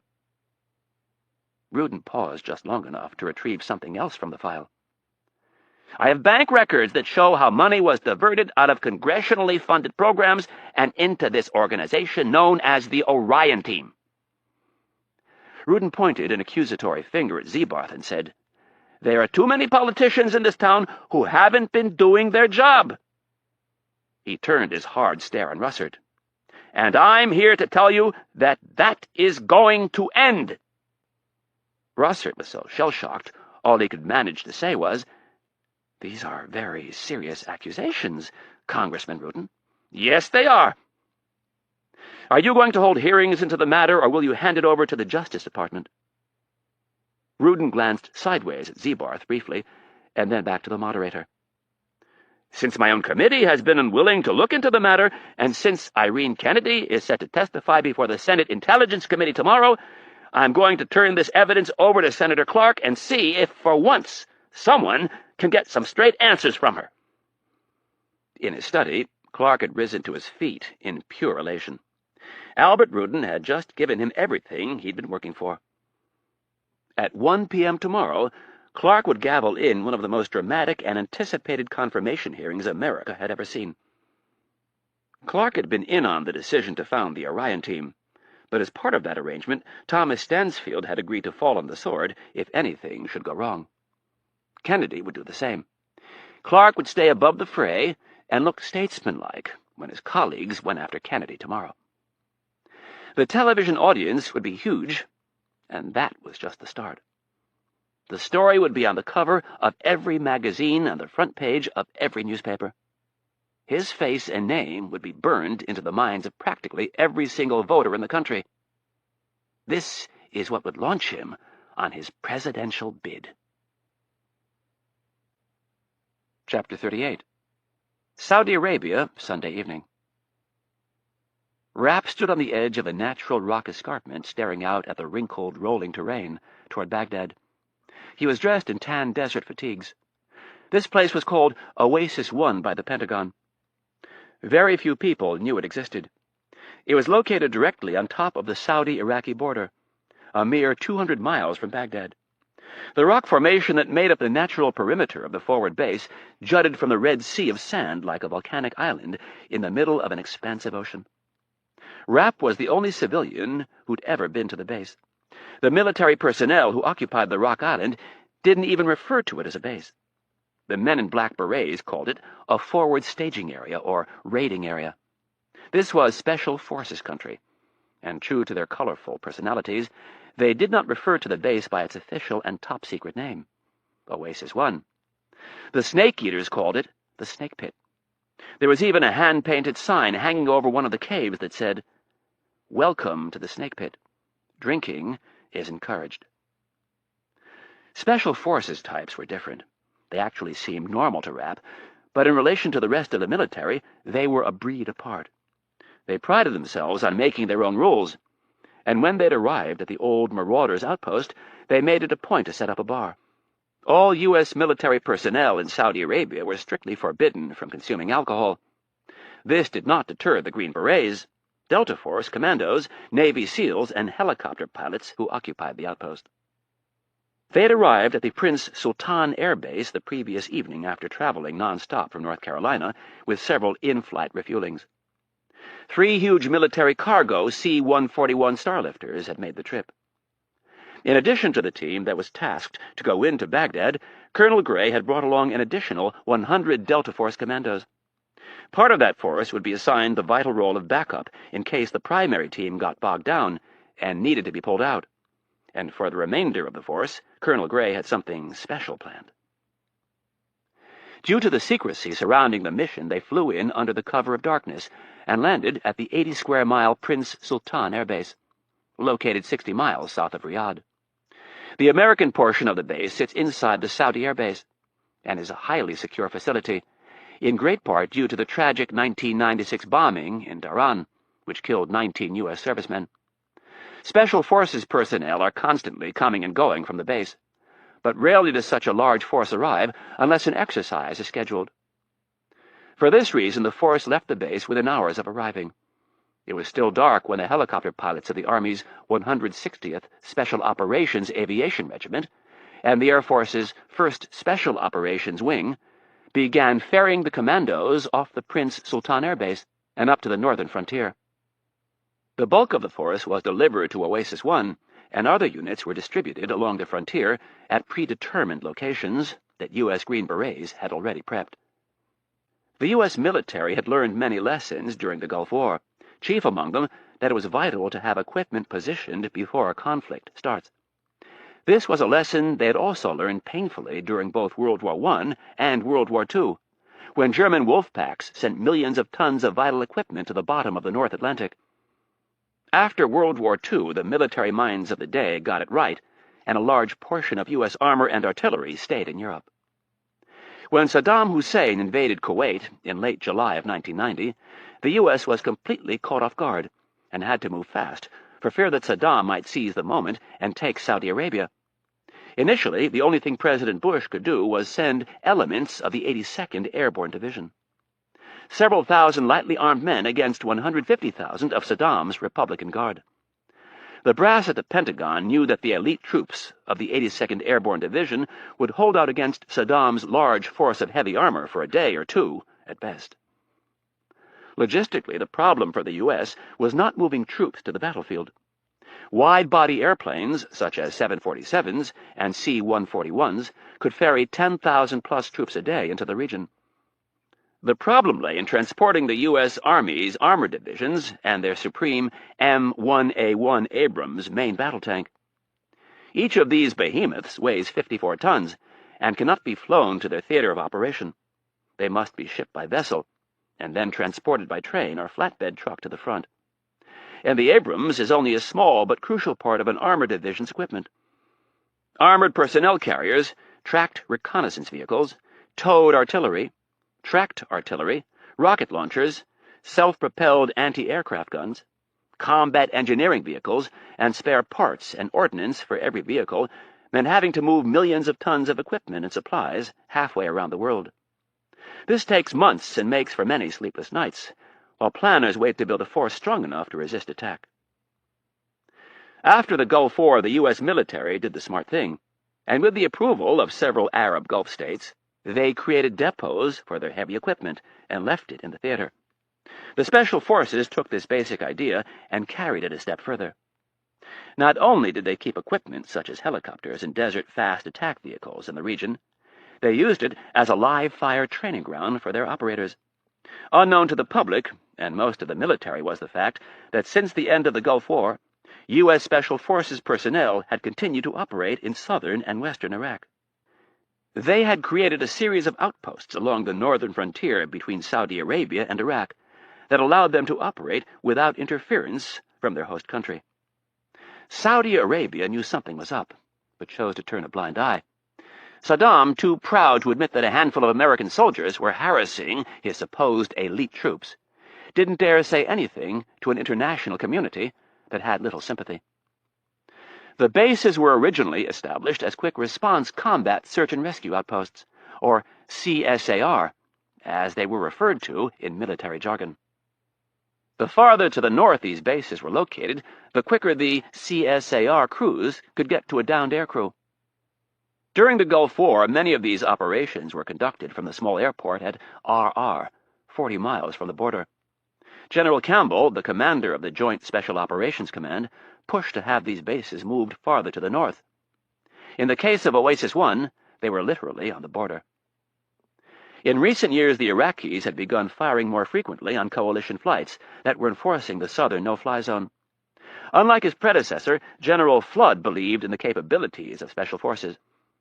The previous chairman of the Joint Chiefs was loath to use the highly trained warriors. Fortunately, Flood thought it made as much sense as owning a Corvette and never taking it out of the garage. As Iraq became increasingly aggressive against coalition flights, General Flood took the leash off the Special Forces units arrayed across the northern frontier. They began launching raids across the border, harassing Iraqi army units, ambushing them, and then disappearing into the desert. Green Beret, Delta Force, and Navy SEAL snipers began eliminating Iraqi officers at distances approaching a mile. This harassing of the enemy had greatly affected the morale of the Iraqi units and a lessening of their desire to patrol so close to the border. The end result was some much-appreciated breathing room for the Special Forces units arrayed across the northern frontier. Rapp peered out from his perch. Long shadows fell from the escarpment as the sun prepared to slip over the western horizon. He could feel the heat escaping from the arid desert. The temperature would drop 30 degrees in the next 2 hours. Rapp looked at the patches of darkness below, stretching out to the east toward Baghdad and possible death. There was no fear, just anticipation, and maybe a few regrets. He wished things had worked out between him and Anna, but they hadn't. They never would. They were from 2 different worlds, neither willing to give theirs up completely, and for that they would always be apart. The conviction was back. The fight in Milan had at least given him that. He had made a difference, and was about to make a huge difference. There were hundreds of innocent people sitting in the Al Hussein Hospital who were depending on him. They would never know him. They would never even know he had saved their lives, but he had to try. A light breeze twisted the sand at the bottom of the escarpment into a funnel and carried it away. Rapp wondered if somewhere in his past there wasn't a relative who had come from this part of the world. Maybe it was just the similarities between the ocean and the desert. They were both awesome in power. They held a subtle, expansive beauty that could trick the human eye into seeing things that were not there. And they could be incredibly inhospitable if you didn't pay attention. The sound of a footfall from behind pulled him from his trance, and he turned to see Colonel Gray approaching through the narrow crevice. "Beautiful up here, isn't it?" asked the wiry leader of Delta Force. "Very. A perfect natural fort." Gray placed a hand on the rock and looked down the 100-foot sheer drop to the desert floor. "What did you have to give the Bedouins to get it from them?" "Nothing. They used to launch raids from this place across the border into Iraq. They'd steal anything they could get their hands on. Saddam got fed up, and in '89 he cleared the rat's nest out and poisoned the well. The Bedouins left and have never come back." Rapp nodded. Water dictated all travel in the desert. "Have you put any more thought into tonight?" "Yeah, I think you're right. The men have the infiltration and extraction down. No sense running another exercise and risking an accident. We'll give everybody a chance to get some rest and save up for tomorrow night." "You've talked to Washington?" Rapp kept his eyes on the desert. "Yep." "And it's on?" Gray cocked his head and grinned. "You know how they like to change their minds. For now, it's on." "Good. We can't afford to have this compromised. The longer we wait around, the better chance there is that someone will talk." "Not my men," said a defensive Gray. "It's not your men I'm worried about. It's the blowhards back in D.C., Rapp added quietly. "We need complete surprise to pull this off.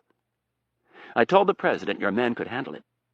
Another day or week of training will only give us a marginal benefit. But if the word leaks out somehow, we're fucked." Rapp looked off into the distance toward Baghdad. If they know we're coming, no amount of training is going to save us. Chapter 39. South Lawn, the White House, Sunday afternoon. The day was still as Marine One descended ominously from the gray sky. The wheels landed perfectly on the 3 discs that had been put down to keep the heavy helicopter from sinking into the lush grass. The fire engine was in place just in case something went wrong, and the Secret Service was out in full force to dissuade anyone from trying anything stupid. The meet and greet at the rope line had been canceled. When the President left and returned to the White House on Marine One, his staff often arranged for friends, family and donors, of course, to watch. Depending on how busy the President was, he would sometimes stop and shake hands. The meet and greet had been scheduled for 7 p.m. Due to a certain congressman's interview on Meet the Press, the President was returning early from Camp David, and he was in no mood to shake anyone's hand. The hatch opened, and President Hayes appeared almost immediately. He was wearing a pair of olive dress slacks, a white button-down, and a blue blazer. He saluted the Marine standing at the foot of the helicopter and wasted no time heading for his office. As he motored quickly across the South Lawn, his staff tried frantically to keep up. Several of them attempted to talk to him, but he wasn't having any of it. He had one thing on his mind right now, and he wasn't going to talk about it outside. When he reached the Oval Office, he slammed the door closed and glared at his Chief of Staff, Valerie Jones. "Where the hell is everybody?" "Dr. Kennedy is downstairs in the Situation Room. The others should be here any minute." The President looked as if his head was about to pop off. "Have you seen what he has?" She shook her head. "But I've heard it's pretty serious stuff." The President knew it was. He'd authorized some of it. "Valerie," he spoke through gritted teeth, "I want to be very clear about this. I want Albert Rudin destroyed. By tomorrow morning, I want him working out of a broom closet on the 5th floor of the Capitol. I want to call in every political favor we're owed, and I want Rudin to feel like he's a leper." Jones placed her hands in front of her, as if she were about to pray, and then separated them and made a cautioning motion. "I don't want to hear excuses," snapped the President. "I just warned him, remember?" Jones nodded. She knew the President needed to vent, and being the Chief of Staff meant that she was the chief ventee. "Yes, I remember." "Well, the little prick went out, and despite my warnings, he continued to try and meddle in the affairs of the executive branch." "He is the chairman of the House Intelligence Committee, sir." "And he's a damn Democrat!" yelled Hayes. "He's supposed to be on our side. I'm not supposed to have to worry about congressmen from my own party attacking me." "Sir, I know you're upset, but I need to caution you." The President held up a hand like he was a traffic cop. "And I know you're my Chief of Staff, and you're trying to prevent me from doing anything stupid, but this time around, Valerie, there is no turning back. Albert Rudin has committed the cardinal sin of politics. He's stabbed his own president in the back. Everybody is watching now, and only one of us is going to survive this." Jones blinked several times and finally nodded. She would have to try again later when he had calmed down a bit. "What do you want me to do?" "I want the damn party leadership over here." The President pointed at the ground and started for the door. "I'm going downstairs. When they get here, let me know." Jones started walking with him. "Do you want me to come with you?" She was a little afraid of what the President might say without her in the room.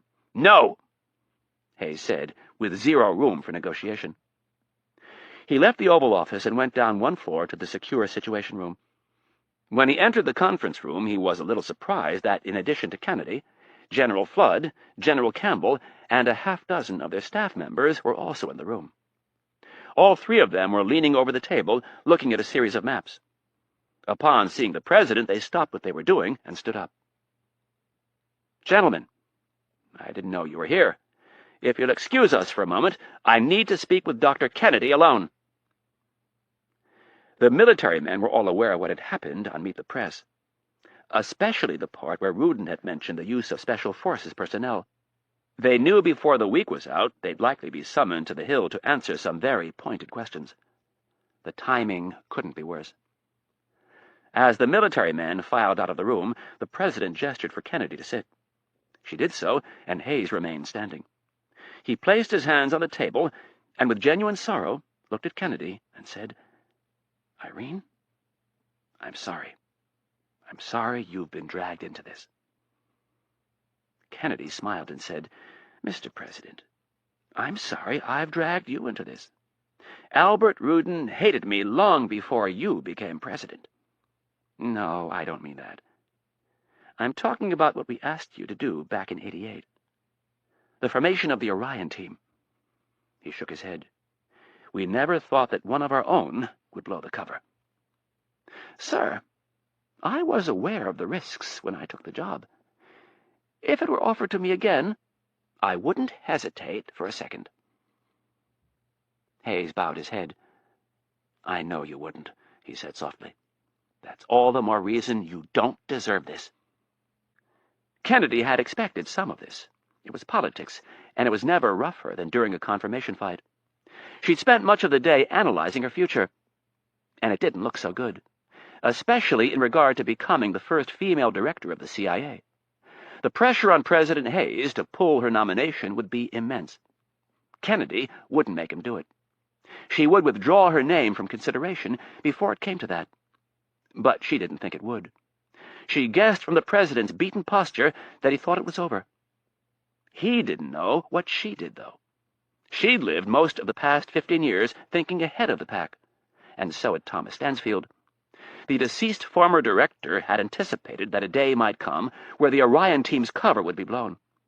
The original senators and congressmen who had asked him to take the war to the terrorists had demanded that Stansfield act as a firewall.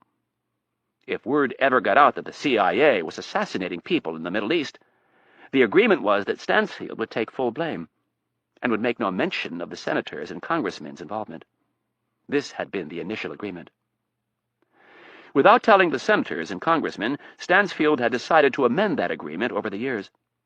He had created a series of dummy files that he kept in the safe in the director's office. The files contained letters of notification to the House and Senate leadership, all of them dated within 24 hours of the start of covert operations run by the Orion team. This was what was required by law, and ultimately what Congressman Rudin was so irate about. In addition to the dummy files, Stansfield had passed along a wealth of information about a number of influential lawmakers on the Hill. The type of information they would like kept secret. Kennedy saw a chance in what, just hours earlier, had looked like a hopeless situation. Hayes brought his gaze up and asked, "How in God's name are you going to testify tomorrow?" "I am not sure I'm going to, sir." There was a brief pause while the president wondered if she would withdraw her name. "I wish there was a way we could fight this, Irene." "Oh, there is," Kennedy replied, with an understated confidence. "How?" "It's going to involve some risks, sir, but I think it will work." The president studied her, wondering how she could possibly get out from under Rudin's sights. "I'm listening." "Whatever Congressman Rudin has in that file that he was waving around today, it is classified material." "And?" "It is classified material that he received from an employee of the CIA. Someone, sir, has committed a crime by passing along that information." "How?" "If they are an employee of the CIA, they have signed a national security non-disclosure document, sir." The president looked skeptical. "It's bigger than all that, Irene. The press is involved. Please, hear me out, sir. Much of what the Orion team did originally was handled outside the CIA. Over the last year, Director Stansfield went to great lengths to legitimize the actions of the team. Giving Mitch a legitimate personnel file was just part of what he was up to. He created a real paper trail of classified documents documenting what the team has done. He has a list of senators and congressmen who were informed every time the team was sent into action." The president was frowning. "How legitimate is this?" "It's not a question of legitimacy, sir." "Sure it is. What if they deny ever signing such a document?" "They won't," Kennedy said with a steady voice. Hayes took the hint. The rumors about Stansfield keeping files on people were true. "You mean they might be afraid of what would come out if they didn't go along?" "Maybe." Kennedy stayed evasive, but got her point across. The president seemed ill at ease with this course of action. "Sir, all of this is legitimate enough for you to ask FBI Director Roach to seize that file and any copies that Rudin has made." Wincing, the president asked, "You are asking me to have the FBI bust into the home of a U.S. congressman?" "Yes, I am." "You can't be serious. The press will—" "Sir," interrupted Kennedy, "Rudin didn't exactly play fair with you on this one. He, or someone close to him, has broken the law. Normally, we would gladly turn a blind eye to it, but he has forced our hand by purging top-secret information on national TV." The president stubbornly crossed his arms. "Where is this whole thing going to take us, Irene?" "If I go up to the Hill tomorrow and answer questions, I'll be crucified. If I withdraw my name from the process, Rudin will hold hearings within a week, and I'll be crucified. Either way it's going to happen. And under both scenarios, sir, your presidency will be guilty by association." "We're screwed." Hayes stood tall as if he needed a full breath of air. He placed his hands on his hips and continued, And of all the times for it to happen, it has to come along right now when this whole Iraqi thing is about to heat up. There is a third way, sir, she suggested. I'm all ears. Kennedy began carefully laying out her plan. They would need the FBI to raid Rudin's home and office. The uproar from the other politicians and the press would be unavoidable, but predictable and ultimately short-lived. For Kennedy had something very bold planned for Albert Rudin, something that would in all likelihood end his career. Chapter 40. Oval Office, Sunday evening. Clark put on a suit for the meeting. It was in his plan to call the president and talk to him about the news created by Rudin. If he was going to keep the president in the dark about his involvement, it was best to act sympathetic and see if there was anything he could do to help. There wasn't, of course. He had the president and the Democrats boxed in. Kennedy was going to become the lightning rod for one of the most sensational hearings ever launched. The president had surprised him slightly by calling him first. He asked Clark to come over to the White House. Hayes made it known it was extremely important that they talk tonight. Clark worried briefly that his name might have somehow been dragged into the mess. If that was the case, he could handle it. But it would, of course, be much better if the president never knew of his involvement. The president's chief of staff escorted the senior senator from Arizona into the Oval Office and left. The president closed the classified documents he was looking at and set his reading glasses on his desk. Hayes had also put on a suit.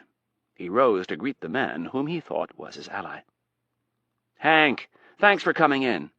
He stuck out his hand. "No problem, Bob." The two men had served in the Senate together, and Hayes preferred to be called by his first name when no one else was around. "Let's take a seat over here." Hayes gestured to the couches by the fireplace. "Can I get you anything to drink?" "No, I'm fine, thank you." Clark unbuttoned his suit coat and sat. The president took the opposite couch and said, "Well, your old buddy Al Rudin has created one hell of a mess for us." Clark was very conscious of the president's tone. He worried briefly that he might know more than he was showing. Clark let out a sigh and said, "Tomorrow is going to be a circus." "There's no doubt about that." The president leaned back and draped his right arm over the back of the couch. "How are you going to handle it?" "That's a good question. As you might imagine, my phone hasn't stopped ringing since this morning. Every reporter in town wants to know what's going to happen tomorrow. Practically every member of my committee is called. Most of them are furious. They all pretty much feel the same way. If there is any truth to what Albert said on TV this morning, Dr. Kennedy is toast." This was no great revelation to the president. His chief of staff had already talked to several of the Democratic senators on the committee, and they were already trying to distance themselves from the president and his nominee. The president used the moment of frankness to ask a question that he normally would not. With a sly grin, he asked, "And just what is your party leadership saying?" Clark stared unwaveringly at the president. "They want your balls, and they want me to serve them up on a silver platter." Hayes stared back. "Are you going to?" Clark blinked and looked away. "You know I don't like this crap, Bob." "You didn't answer my question." Clark kept up his act of looking torn. "I'm not going to call your capabilities into question. But someone else on your committee will." The president moved his head in an effort to get Clark to look him in the eye. "Senator Jetlin, perhaps?" "Bob, this is beyond us. I have a tremendous amount of respect for you, but you know how this works. There's blood in the water, and the sharks are circling." "I'm sure they are." There was a trace of amusement in his voice. Hayes was silent for a while, and then said, "Hank, you've been a good colleague over the years, so I'm going to give you a warning. Do yourself a favor and delay the hearings for a day or two." "There's no way I can do that." Clark shook his head vigorously. The president wondered how far he should go, and after brief reflection decided that he didn't have to go far. The battle lines had been drawn. It was Republican against Democrat, with Albert Rudin in the middle. A very dangerous place to be in Washington. From one friend to another, Dr. Kennedy is going to be very tight-lipped tomorrow. Do yourself a favor and go easy on her. How tight-lipped? Invoking the national security non-disclosure document that she signed when she went to work for the CIA. She is going to refuse to answer any questions in an open hearing. I have a lot of respect for Dr. Kennedy, but this is beyond that. If she cops that kind of an attitude, she's going to give me no other choice but to go after her. Don't, warned the president. Clark frowned. You remember the deal. If the Orion team was ever found out, Stansfield and she were to fall on their swords. He paused to let the weight of his words sink in. She needs to do the right thing and come before my committee and admit fault. I'll do everything I can to protect her.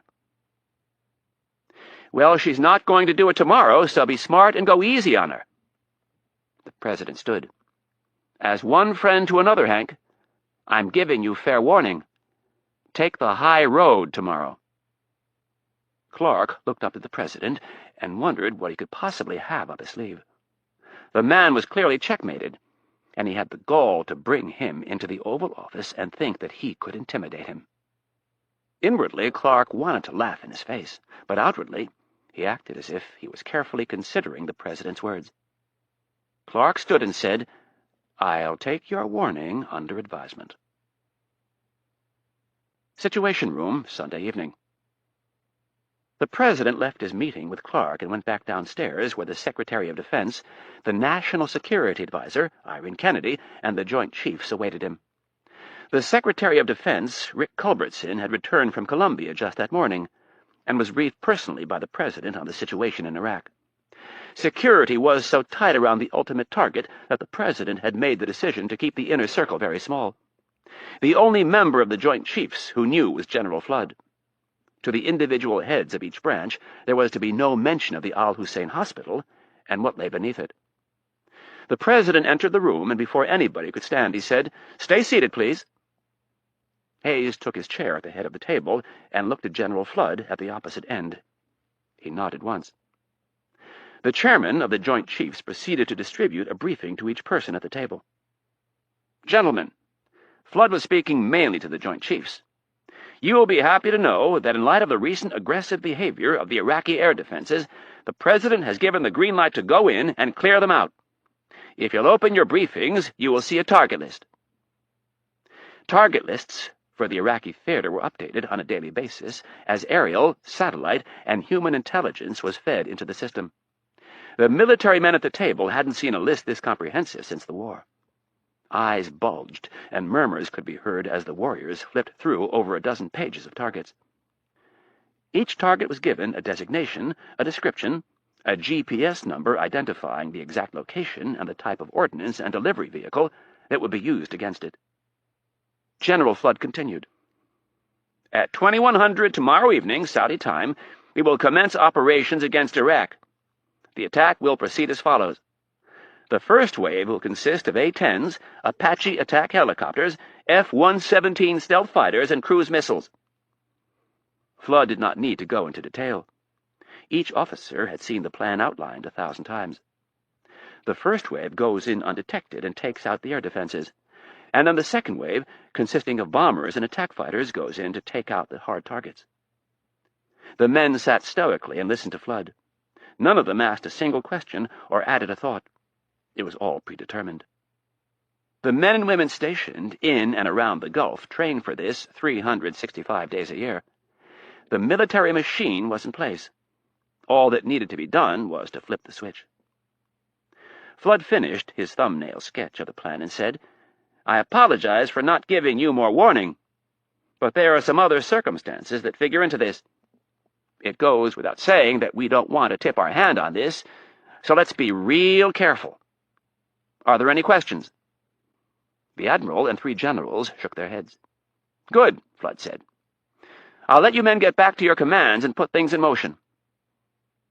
As the men got up to leave, Flood added, I should be back in my office within the hour. if you need to speak to me." When they were gone, the President held up his briefing book and said, "General, I don't see the safe corridor blocked out. How are we going to keep our Delta boys from getting bombed? When the aviators go in for their final briefing, they will be handed one of these." Flood held up a map of Baghdad with a portion of it blocked out in red. "Nowhere on their target lists will there be a site within this red zone. They will be given specific instructions before takeoff that they are not to drop bombs within this area." Won't they get a little suspicious? Since the Chinese embassy incident, they're used to being told to stay away from certain areas. But this cordon that we have marked off here— Flood pointed to several roads going in and out of the city. "This is pretty unusual." "So they might wonder?" asked the President. "Yes, sir. Some of them will. But you have to remember they're going to have a lot on their minds." "Sir," interjected Kennedy, "the hospital is in the Al-Mansur district of Baghdad. It's very upscale and is home to several embassies, most notably the Russian embassy, the Jordanian embassy, and the Pakistani embassy. It also happens to be where the Iraqi intelligence service and the Republican Guard are headquartered. It is not unusual for us to stay away from this area when we conduct strikes."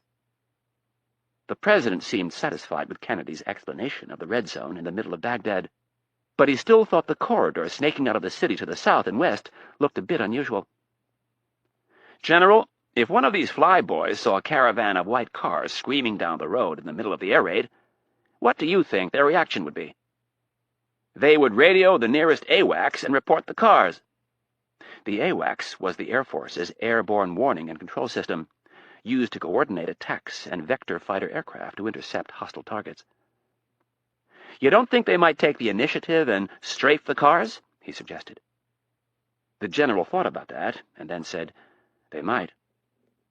"That's not going to work," announced the President. "No, it isn't," agreed Flood, as he tried to come up with a solution. After a moment of deliberation, he looked at the President and said, "Sir, I think we're going to have to let our people know that we will have troops on the ground." The President winced at the idea. "Right now?" "No, we can wait until the last possible moment, and at no point do we have to mention a thing about the nukes." This sounded better to the President. "What about the white cars?" He looked at Kennedy for an opinion. She kept her face expressionless while she thought about it. "I think we have to tell the pilots about the cars. They simply offer too much of a temptation. I respect their training, and I respect the command and control that the military has in place. But the bottom line is, these fighter jocks are cowboys. They're taught to push the envelope and take risks. Those white cars represent the same thing to our pilots that they represent to the Iraqi people. They are Saddam, or at least the possibility of Saddam." She paused to give the President a chance to absorb what she'd said. "I know if I were one of those guys, and I thought I had a chance to take out Saddam, there's a good chance I wouldn't wait around for some AWACS controller to give me the green light." The President leaned back in his chair and stubbornly folded his arms across his chest. Kennedy could see that he was struggling with the idea of letting too many people in on the secret. History was replete with stories of advantages that had been lost because someone had talked. Having worked in the CIA for more than 15 years, she was acutely aware of the importance of guarding knowledge. Conversely, though, history also had many examples of knowledge that was too protected. The CIA's own James Angleton had practically incapacitated the entire agency with his paranoia. Thousands of U.S. sailors and airmen died at Pearl Harbor because the powers that be in Washington were too afraid to disseminate intercepted Japanese messages that made their intentions very clear. At some point, you had to let go and trust your people. "Sir, if we alert the aviators and AWACS controllers an hour prior to the start of the bombing, I'm confident we won't compromise the mission. Even if, and it's a big if, Iraqi intelligence can intercept and decipher our communications, they can't move that fast. An intercepted message like this has to get kicked up the chain of command. And right about the time it would get to anybody who may or may not do something about it, the bombs will start falling." The President finally relented. "All right. We tell the troops 1 hour before the bombing starts, but that's it. No earlier." Chapter 41. Capitol Hill, Monday afternoon. The nation's capital was in a state of frenzy that could only be brought about by scandal. And this wasn't just any scandal. This one involved the CIA, lying to Congress, diverted funds, and the assassination of foreigners. Normally, this would be more than enough to cause a media storm, but an early morning development had upgraded the story to a full-blown hurricane. At the crack of dawn, with search warrants in hand, special agents from the FBI had raided the home and office of Congressman Rudin. The congressman had spent the entire morning ranting and raving in front of every camera and microphone he could find.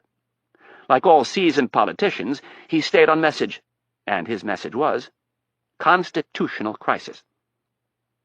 On the Today Show, Rudin had complained bitterly that the executive branch was trying to bully the legislative branch with jackboot tactics that were reminiscent of 1930s Germany. He protested to anyone who would listen that the bedrock of the Constitution was being cracked asunder, that the separation of powers was being trampled on, and that the congressman from Connecticut wasn't alone. In the new age of 24-hour cable news, scandal ruled the day. There wasn't time to check facts or sources. There was barely time to think. Though there were a few wise politicians who stayed on the sidelines, waiting to see what was what. By and large, this was a group with a very healthy set of egos. It was almost impossible for them to turn down an opportunity to be seen and heard. So, with 100 senators and 435 congressmen, the media had no shortage of opinions, almost all of them in the defense of Congressman Rudin. The thought of federal agents seizing files from their offices and homes was enough to rally most of his colleagues soundly behind the legislative branch. Despite his obnoxious personality, Rudin was winning. Pundits and politicians alike agreed that President Hayes had miscalculated. Whatever he'd hoped to accomplish by raiding the congressman's home and office had backfired. Public sentiment was firmly in Rudin's corner. This was the mood Kennedy faced as her motorcade approached the Hart Senate office building shortly before 1 p.m.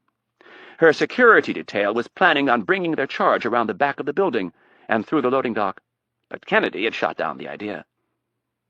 Despite their vehement protests, she informed them that they would be dropping her off in front of the building, where no less than 10 news trucks with large satellite dishes were parked, and several hundred protesters were loudly exercising their First Amendment rights. Kennedy understood media manipulation as well as anyone in Washington, and she was not going to be seen slinking into the back of the Senate building between two dumpsters, surrounded by a cordon of stocky armed men. She would walk right through the mass of screaming protesters and pushy cameramen, and she would look like she had nothing to hide. There was too much going on when the 3 cars pulled around the corner for the protesters and media types to notice. The caravan came to a quick stop, and the car doors flew open. Kennedy was on the curb surrounded by 4 of her bodyguards before the mob knew she was there. The Capitol Hill police had been kind enough to keep the walkway and entrance clear. They were halfway to the door before anyone noticed, and inside the building before the screaming started.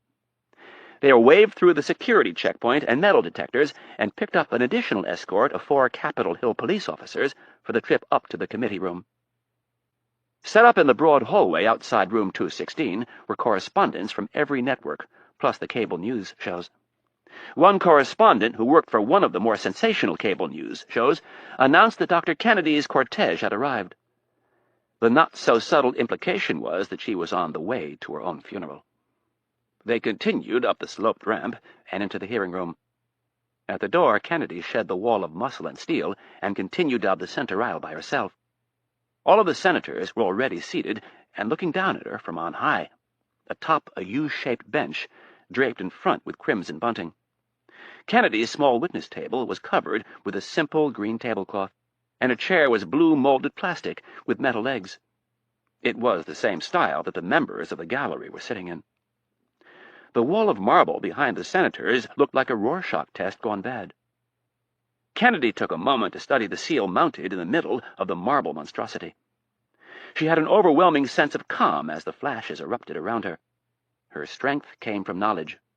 One of the tenets of the intelligence business was to deceive your enemy, to get them thinking one thing while you're planning something else. That's what this was about. It was her last gambit. The upper galleries were bristling with black camera lenses and microphones. The room was packed, and the entire event was being carried live on national television. The senators on the dais, with their phalanx of staffers behind them, were peering down at her as if she were a mass murderer. Today Kennedy was the wounded animal. The vultures were circling, and the hyenas were closing in, and they all had their eyes on the diminutive Irene Kennedy. With a national TV audience, the stakes were high. Political careers would be made today.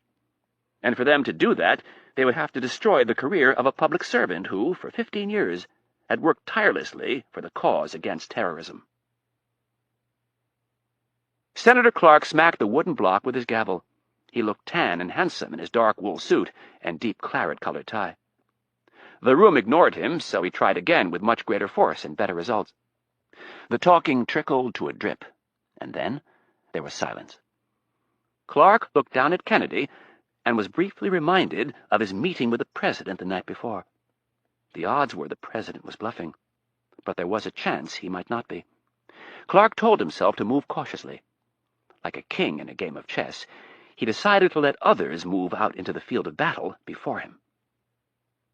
"Dr. Kennedy," Clark started in a deep, somber tone, "I'd like to remind you that you are still under oath." "I am aware of that, Mr. Chairman." Kennedy made Clark look like a giant, sitting at the table all by herself. "A lot has happened since we spoke on Friday." Clark glanced down at a piece of paper before him. It was a predetermined gesture that he thought would look good on TV. "I was wondering if before we resumed with our questions, you would care to respond to the accusations that were made against you yesterday by Congressman Rudin." Kennedy opened her mouth, but she never got the words out. Despite outnumbering her significantly, the other senators on the dais were not about to let Kennedy go on the offensive and set the agenda. 5 of them instantly began vying for Clark's attention. "Excuse me, Mr. Chairman," bellowed Senator Jetland. He repeated himself 4 more times until he drowned out the others. Having silenced his colleagues, he didn't bother to wait for the chair to recognize him.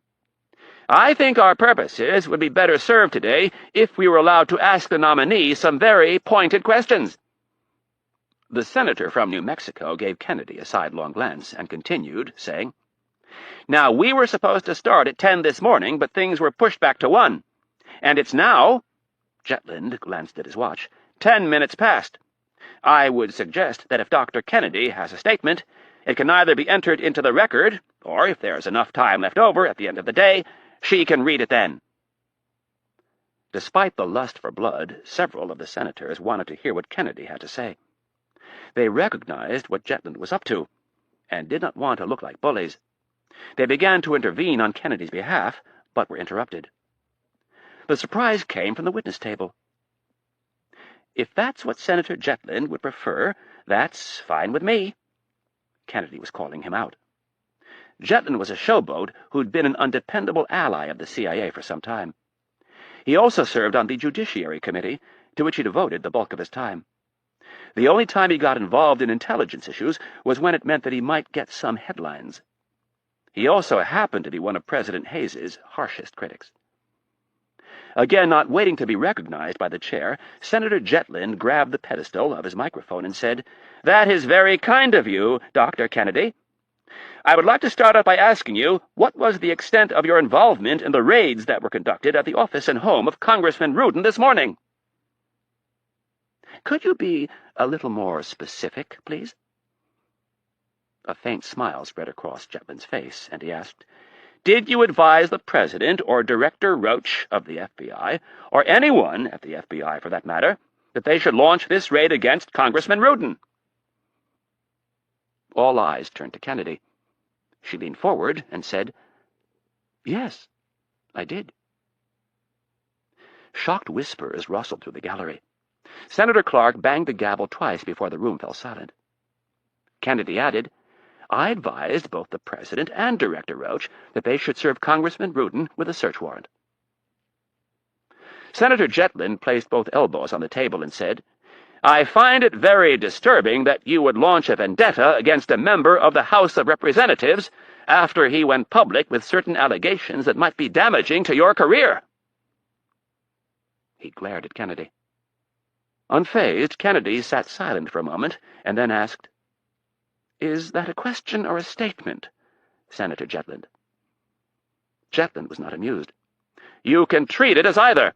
Just please respond to it in a truthful manner." "The only thing I'd like to respond to is your choice of the word vendetta." Kennedy spoke in her trademark clinical fashion. Her tone was even and respectful. "I have no vendetta against Congressman Rudin. I think the record would show that it is the congressman who has a vendetta against the CIA." "So that excuses you ordering the president to have Congressman Rudin treated like a criminal?" "Senator, one does not order the president to do anything, especially not this president. President Hayes is—" Jetland cut her off. "Have any federal agents broken down your door lately to rifle through your personal effects?" "I wasn't aware that they broke down the congressman's door." Kennedy knew they hadn't, and wasn't about to let Jetland get away with the implication. "You didn't answer my question, Dr. Kennedy. Let me rephrase it. Have any federal agents seized your files at the behest of Congressman Rudin?" "No, they haven't, sir." Jetland treated this admission as a victory, and took the chance to look around the bench at his colleagues. "I find it to be just a bit of a coincidence that after Congressman Rudin goes on TV and accuses you of some very serious violations, you in turn advise the President and the Director of the FBI that they should conduct a raid on the congressman." Kennedy looked up with her doe-like eyes and said, "It is my job to advise the President." "Thank you, Dr. Kennedy," said Jetland in a patronizing tone. "I appreciate the remedial civics lesson. Now, let's get to the heart of the matter. What was your reason for advising President Hayes to treat Congressman Rudin like he was a criminal?" Kennedy took quite a long time to answer the question. So long that it was obvious that she did not want to. Finally she said, "I'm sorry, but I can't answer your question, Senator Jetland." Jetland's brows furrowed for the cameras, and he scowled at Kennedy's defiance. "You can't, or you won't?" "I won't." Kennedy held her ground. "Are you claiming executive privilege, Dr. Kennedy?" "No, I'm not, Senator. For reasons involving national security, I cannot and will not answer your question." Kennedy's reply tripped the senator up a bit, and it took him a moment to form his next question. Recovering loudly, Jetland asked, "Congressman Rudin appeared on Meet the Press yesterday, and he leveled some pretty serious accusations at you. Would you care to comment on those accusations?" "No." "And why not?" "For reasons involving national security." "How convenient," sniped the senator. Kennedy calmly replied, "I don't think there is anything convenient about national security." "Yes," bellowed the senator from New Mexico. "I'm sure you're willing to go to great lengths to protect what you consider to be this nation's national security. Even break a few laws along the way, perhaps?" In her no-nonsense manner, Kennedy asked, "Again, is that a statement or a question, Senator?" "I have a question for you," spat the senator. "Do you think this committee will confirm your nomination if you refuse to answer our questions?" "No." Kennedy shook her head. "Am I to assume, then, that you no longer want the job as director of the Central Intelligence Agency?" "No. You would be wrong to assume that." "Then you still want the job?" "Yes." Jetland threw up his arms in a theatrical gesture of frustration. "Well, Dr. Kennedy, I hate to be the one to tell you this, but you can't have it both ways. If you want to be the next director of the CIA, you'll have to answer some pretty tough questions. So let's get back to the task at hand." Jetland flipped open a file and said, "Congressman Rudin claims to have information that was provided by one of your co-workers. I know Congressman Rudin, and have no reason to doubt the authenticity of his information. So for now, I'm going to believe him." Jetland repositioned his chair and settled in. "I find that when we get into these types of discussions, it's easy to get lost or confused. So I'm going to make this real simple and clear for everyone." Jetland held up a photograph and showed it to Kennedy. "Here's a face. It's always nice to put a face on a problem. This particular problem has a name, and it's Mitch Rapp. Now, according to Congressman Rudin and his source, this man has worked for the CIA for the last 10 years. And he's no clerk," the senator added with an arched brow. "He's allegedly responsible for the deaths of over 20 people. 20 people!" Chetland paused to give everyone a chance to think of the bodies. "Could you confirm or deny for us whether or not this man is, or has ever been, employed by the CIA?" Kennedy looked at the photograph and thought it was very fortunate that Mitch was far away from a TV in the middle of a desert right now. With great concern on her face, she replied, "Senator, for reasons of national security, I cannot answer your question." Chetland shook his head in frustration. "That is entirely unacceptable." Kennedy nodded, as if to say she understood. After glancing at her watch, she shocked the entire room by standing. She looked up at Senator Clark and said, "Mr. Chairman, I have something I must attend to. I apologize that I couldn't respond to the committee's questions today, but there are some extenuating circumstances at play. My reluctance in no way should be seen as an affront to the committee or the Senate. The President will contact you within the next day in regard to my status as a nominee. Thank you for your time and consideration." With that, Kennedy turned and left the room to wide eyes and a chorus of whispers. Chapter 42. Saudi Arabia, Monday night. Oasis 1 was a flurry of anxious activity, as helicopters were prepped and equipment was checked. The briefings were all completed, and the team was ready to go. Rapp emerged from the command trailer wearing his special Republican Guard uniform and took in the scene before him. The air was stifling inside from all the cigarette smoke. Colonel Gray and his staff were listening intently to the status reports from the mission's advance element. An MH-53J Pave-Low helicopter from the Air Force's 20th Special Operations Squadron was already across the border and on its way to Scorpion 1. The big helicopter was carrying a 12-member Air Force STS team made up of combat controllers and para-rescue personnel. The team specialized in securing landing sites and evacuating wounded and downed aviators. They were a crucial part of the mission, especially if things went wrong. To bolster their effectiveness, Colonel Gray had sent along 4 of his best Delta snipers. The desert sky was bright with stars. Rapp looked up in search of the moon, only to find a sliver of white. For his part of the mission, he would have preferred cloud cover. But he knew the flyboys dropping their paveway-guided bombs from above 10,000 feet would appreciate the clear skies. Rapp scratched the thick stubble on his face. He'd trimmed it up along the neckline and cheeks, just like Uday Hussein did. The red and gold epaulets on his green uniform bore the rank of general. Rapp found it comical that Uday, who was only 37, had already reached such a high rank. Welcome to the crazy world of dictators. He had a black leather belt strapped to his waist with 2 holsters. Uday fashioned himself a bit of a cowboy and was known to carry 2 Colt .45 caliber nickel-plated pistols.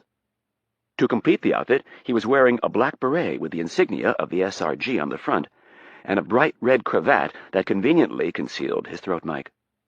For 2 reasons, Rapp had opted not to wear an American uniform under the Iraqi one. The first was that Rapp was a good 20 pounds heavier than Uday, and putting an extra layer of clothes on under the SRG uniform would have only made the disparity more obvious. The second reason was more fatalistic. If they were caught, they would be tortured and killed, no matter what uniform they were wearing. He was also wearing a Kevlar vest and an encrypted radio with a throat mic and an earpiece. Each member of the team was wearing the same radio. This would allow them to stay in communication throughout the operation. Rapp looked out at the scene before him. Oasis 1 was a comforting sight. It showed a lot of initiative by the military, something they weren't always known for. The rock formation rose out of the desert floor approximately 100 feet and was bowl-shaped, with a slight opening at the southwestern end. The bowl was over 500 feet across at its center. The interior of the bowl was covered by desert camouflage netting.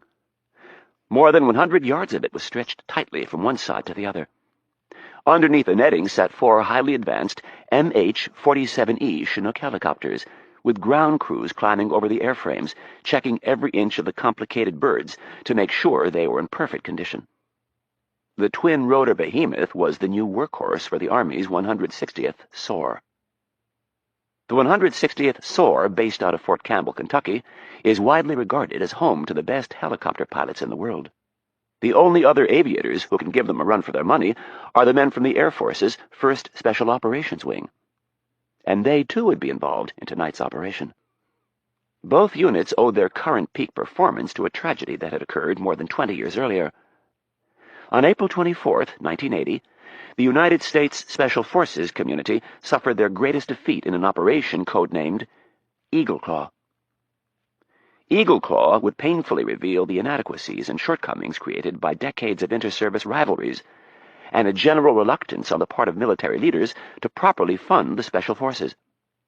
The mission on that fateful night was to rescue the 53 hostages held at the American Embassy in Tehran. The Ayatollah Khomeini and his Revolutionary Guard had seized the embassy and its personnel some 6 months earlier.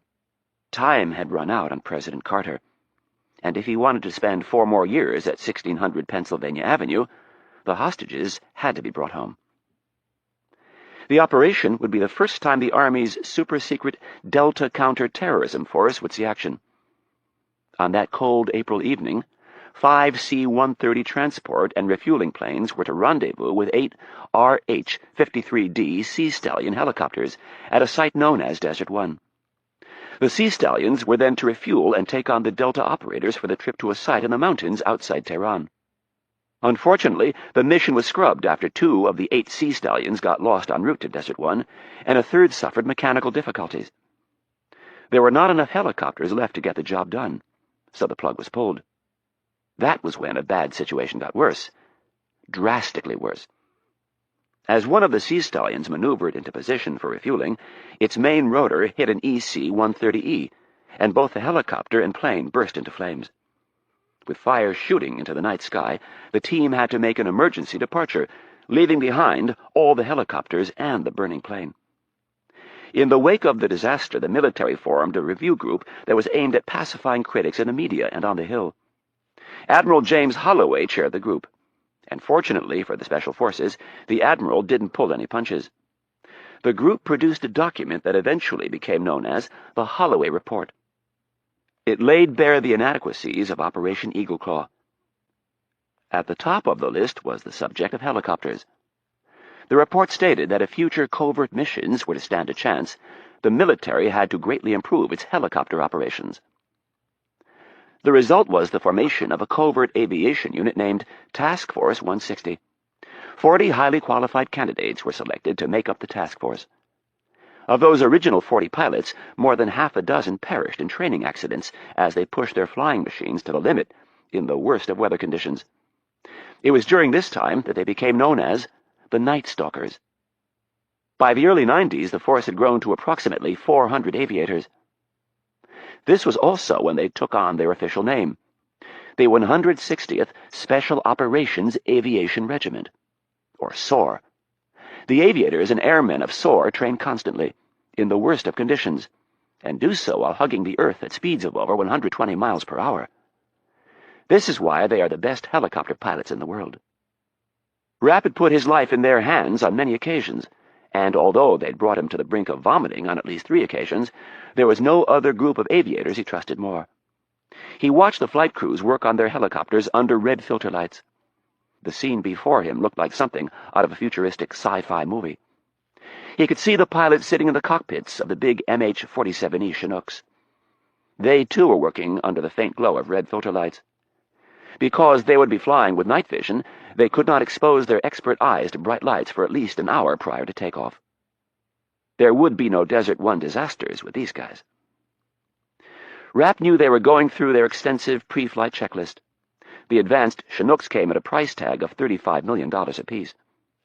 Each bird was capable of carrying 30 troops or a variety of other payloads. They were equipped with the Enhanced Navigation Systems, or ENS. Using 20 separate systems such as Doppler navigation, automatic direction finders, attitude director indicators, GPS, and a bevy of compasses and gyroscopes. The ends tells the pilots exactly where they are at all times. They were also equipped with highly advanced terrain-following, terrain-avoidance radar, and forward-looking infrared imagers, or FLIR. This integrated system allowed the aviators to fly deep penetration missions while skimming the surface, in the worst of weather conditions, and land exactly on a target within seconds of their stated extraction or infiltration time.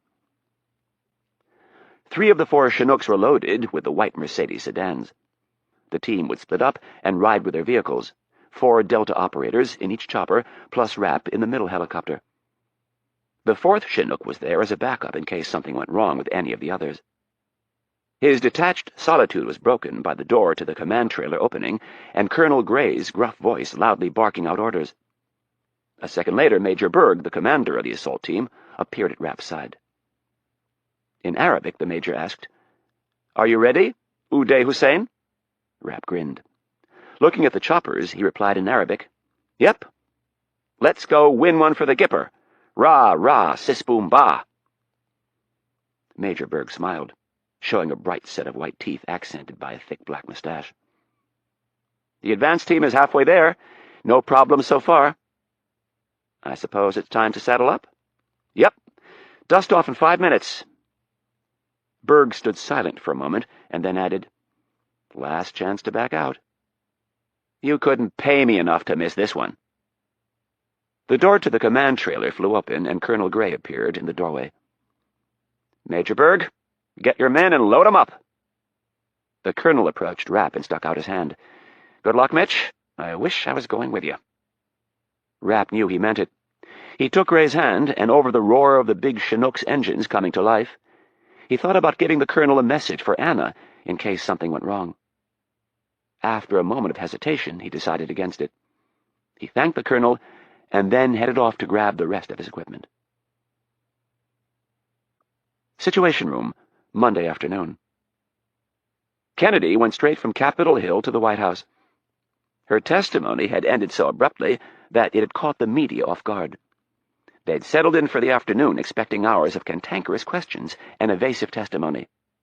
When she'd left the Hart-Senate office building just 30 minutes after she'd arrived, the majority of the cameras out in front of the building were unmanned. There were still a number of photographers who tried to hold her up as she left the building, jumping in front of her bodyguards as they escorted her to the director's limousine. The beefy security detail pushed the photographers aside like blockers on a kick return. Kennedy was safely tucked away in her limo 20 seconds after walking out on the committee. When she arrived at the White House, her blockers stayed outside with the vehicles, which was unfortunate because between the entrance on West Executive Avenue and the Situation Room, she was practically tackled by Michelle Bernard, the president's press secretary.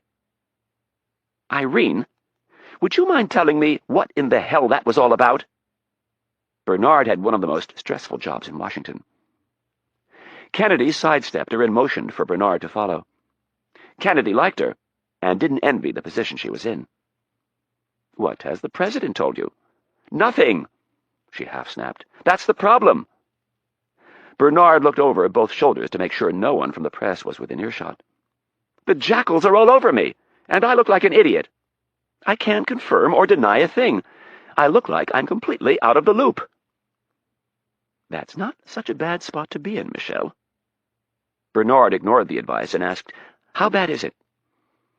As they rounded the corner, Kennedy waited for 2 White House staffers to pass and then said, "Get ready for a long night." "It's that bad?" "I didn't say that. I just said it's going to be a long night." Bernard gave her a wary glance and then asked, "How the hell can you be so calm? I mean, for Christ's sake, Irene, they're getting ready to burn you at the stake." Stopping at the outer door to the Situation Room, Kennedy punched her code into the cipher lock and said, "Don't worry. No one's going to be burned at the stake." Kennedy pulled open the heavy door and said, "I promise I'll be able to tell you something by tonight. And trust me, until then, it's better that you don't know what's going on." Kennedy let the door close behind her and opened the first door on her left. The secure conference room was packed.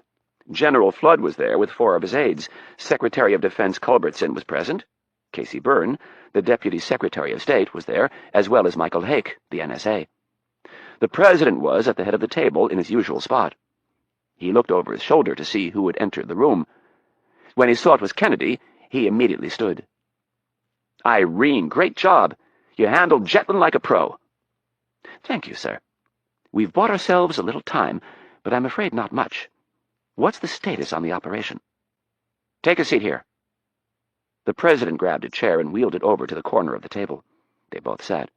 Kennedy was seated between General Flood and the President. Flood had a phone in each hand, one to his left ear and the other poised to be held against his right. The President pointed to one of 3 large screens on the wall. "That's a live image from an AWACS patrolling over northern Saudi Arabia."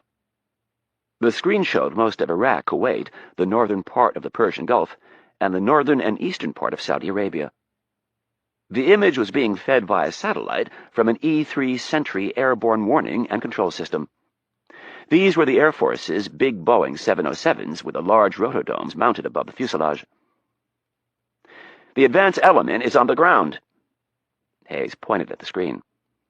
"See the blue triangle just south of Baghdad?" Kennedy squinted to make sense of the jumble of electronic markings on the screen. After a moment, she located the site just west of the Tigris River. "Yes. They arrived less than 5 minutes ago. They've secured the area, and we've given the green light for the assault team to go in." "That's the assault team there?" Kennedy pointed to 4 blue triangles closely grouped about halfway between Baghdad and the Saudi border. "Correct." "Have any of our allies called to ask what's going on?" "I just got off the phone with the British PM. I called him. I didn't tell him about the nukes, but I said something serious was up. I'm going to call King Fahd just before it starts, as well as the Russian president. Then after that, it's a long list." "So no leaks so far?" "No." The President rapped his knuckles on the table twice. The secrecy involving the operation had been amazing, thanks to 2 factors. The first was the short time period between receiving the information and launching the operation. The entire thing had been put together in just 6 days' time. A true testament to the readiness of the military. The second factor was entirely unintended. Thanks to Congressman Rudin's appearance on Meet the Press, Washington and much of the world was focused on the scandal. The President had cleared his schedule and spent the entire day in the Situation Room, an action that would normally set off warning bells in capitals all over the world. But today, the foreign intelligence officers who normally paid attention to such things assumed President Hayes had dropped everything to try to salvage the Kennedy nomination.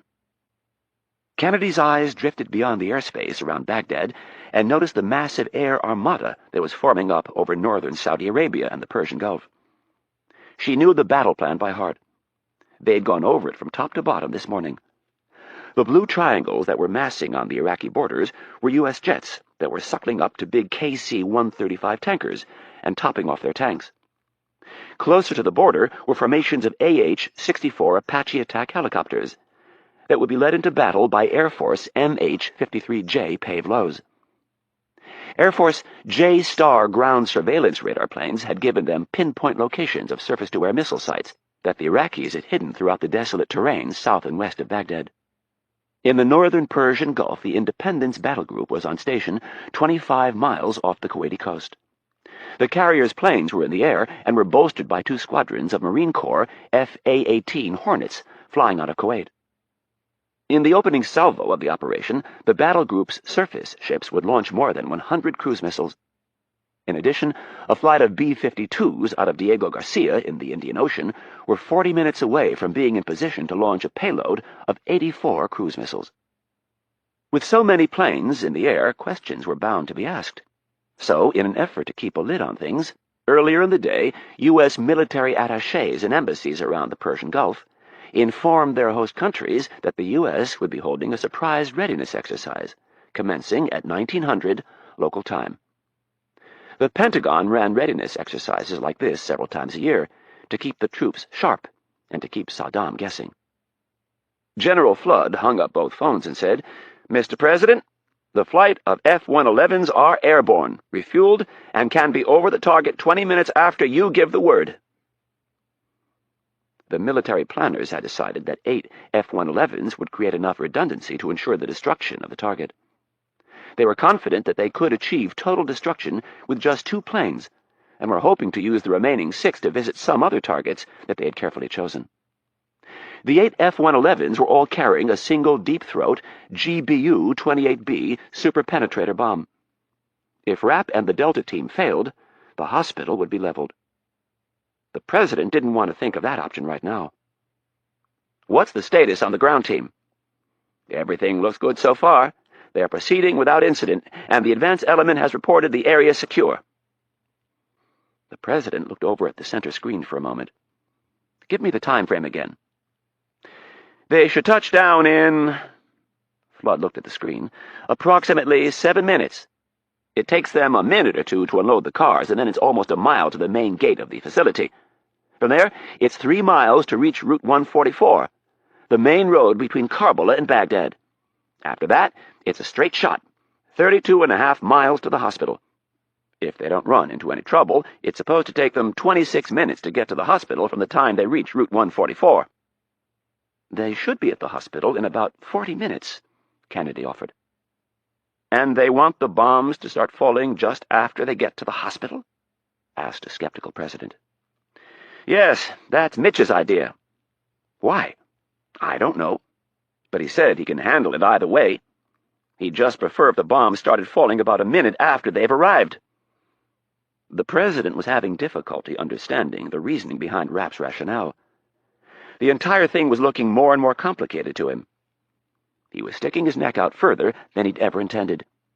If Rapp and the Delta team failed, he was done. The combination of the Kennedy scandal and dead American troops would be his death knell. Sensing his apprehension, Kennedy grabbed his arm and said with sincere confidence, "Don't worry, sir. Mitch will not fail." Slowly the president nodded. "I hope you're right." Chapter 43. Iraq, Monday night. The 4 helicopters knifed their way through the cooling desert air like a snake slithering across the sand. They were not flying a straight route to Scorpion 1, the designation for the abandoned chemical weapons factory outside of Baghdad. Instead, a predetermined course had been plugged into the Chinook's advanced navigation systems, allowing them to avoid all villages, major roads, and Iraqi radar sites. Cruising at just 100 feet off the desert floor, with only 300 feet between each chopper, and flying at speeds of over 120 miles per hour, there was almost no room for error. In the cargo area of the second Chinook, Rapp tried to think of none of this. When they were in the air, it was all out of his control. From his seat, he looked up at the 2 door gunners. They were both manning 7.62mm miniguns, capable of cutting a vehicle in half. When fired at night, the guns looked like they were spewing fire. Air rushed through the open hatches and down the fuselage, creating a roar that battled the loud engines and thumping rotors. The Mercedes sedan was blocking his view of a 3rd gunner at the rear ramp. But Rapp knew he was there wearing a safety harness and holding a sling-mounted M60 machine gun to further bolster the helicopter's firepower. The car was secured to the floor of the chopper with 4 high-test tie-downs. One of the Delta operators was sitting behind the wheel, ready to back it out as soon as they hit the ground. The 3 gunners were all wearing flight helmets, with night vision goggles and comlinks, so they could tell the pilots and navigator what they saw. The gunners literally flew with their heads outside the airframe. The big helicopter bucked, banked, and dove its way through the air. There was nothing smooth and steady about the ride. Most people could handle it for a few minutes, like a ride at an amusement park, but to suffer through it for an hour or more could be incapacitating, throwing one's senses into such a jumble that the slightest touch or movement brought on nausea and vomiting. Rapp was used to it, as were the Delta operators. One of the door gunners suddenly left his post and went to each man, grabbing their shoulder and holding up 5 fingers. They were almost there, and when they hit the ground, Rapp's chief responsibility would be to stay out of the way and let the Delta boys do their thing. Rapp went down his mental checklist one more time. He visualized how everything would go once they got to the hospital. He knew exactly what to do to get the team in, and it had nothing to do with firepower. A few minutes later, Rapp felt the helicopter begin to slow.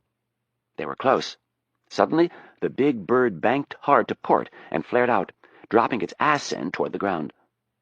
The harsh maneuver didn't worry Rapp. He couldn't see out the window, but he knew what was going on. It had all been covered in the briefing.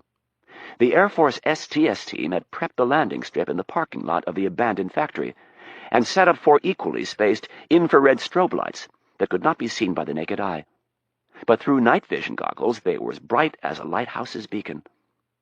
All 4 of the behemoths would touch down within seconds of each other directly on top of their strobes. They hit with a thud, and the Delta boys were instantly on their feet. The engine on the Mercedes purred to life, and the straps were snapped free. Less than 5 seconds after hitting the ground, the car was back down the ramp and clear of the helicopter. Rapp exited the chopper on the heels of the Delta boys and jumped into the front passenger seat. The 3 cars sped away instantly into the pitch-black night. Rapp didn't hesitate to put on a seatbelt. The car's automatic headlights had been disabled and wouldn't be turned on until they reached the main road. Rapp could barely make out the car in front of them. Fortunately, the sergeant driving the vehicle was wearing night vision goggles. The cars sped down the drive, and 45 seconds later they reached the main gate. As they motored through, Rapp glimpsed a man holding the gate open. He would be one of the Air Force guys sent to cut the lock and secure the perimeter. About a quarter mile down the road, Major Berg's voice came over their secure radios. "On my mark, turn on your headlights. 3, 2, 1, mark." All 3 drivers snatched their night vision goggles from their faces and turned on their headlights. It was crucial that they do this at the same time. If done while wearing the goggles, it would cause temporary blindness. With the road now illuminated, the team relaxed just a notch. Major Berg's voice came over the team's secure radios again and said, "Nice work, guys. 20 minutes to Baghdad, and then the real fun starts." Capitol Hill, Monday afternoon. Hank Clark had his white shirt sleeves rolled up. His elbows were placed on his desk, and his fingers kneaded his temples. He wished he were in his hide at the Capitol. But he would never have made it over there without being accosted by the media. As it was, his outer office was a complete zoo. There were at least 3 reporters with TV crews in tow demanding to speak to him. And there were another 5 or so print reporters just waiting for the chance to shove their damn dictaphones in his face. He should have been happy with the way things had gone, but something was bothering him. Clark couldn't figure out what he was missing.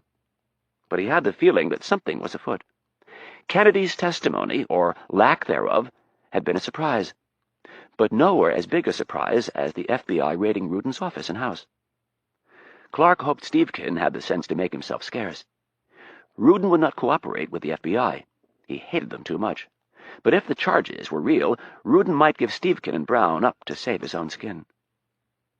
And then there was the president telling him that for his own good he should go easy on Kennedy. Then Kennedy shows up today and starts talking about national security. Something was going on, but he couldn't figure out what. There was a sudden loud ruckus in the outer office. Clark was about to get up to investigate when his door flew open and Rudin barged in. The bone-thin congressman slammed the door closed and stormed across the room, gesturing wildly with his hands. "I knew you wouldn't answer your damn phone, so I came over here. What in the hell happened?" Clark took a deep breath and stifled the urge to tell Rudin to shut up. "What did you want me to do, Albert?" "I wanted you to tear her head off." "I don't think that would have played too well on TV." Rudin stopped in front of Clark's desk. "I don't care how it would have played, Hank. The damn bitch admitted that she advised the president to raid my house. My fucking house!" "I thought Jetlin did just fine." "Have you lost your mind? He came off looking like a pompous, overbearing ass." Clark was tempted to ask Rudin if he'd watched any tapes of himself lately, but instead said, "And that's exactly what I would have looked like if I'd gone after her." Rudin's disagreement was apparent on his twisted face. "You should have never let her walk out like that. I don't get it." He threw his arms up in the air. "I did my part yesterday, and you just sat there." "Easy, Albert." Clark pointed to a chair and said, "Take a seat. You're way too worked up. Kennedy's done." The senator wasn't so sure, but he recognized the need to say something to mollify Rudin. "Oh, there's no question about that. The president better start looking for a new nominee." Rudin sat. "You know, before all this started, I would have been satisfied to just end her career, but not now." The bags of loose skin under his jaw jiggled as he shook his head. "I want her in jail." "I don't blame you," Clark lied. "If she'd advised the president to raid my house and office, I'd be furious." "Does that mean you're going to let me hold hearings?" Clark smiled slyly. "I think there'll be more than enough for both our committees to handle." The two men took a moment to gloat over the destruction of Kennedy. It was cut short by the voice of Clark's personal secretary emanating from the phone. "Senator, President Hayes is holding on line 1. Clark's eyes opened wide in an exaggerated show of surprise. "Thank you, Debbie. I'll grab it in a second." Looking at Rudin, he asked, "What do you think this is about?" Rudin clapped his hands together and gleefully announced, "He's calling to withdraw her nomination. What else?" Clark thought he was right. With Kennedy out of the way, he could breathe a sigh of relief and help select Brown as the next nominee. Beyond that, he would still be able to hold hearings. He could explain to the president that it was needed to balance out what would undoubtedly be a rabid persecution of Kennedy by Rudin and the House Intelligence Committee. Finally, he reached out and grabbed the handset. "Mr. President." "Hank? I don't have much time, so I'm going to make this real quick. In about 10 minutes, we're going to start bombing Iraq. I've already informed the leaders of both houses. I've also signed a presidential finding authorizing lethal force for U.S. Special Forces personnel who are in the area. I can't get into any specifics right now, but we're trying to put together a briefing for later tonight. Please do me a favor and keep this under your hat until the story breaks." "Absolutely, Mr. President." "Thanks, Hank. I'll be in touch." The line went dead, and Clark slowly hung up the phone. Rudin was still gloating. "What did he say? Did he pull her nomination?" It took Clark a moment to answer. "No. He called to inform me that we're 10 minutes away from bombing Baghdad." "What?" screamed Rudin. He jumped out of his chair. "There's no way! He can't! I can't believe he's—" "He can, and he is," said Clark firmly as his mind raced to figure out what was going on. "It's Wag the dog! It's all a diversion to get the media to ignore Kennedy!" The congressman's words gave Clark pause. He thought about it for a moment as Rudin paced back and forth in front of his desk, spewing obscenities. Clark knew Robert Hayes pretty well, and he didn't take him for the type to put soldiers and airmen into harm's way, just to divert attention from a political crisis. But the presidency did funny things to people's morals. Looking at the red-faced Rudin, Clark decided to bait him a bit.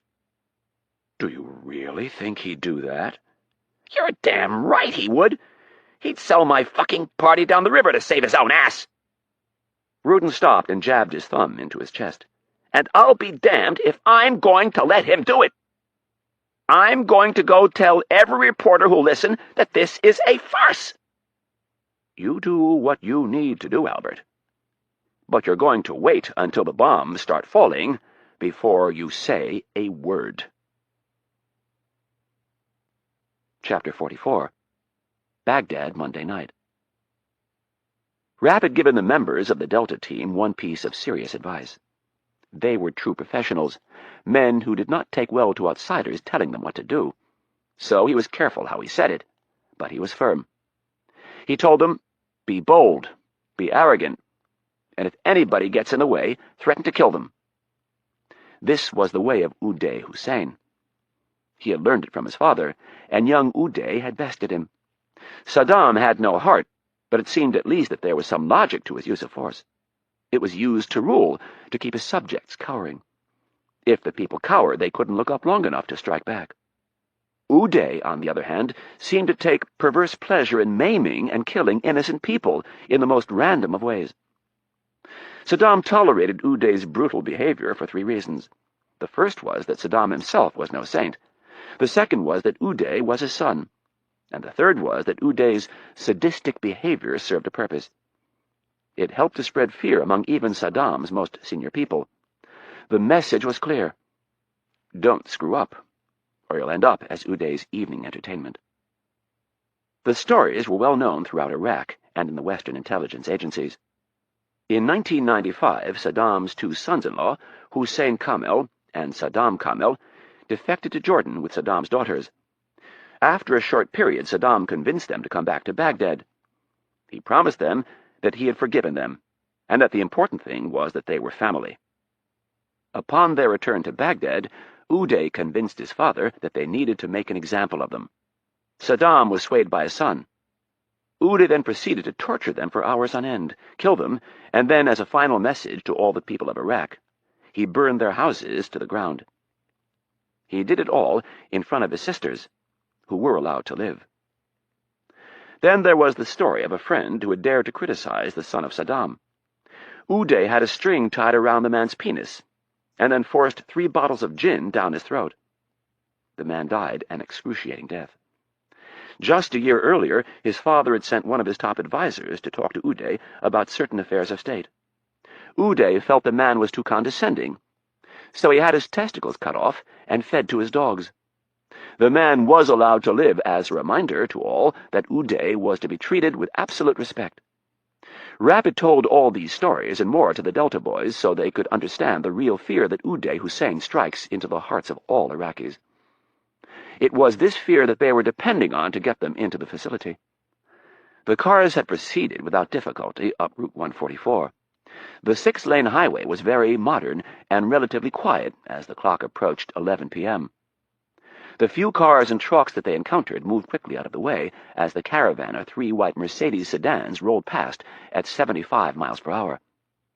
When they reached the city limits, they turned onto the Abu Ghuraib Expressway, another 6-lane thoroughfare that would carry them into the heart of Baghdad and right through the very teeth of the enemy. On the left was the sprawling Abu Ghuraib munitions factory, and on the right was the main barracks for the Republican Guard. Over 10,000 shock troops, ready to put down any revolt launched against Saddam. Suddenly Rapp noticed the lead car begin to slow a bit. Looking ahead, he saw a police cruiser in the middle lane. He spoke decisively over the team's comnet. "Don't slow down. There isn't a cop in this country who'd pull over one of these caravans. Speed right past him." The Mercedes all had deeply tinted windows, so it was impossible to see in. As they passed the police cruiser, Rapp looked over at the officer. Just as he thought, the man didn't dare to even glance at the speeding luxury sedans. The computer mapping in the car was very nice. The system was uplinked to the global positioning system and showed them their exact location on a map of the city. Their course to the hospital was also clearly marked in green. As an extra precaution, each member had also memorized the location of the hospital and the streets leading to and from it. The lead car hit its right turn signal and began to move over. Their exit for the hospital was coming up. As they reached the top of the ramp and prepared to turn onto Shadi Arba'at, Rapp saw a flash off in the distance. For a split second he thought it was lightning, but it was quickly followed by 3 more. The strikes were not coming from the sky. They were erupting from the ground. Suddenly fiery streaks appeared in the night sky, and Rapp realized they were cruise missiles. It was an amazing sight, like a low-level meteor storm. Bright flashes began popping to the south of them, each one moving closer until they could hear the explosions. The drivers kept moving toward the hospital. When they reached Shadi al-Mansur, they took a left and sped down the road. Several blocks later, they passed the Russian embassy and had to race around cars that were stopped in the middle of the road. At that exact moment, a block in front of them, a blur of fire-breathing cruise missiles screamed overhead less than 100 feet off the ground. The cars shook from the noise, but continued on even faster. The hospital was only blocks away. Over the comnet, Rapp said, "Major, did you see the crowd gathering in front of the Russian embassy?" "Affirmative. The locals know it's safe to go there during an air raid. The street might be blocked by the time we get out of here." "Roger. We'll go with the secondary route. Did everybody get that? On the way out, we're switching to the secondary route." The drivers all confirmed that they'd received the order, and the group pressed on. The explosions started occurring closer by the second, and Rapp briefly wondered if they'd all lost their minds to volunteer for this operation. He'd specifically asked that the bombing start minutes after they'd arrived at the hospital, not before.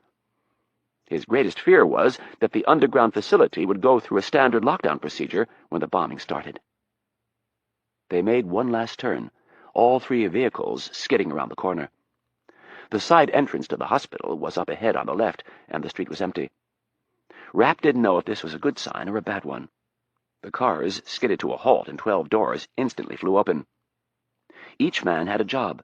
In the back seat of the first and third vehicles, Delta operators popped up through the sunroofs and set up their Heckler & Koch 7.62mm machine guns on tripods. The heavy weapons would eviscerate anything short of an armored personnel carrier. And if one of those, or, God forbid, a tank showed up, they had 3 Law 80 anti-tank guided missiles. The 3 drivers stood next to their vehicles, leaving the engines running. Each carried an M4A1 carbine with an advanced combat optical gun sight, and an M203 40mm grenade launcher affixed under the barrel grip. The driver from the middle car would cover the door after the entry team went in. The remaining 7 Delta operators and Rapp moved quickly toward the door. Each man with the exception of Rapp carried a Heckler & Koch MP-10 suppressed submachine gun. The weapons were silent 9mm close-quarter killing machines. They were the best weapon available for the job, and if not for Rapp, they would have been left behind. The original plan had been to use AK-74s and AKSUs, the standard weapons of the Special Republican Guard. But Rapp had intervened, explaining that Uday was a gun nut, and the men on his personal detail carried the best weapons money could buy. The Delta operators and Rapp moved toward the nondescript metal door en masse. None of them knew what to expect on the other side. The lead man shoved open the door just as an earth-shaking explosion occurred from a bomb strike nearby. The Iraqi soldier standing in the small room had a wall phone to his ear and a machine gun slung over his shoulder. His eyes were wide open with fear from either the explosion or the sudden arrival of the Special Republican Guard unit. Whichever the case, Rapp did not wait around to find out. Remembering his words to the Delta operators, Rapp pushed his way through the men, limping like Uday Hussein would, and in Arabic yelled, "Hang up the phone!" The man mumbled something quickly into the phone and nervously placed it in its cradle. Snapping to attention, he saluted Rapp and said, "General Hussein, we are under attack by the Americans. We must get you down to the shelter." "I know we are under attack, you idiot! That is why I'm here. Take me to the bombs." Without hesitation, the guard turned and inserted a key into a riveted steel door. He yanked it open and gestured for the man he thought to be Uday Hussein to enter. Rapp did so and stepped into a slightly larger room. The guard nervously inserted another key into a box on the wall. 2 heavy doors slid back to reveal a large freight elevator. Everyone piled in, and the guard pressed one of 2 buttons. Rapp asked, "Is Dr. Lee here?" The guard would not look Rapp in the eyes. "I'm sorry, General Hussein?" "The Korean!" he yelled. "Yes, I think so," the man answered nervously. "Who were you on the phone with when I arrived?" "Headquarters, General." "Why?" "They are sending more men over just in case."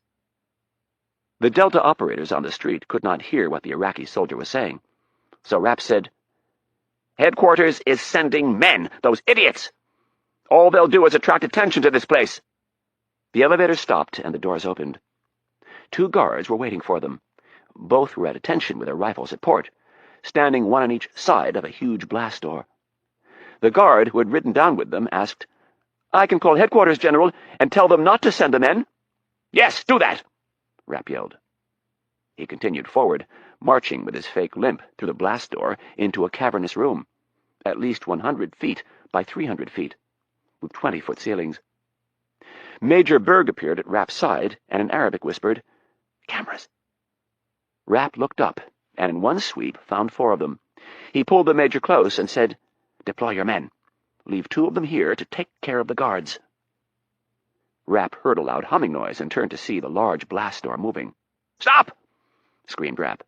"I gave no order to close that door!" The guard at the wall smacked a red button with the palm of his hand and snapped to attention. Rapp barked at him.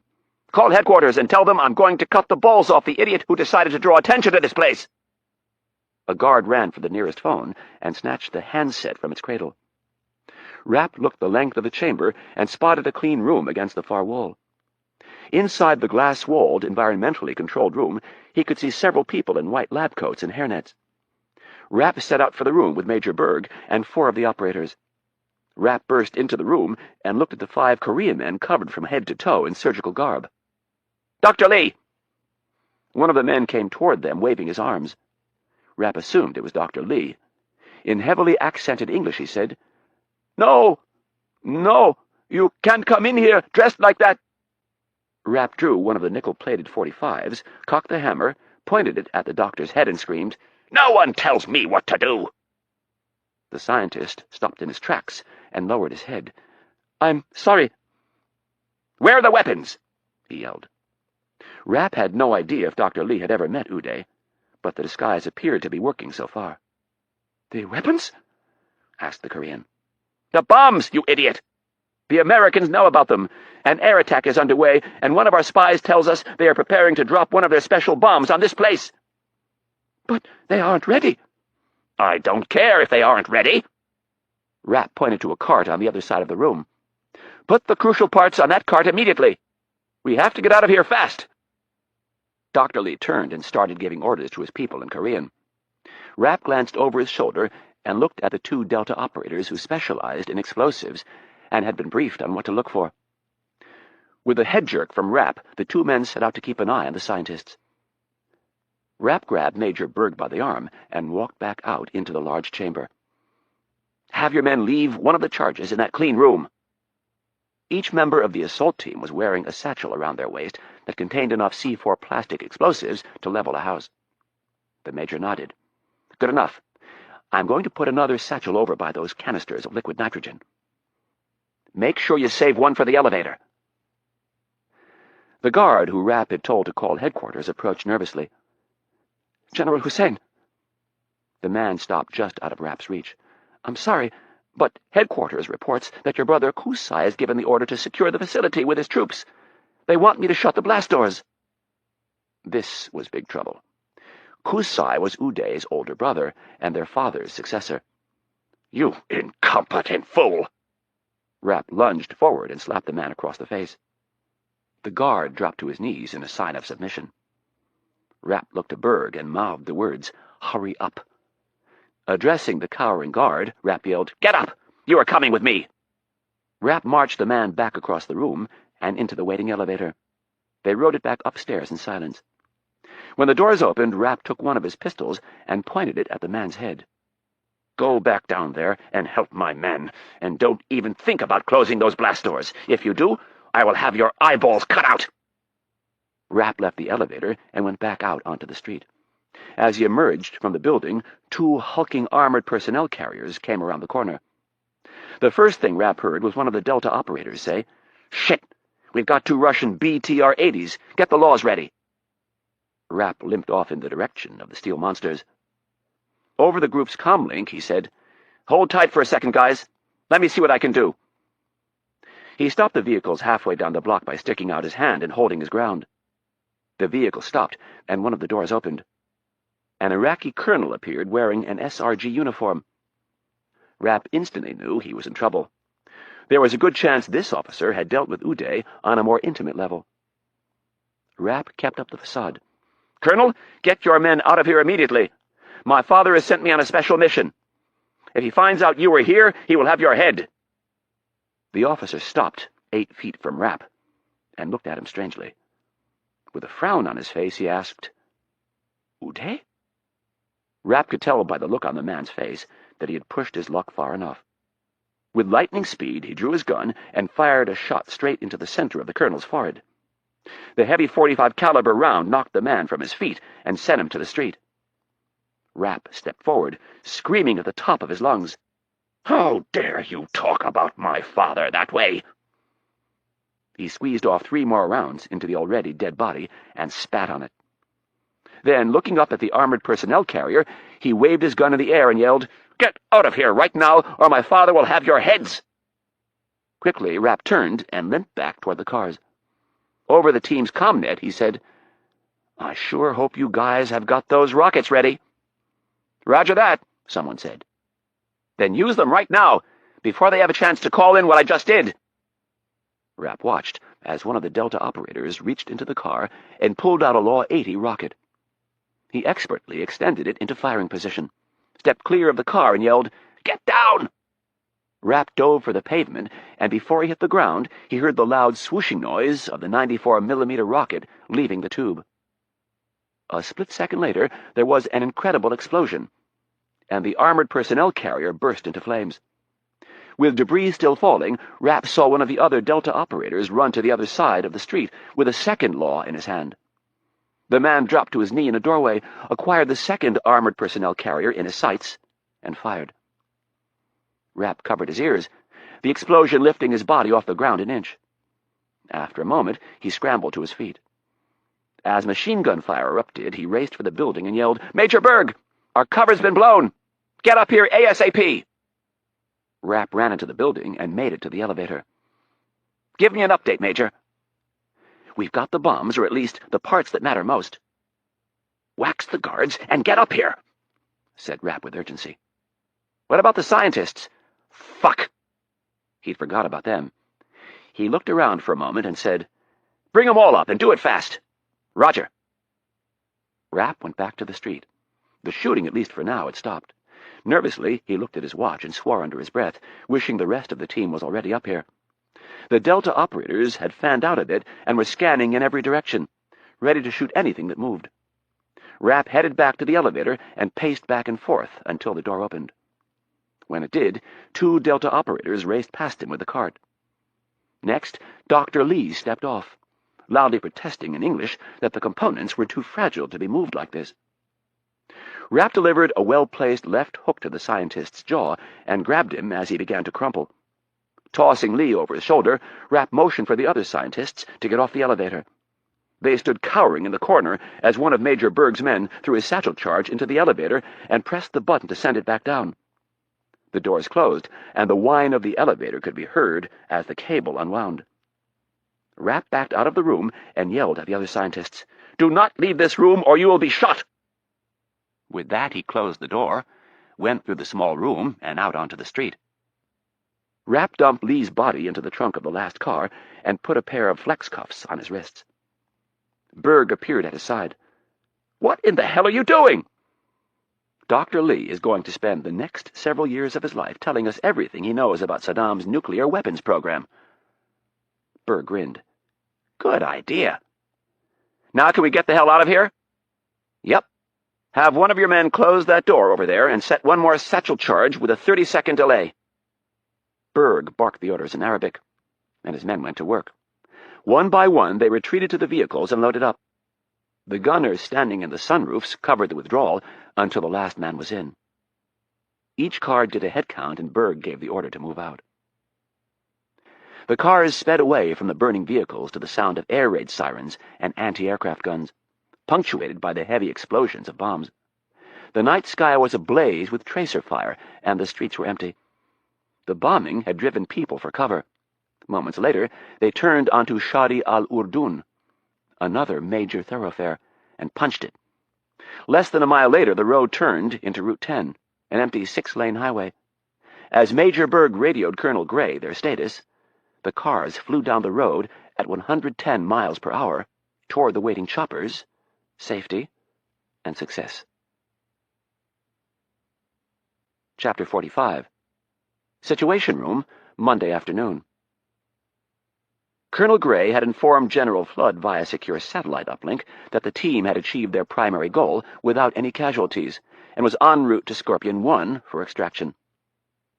The room erupted in a premature show of excitement that was quickly doused when the President reminded everyone that they weren't out of the woods yet. Hayes felt as if something was trying to eat its way out of his stomach. He was so tense he'd taken to pacing back and forth along one side of the conference table. While this may have helped the commander-in-chief relax a bit, it did little to comfort the others in the room. In the midst of the battle, the President felt the walls closing in. This was, bar none, the boldest, most difficult decision of his political life. He knew without the slightest doubt that he'd made the right choice. But that didn't mean he had to like it. Somewhere in the back of his mind, he knew that Israel had played him. They had sent Ben Friedman to Washington, knowing full well that America wouldn't ignore the information. If Israel were to take matters into their own hands and bomb Iraq, it would shatter the Arab coalition that was organized against Saddam. Israel knew Hayes would have to act. This somehow tainted everything he'd done during the last week. Robert Hayes was a proud man, and he wanted to do the right thing for the right reasons. He didn't enjoy being played. He didn't enjoy being caught up in other people's schemes. In the midst of his pacing, he came to a decision. Some things were going to change as soon as the mission was over. If it failed, he was done. And not just kind of done, really done. The only way he was going to be able to put out the fire started by Congressman Rudin was with complete victory. Anything short of that, and his enemies would ravage him. Hayes had no false illusions about the future. If Rapp and the Delta team failed to get out of Iraq with the nukes, he would be crucified. As Hayes continued pacing, he glanced over at the big board and stared at the 5 blue triangles west of Baghdad. If only they would start moving. The president's eyes shifted to one of the other TVs, which was showing CNN. His eyes squinted in genuine hatred at the man on the screen. Congressman Albert Rudin was on the screen, ranting and raving about the bombing. Hayes had already caught his act on MSNBC 20 minutes earlier. He was sure that before the night was over, Rudin would make his wag the dog innuendo on every network and cable outlet in America. The irritating ass was already asking for hearings into the bombings. It was at that precise moment that President Hayes decided he was going to destroy Albert Rudin. It was the first and only time he'd ever been moved to such thoughts in his 25-plus years of politics. But now he savored the thought of the absolute and utter destruction of Rudin's political career. Rudin had been warned, not just by Hayes, but by the leaders of the party to back off and keep his mouth shut. He'd been admonished severely, yet he still continued. He would pay for his irritating insolence and stubborn self-righteousness. If Rapp and the Delta team could pull it off, they would give Hayes the sword he needed to do the job. And if they failed, they'd be giving the sword to Rudin. Either way, only one of them would survive. As Hayes turned to do another circuit behind the table, a sheaf of papers was shoved under his nose by his chief of staff, Valerie Jones. "Give this the once-over." The president took the 4 sheets of paper without comment and began reading them. He was relieved to have something to take his mind off the mission. Midway down the first page, he stopped, and holding the sheets against the wall, he crossed out a word and inserted a different one. He was reading a statement written by Jones and White House Press Secretary Michelle Bernard. The press room upstairs was packed to the gills with reporters and photographers, who were waiting for Bernard to fill them in on what was going on. Hayes quickly finished reading the pages and made just a few changes. He handed them back to Jones and said, "It looks good. Add one more thing at the end, though." Before Hayes could continue, General Flood's baritone voice filled the room. "Mr. President, the extraction has been completed, and the team is en route to Saudi Arabia." Hayes looked at Flood and then the big screen. The 5 blue triangles that he'd been so concerned about were finally moving. With a smile on his face, he looked back to the general and asked, "Every single person has been accounted for?" Flood smiled back. "Every single person." Hayes felt like screaming for joy, but kept his composure. The extraction was the easy part. Surface-to-air missile batteries in the western Iraqi desert had just been pounded mercilessly for the last hour by planes and Special Forces personnel. The AWACS had reported that the missile threat to the planes had ceased. If there were any SAM sites left, they'd be too afraid to draw any attention to themselves. Turning to Jones and Bernard, the president said, "Get upstairs and give the briefing. And when you're done, tell them I'll address the nation tonight at 9 o'clock. Jones stood first and said, "Slow down for a second. We need to discuss this." All the president could do was smile at his always cautious chief of staff. "It's all right, Valerie. I know what I'm doing." "But, sir, you don't even have a speech prepared." The president kept smiling as he ushered his 2 advisers toward the door. "Don't worry. I know what I'm going to say." When he returned to the conference table, General Flood motioned for the president to sit next to Kennedy. He leaned over and said, "Mr. President, We still have the flight of F-111s holding. What would you like to do?" Hayes glanced over at the board for a second. He knew the secondary targets well. They'd selected 4 command and control bunkers and 4 of Saddam's expansive presidential palaces. The folks over at the National Reconnaissance Office had chosen the palaces from a list of over 20.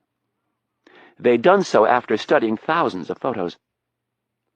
The 4 that they picked were the ones deemed most likely to be hiding production facilities for weapons of mass destruction. The president knew the time would never be better to strike.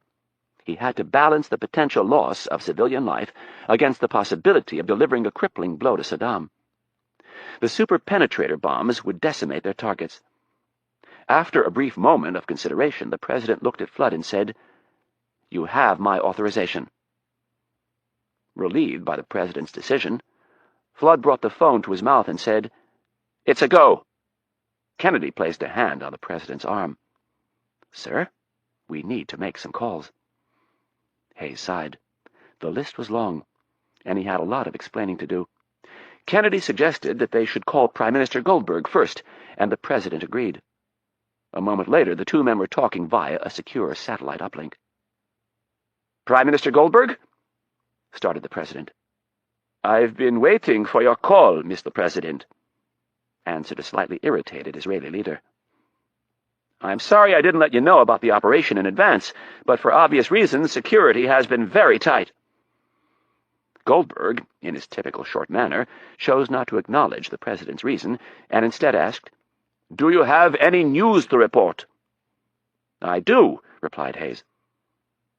"Approximately an hour ago, U.S. Special Forces personnel stormed the Al-Hussein Hospital in Baghdad and achieved their primary objective. The weapons we were after are in our possession, and the facility has been destroyed without any damage to the hospital." There was an incredibly long period of silence on the line before a heartfelt Goldberg replied, "Mr. President, the country of Israel is forever indebted to you." The president smiled at Kennedy, who was listening on an extension. "That is very kind of you to say. I'm sorry I can't talk long, but I'm looking forward to our visit next week." The Israeli Prime Minister was due in town shortly for scheduled peace talks with the Palestinians. "Are you sure my Arab neighbor will show up after what has happened tonight?" "Oh, I'm sure Yasser will be here. I'm not going to sit on our little secret. I'm going to let all the world know what Saddam was up to." There was apprehension in Goldberg's voice when he spoke. "I hope that my country's role in this will not be mentioned." "I appreciate your concern, David, but that goes without saying." "You are a great ally to the Israeli people, Mr. President." "And Israel has been a great ally to the U.S." Hayes said this with considerably less conviction than Goldberg had.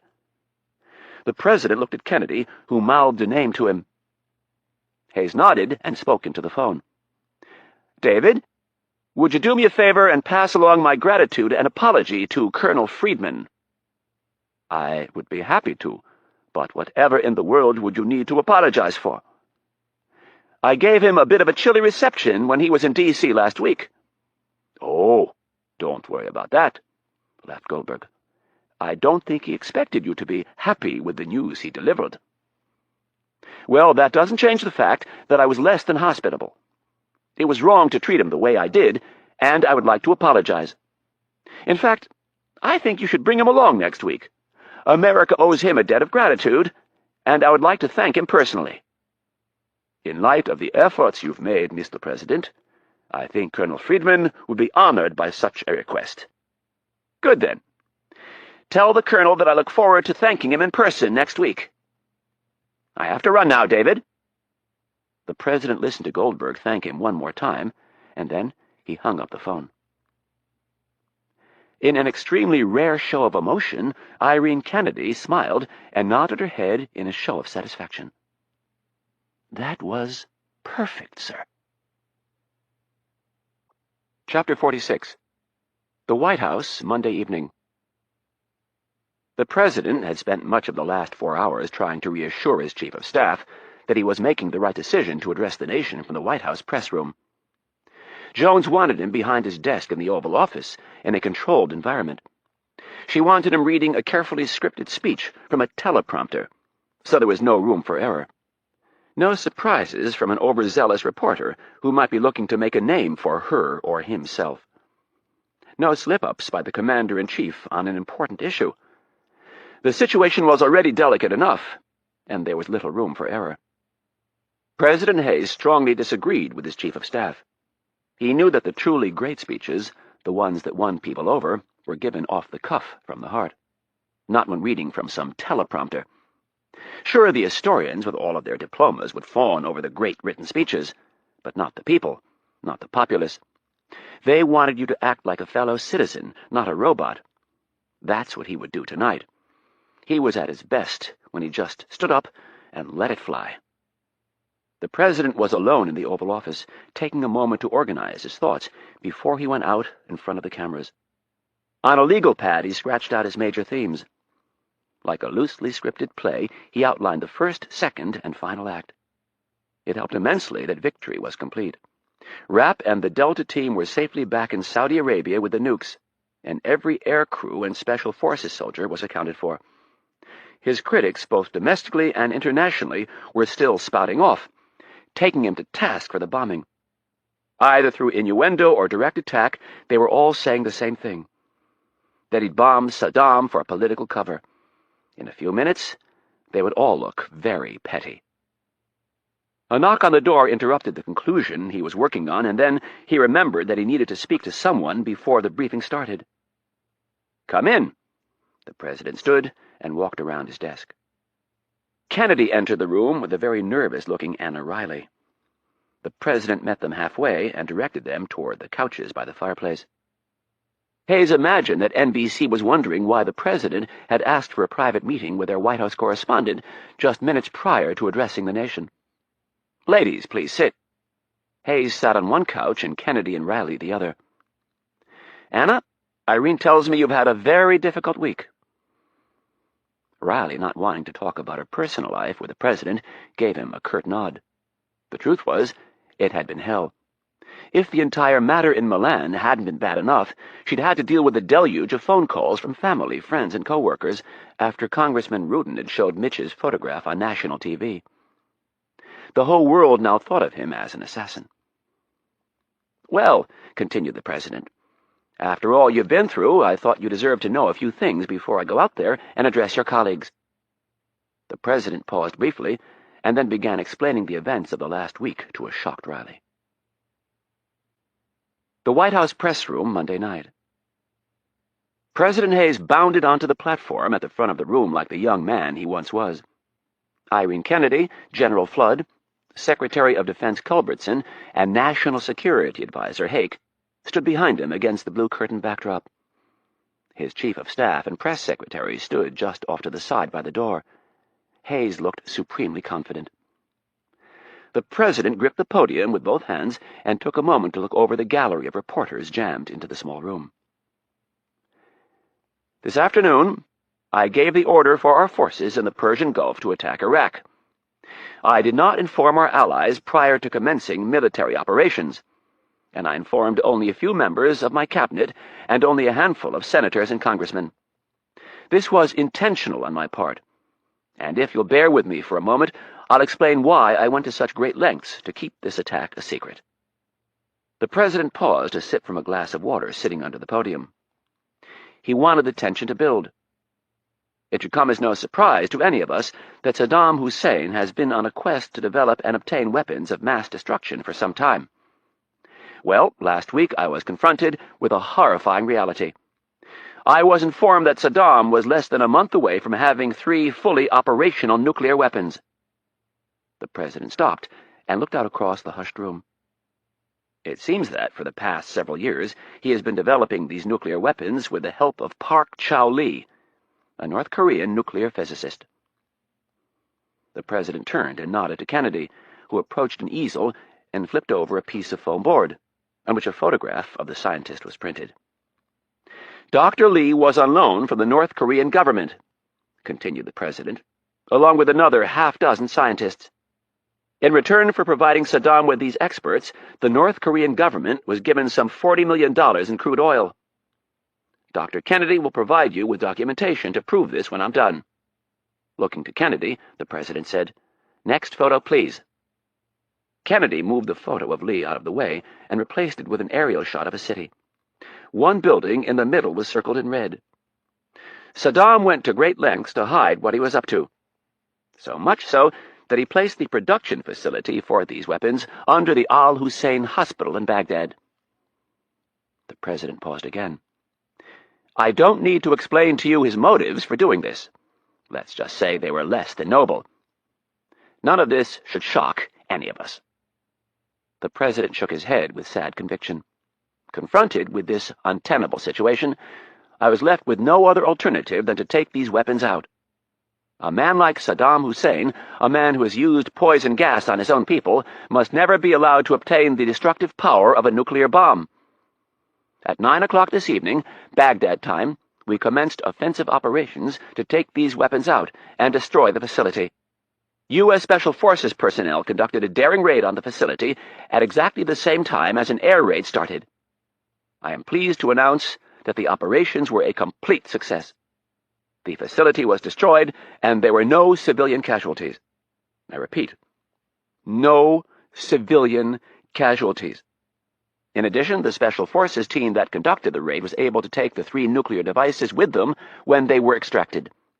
Those weapons are safely out of Iraq, and we are in the process of arranging an inspection by a UN team and any U.S. senator and congressman who is still in doubt as to the integrity of their president. The comment was a well-aimed shot, but the president wasn't done. He wasn't even close. I am also pleased to announce that all U.S. personnel who were involved in tonight's operations have returned safely to their bases and ships. I apologize to our allies and our leaders on the Hill for not letting you in on this operation earlier, but I couldn't risk it for fear that the weapons would be moved. National security was paramount during every phase of this operation. And that brings me to the second reason for addressing you tonight. Just yesterday, this entire operation was put in jeopardy by Congressman Albert Rudin when he went on TV and divulged classified top-secret information. The president shook his head in disgust. Congressman Rudin, blinded by his irrational hatred of the CIA and his zeal to destroy Dr. Kennedy, decided to give all the world the name and photograph of one of this country's top counter-terrorism operatives. Many of you in the press have spent the last day trying to find out who this man is. Well, for reasons of national security, I can't tell you much about him. But I will tell you that he is the man who led the raid into Baghdad tonight. Without his bravery and selfless attitude, this mission would not have been a success. His name is Mitch Rapp, and he has just completed his last mission, thanks to Congressman Rudin and his inability to put the national security of this country before his own petty vendettas. Many of you were shocked by the raids that occurred at the congressman's home and office this morning. Let me explain how they came about. Dr. Kennedy and I sat down with FBI Director Roach last night and showed him the classified files of Mr. Rapp's career with the CIA. I can assure all of you that the law was upheld by both myself and my predecessor. The file contains presidential findings authorizing the use of lethal force. In each and every case, the leadership of both the House and the Senate were notified under the laws of congressional notification. Technically speaking, Congressman Rudin, as chairman of the House Intelligence Committee, is to be notified in a timely fashion of any covert action. Myself and my predecessor argued successfully to the leadership on the Hill, both Democrats and Republicans alike, that Congressman Rudin could not be trusted with such information. They agreed, and he was kept out of the loop. This was a difficult situation.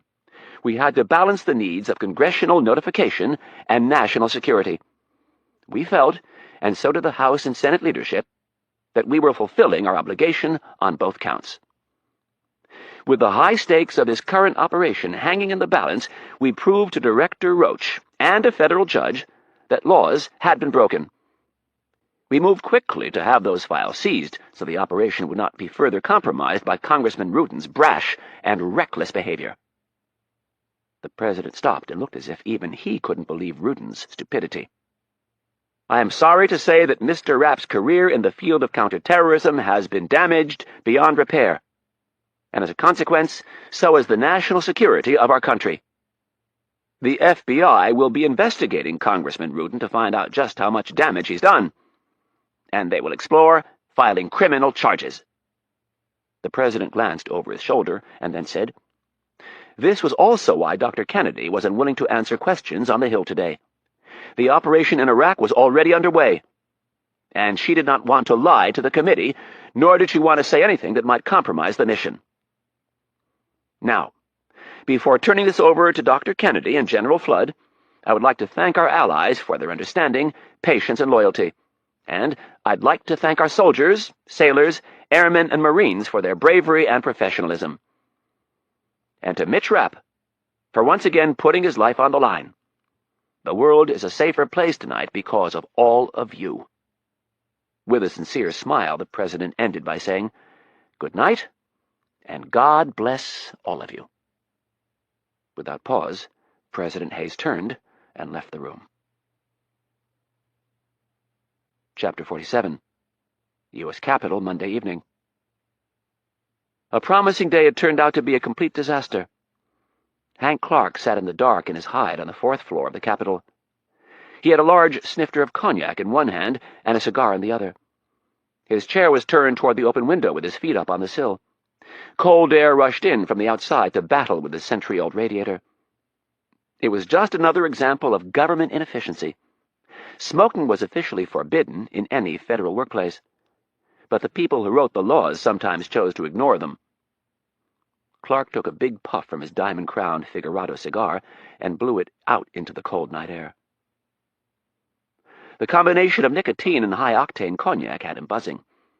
His mind was nearing that place where he desperately wanted to be, the place where booze actually elicits clarity of thought.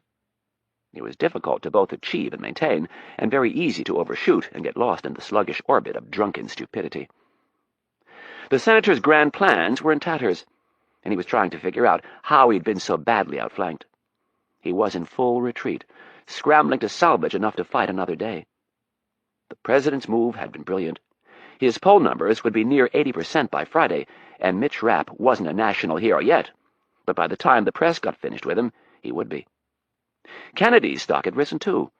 She was seen as a cool professional in the midst of a crisis. The type of person we needed running the CIA. No one on the Hill was going to risk their career trying to take either of them down at this point. Albert Rudin was all the example they needed. If ever a politician was finished, it was Rudin. The president had just jumped from the bully pulpit and squashed him like a bug. The man was radioactive. By tomorrow morning, he wouldn't be able to get a table at Burger King. He wouldn't have a single ally left in Washington. Unfortunately, Clark knew Rudin well enough to know that the stubborn old bastard would not simply slink back to Connecticut and retire quietly. Washington was his lair, and the Democratic Party was his life. He would be a desperate man, and desperate men rarely think wisely. Rudin was now a major liability. Clark took another sip of cognac and tried to assess the damage that the cantankerous congressman might cause him. It didn't look good. Clark could try to take the high road and dismiss Rudin's ranting and raving as those of a bitter, beaten man, but the president would still wonder. And then there was the issue of Stevekin and Brown. If the president was serious about the FBI pursuing a criminal investigation, they were in trouble, and that meant he was in trouble. Rudin had to be convinced to keep his mouth shut, or Clark would be up the old shit crick without a paddle. Money was the most likely way to solve things. He would approach Rudin on principle, and if that didn't work, he'd have to pay him off. Clark looked out the open window down the National Mall and puffed on his cigar. He tried to calculate his odds for success. Rudin was a cheap bastard. The money just might work. Suddenly, someone began banging loudly on the office door. Sitting alone in the darkness, Clark was so startled that he leapt to his feet. He placed a hand over his racing heart and tried to calm himself. "Open this damn door, Hank! I know you're in there!" It was Rudin. Clark wasn't so sure he wanted to talk to him yet. He stood in front of the open window, afraid to move. "I can smell your damn cigar smoke! Open this door right now!" Rudin screamed. "The FBI wants to talk to me tomorrow, and they've advised me to bring a lawyer, Hank. I need to talk to you right now!" With great reluctance, Clark set his drink down and turned on a desk lamp. He went to the door, unlocked and opened it. Rudin shouldered his way past Clark, muttering obscenities as he went. Clark closed the door and turned to address the congressman. "Albert, I feel horrible about what happened tonight. I can understand the president's frustration, but I think he's crossed the line a bit." "Understand his frustration?" Rudin snapped, with spit flying from his mouth. "He just fucked me over in front of the entire country. Hell, the entire world, and all you can say is you understand his frustration." "What about my frustration?" Rudin barked. Clark made a calming motion with his hands. "I'm here to help you, Albert. Your screaming will accomplish nothing." "Here to help me?" he bellowed. "You're up here hiding. Fucking help me, my ass!" The senator sighed and told himself to stay calm. "You're right, Albert. I'm sorry." "Well, sorry ain't gonna cut it. You're gonna make things right." "Albert, I want to help you. But before I do that, you have to admit to some blame here." "Blame?" he screeched with an angry face. "The only blame I'm going to take is for listening to you. You were the one who sent that oddball Stevekin to see me. You were the one who told me to go on Meet the Press and tell the world about Mitch Rapp. If I hadn't listened to you, I wouldn't be in any of this." Clark's calm demeanor began to unravel. "Oh, Albert, I think you can take more than a little bit of the blame for the position you're in." "Bullshit! I'm right, and you know it!" "Everything the president said tonight was true, especially the part about you having a vendetta." "Fuck you, Hank!" Rudin furthered his point by raising his middle finger. Clark leaned in. "You'd better watch it, Albert. I'm probably the only friend you have left in this town." The senator's size managed to intimidate Rudin enough to force him back a step. In defense he said, "I'm desperate. I'm a desperate man. You have to help me." Clark remembered his own earlier thought. Desperate men do desperate things. It was as if he'd been given a sign. The fog had cleared. Clark saw a way out of the entire mess. He placed a hand on Rudin's bony shoulder and said, "Come here. I want to show you something that I think will help." Rudin hesitated at first, but Clark nudged him with his large hand. The two men walked over to the open window, and Clark pointed off in the distance toward the Washington Monument. It was bathed in a bright light on all four sides, shooting up out of the middle of the mall as if it were a rocket ready for flight. Clark gazed out the window and said, "You fought the good fight, Albert. Just like Washington did, only you didn't have history on your side."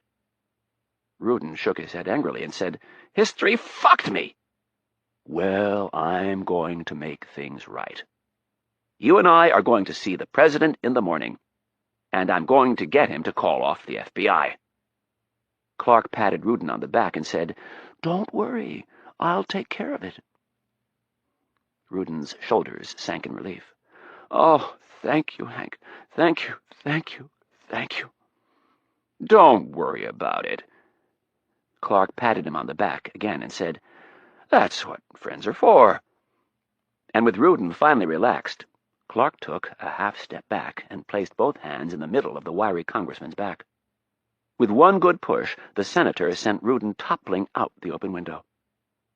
There was a brief, blood-curdling scream, and then, an instant later, a dull thud. Clark stuck his head out the window and looked down some 80 feet to the stone terrace below. There lay Albert Rudin's lifeless body. Clark went to his desk and grabbed his snifter, where he downed the remainder of the liqueur in one gulp. Next, he grabbed his mobile phone from his suit coat and dialed a number. When a woman answered on the other end, he said, "This is Senator Clark. I need to speak to the president immediately. Something terrible has happened." Chapter 48. Maryland, Wednesday evening. Rapp arrived stateside with a genuine mix of emotions. He was still riding high from the operation and doubted that the pride he felt over the mission's success would ever wane. He had more than likely reached the apex of his career, and he could think of no better way to exit. Whether he liked it or not, Congressman Rudin had blown his cover.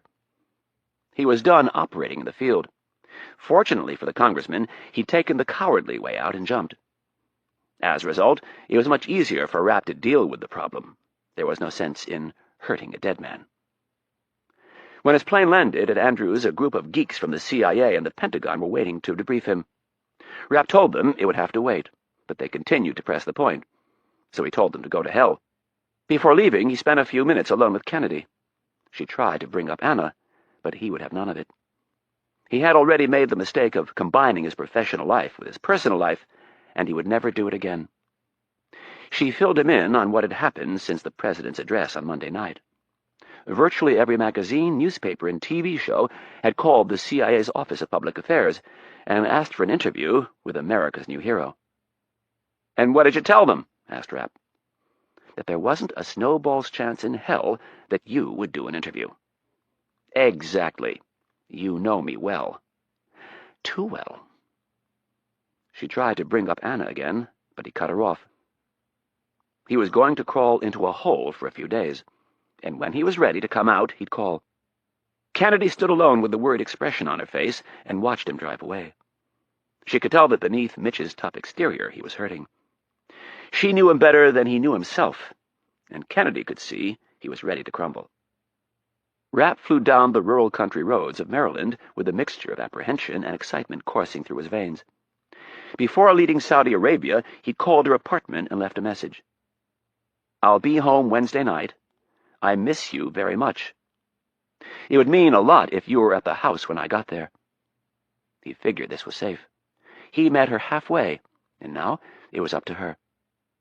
As he returned to America, the cruel irony of the situation began to set in. He'd been searching for that normal life, a wife, a family, true love, and now, after all these years, he was finally in a position to give it his all. Anna was that woman. Despite what had happened in Milan, he knew with all his heart that he wanted to spend the rest of his life with her. But he also knew he couldn't force it. Anna was a bit of a contrarian. She did not like being badgered. She needed to come to certain conclusions of her own free will. Rapp was not well versed in the affairs of the heart, and he was entirely unaccustomed to failure. He was someone who was supremely confident in his ability to handle any situation. But on this cool November evening, there were cracks in his armor. An unfamiliar feeling was percolating just beneath the surface. It was the foreign emotion of vulnerability. He tried not to get his hopes too high, but he couldn't help it. He desperately wanted Anna to be at the house. Turning onto his road, he could no longer contain his excitement. He'd come too far, given too much, to be deprived of happiness. He knew with absolute conviction that Anna loved him. There were two sides to every story, and now, having had some time to think about Milan, he could see why she was so upset. He was bringing a lot of baggage to the relationship, and not your everyday type of baggage. Deep down inside, he knew they were meant to be together. It was fate. As he turned into the driveway and the headlights from his car swung around across the long front yard, they hit the house and then the garage. His heart sank in disappointment, and he stopped the car. It was 11 minutes past 8, and she wasn't here. Slowly, he released the brake and rolled down the driveway. He stopped the car in front of the garage and got out. Not wanting to deal with his bags, he went straight for the front door. Rapp unlocked the door and punched in the security code. He headed for the kitchen to check the answering machine. It was full. He swore to himself, and like an addict searching for a fix, began plowing through them one at a time, skipping over each new message as soon as he heard it was someone other than Anna. With each passing message, he sank further into despair, until finally the last one had been heard. He exhaled deeply, as if part of his soul had just left his body. Turning, he went to the fridge and grabbed a beer. His nerves were dead. He grabbed a jacket and went outside onto the deck. For some reason, he needed to see the water. As he looked out across the dark bay, he tried to find an excuse for her. Why she wasn't there, why she hadn't called and left a message. He felt pathetic for not facing the truth, for grasping at empty hopes. Needing to do something, anything, to take his mind off the pain he felt, he set off to get a few logs and start a fire. 5 minutes later, he seemed to have found a brief moment of relief. The flames licked upward into the chilly night air, and the bark on the birch logs popped and crackled. The wind blew in off the bay and carried the smoke with it. He took a sip of beer, and looking into the flames, he remembered that Anna had given him the fire kettle for his birthday. He suddenly felt awash in a barren sea of loneliness. He'd spent years hiding his inner thoughts. Emotions were a luxury he could ill afford. Anna had changed all that. She gently peeled away the tough exterior to expose an array of feelings that he'd never known. Now those feelings had turned against him, and the pain was excruciating. As he stared back into the fire, tears began to fill his eyes. He leaned back in the Adirondack chair and wondered what life would be like without her. The smell of her hair, the touch of her skin, her enchanting green eyes, her smile, her laugh. It was all gone, and somehow he felt cheated. His sacrifices had been great, and this had been all he'd asked for in return. A little happiness. A companion to spend the rest of his life with. Through the tears, his analytical mind raced ahead in an attempt to see his future. He would survive, he knew that. Strip away everything else, and he was the consummate survivor. The pain of this loss would diminish, but not entirely heal. There would be no other women, at least not for a long time. And when and if he ever found one, she would never measure up to Anna. She was his one true love, and he had lost her. With tears streaming down his tired face, he began to wonder if any of it was worth his sadness. Riley stood in the shadows near the side of the house and watched. She smelled the smoke when she got out of her car and came around the side of the house. She did not want to be there when he got home. She wanted to make a point. She wanted him to feel what she had felt. Now, standing in the shadows, seeing the pain he was in, she couldn't take it anymore. She stepped from the shadows and approached him. He stared up at her the way a child looks when they first awake from a long sleep. Gazing down at his tear-filled eyes, all she wanted to do was make his pain go away.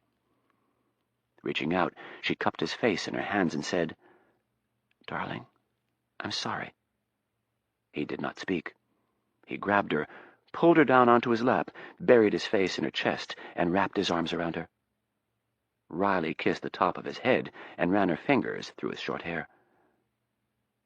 "How did you feel when you got home and I wasn't here?" "Like shit." She gazed at him seriously.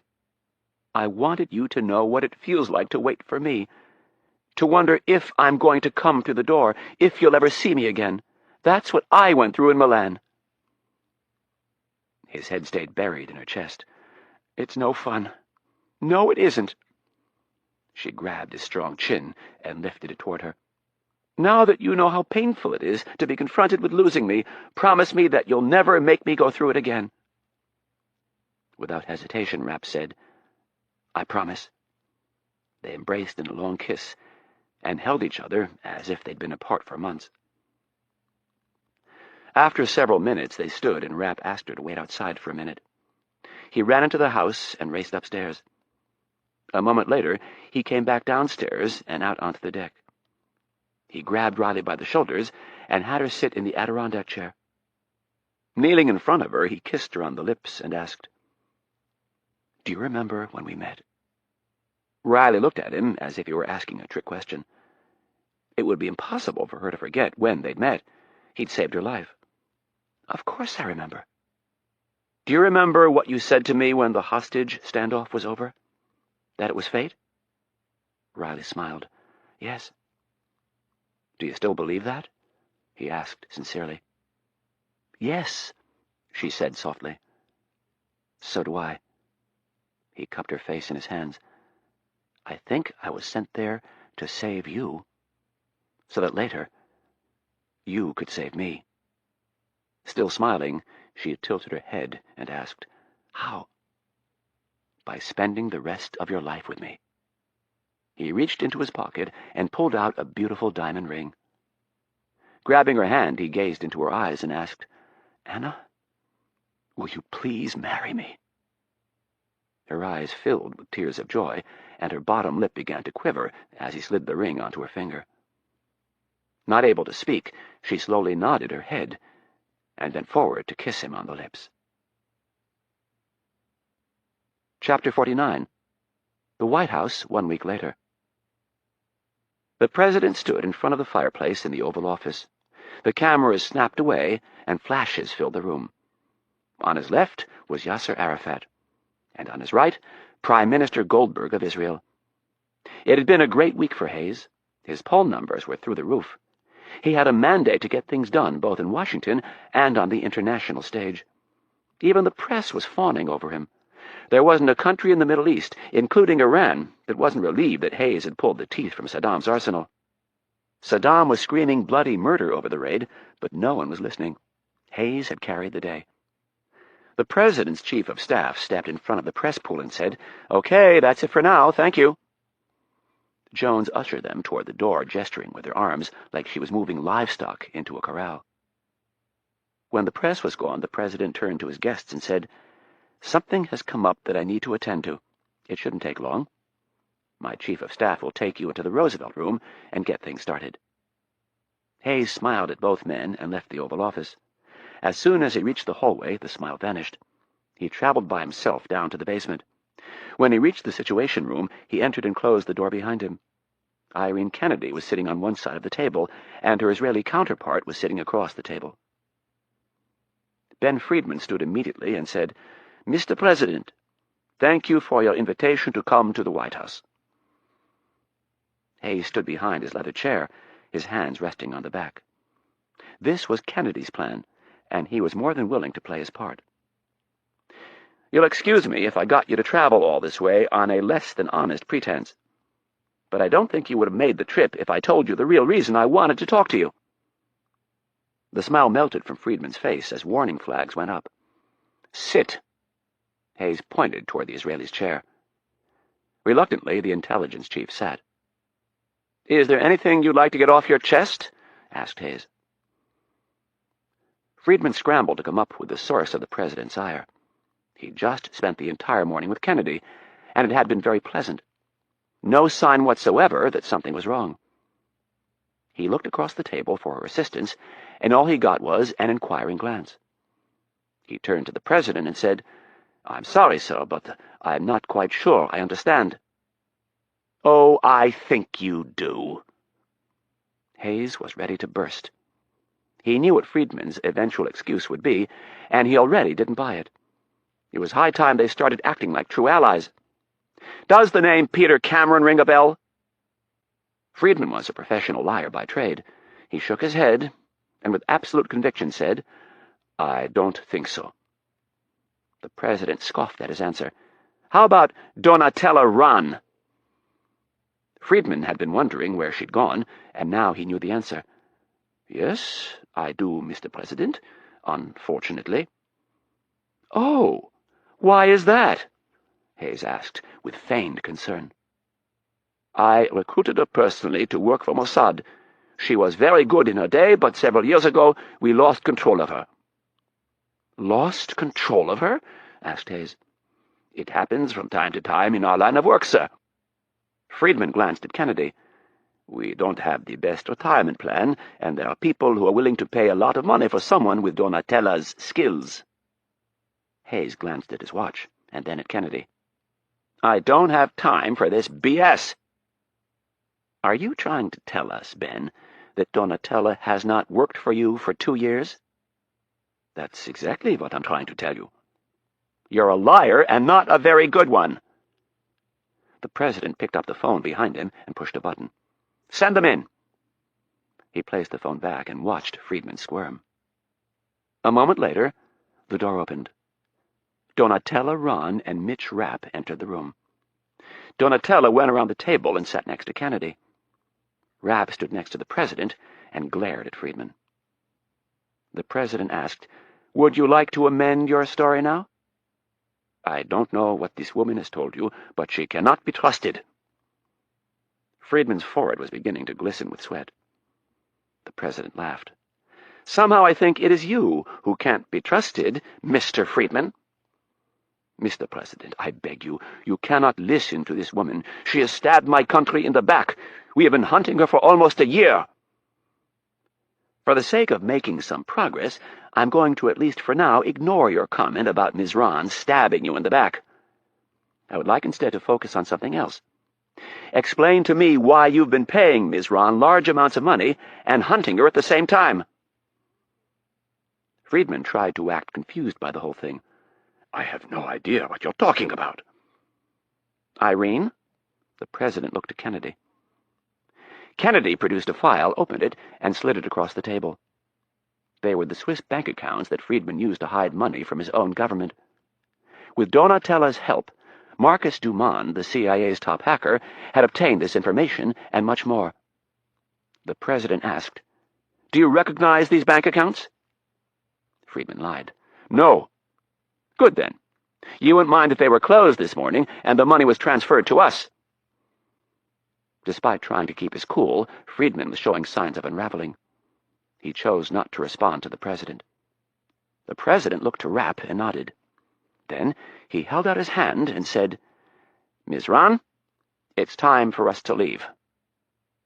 Rapp drew his Beretta from his shoulder holster and methodically twisted a thick black silencer onto the end of it. Donatella got up from her chair and took the president's hand. In response to the recent development, Friedman let out a laugh that sounded a little more nervous than he would have liked. "Mr. President, how naive do you think I am? You can't intimidate me like this." Friedman shook his head disbelievingly at Hayes. "You could never get away with killing me, especially not here in the White House." "Oh, Mr. Friedman, I think you underestimate my dislike for you, and I think you overestimate your importance to your government. All I have to do is show Prime Minister Goldberg what you've been up to, and by the time I'm done, he'll be thanking me for killing you." Hayes opened the door and ushered Donatella out. "Wait," said a nervous Friedman. The president motioned for Donatella to go on without him, and he closed the door. "Don't waste my time, Mr. Friedman." "What do you want to know?" Rapp asked the question. "Who hired you to kill Peter Cameron?" Friedman squirmed. "That's a complicated question." Rapp raised his gun and pointed it at Friedman's kneecap. "No, it isn't." He looked at the gun and then at the man holding it. There was absolutely no doubt in Friedman's mind that Rapp would pull the trigger. In the blink of an eye, he made up his mind and said, "It was Hank Clark." "What?" asked a shocked president. "Hank Clark." Friedman looked at Kennedy and said, "Give me my money back, and I'll tell you everything I know." Rapp turned to the president and said, "I'd like you to leave now."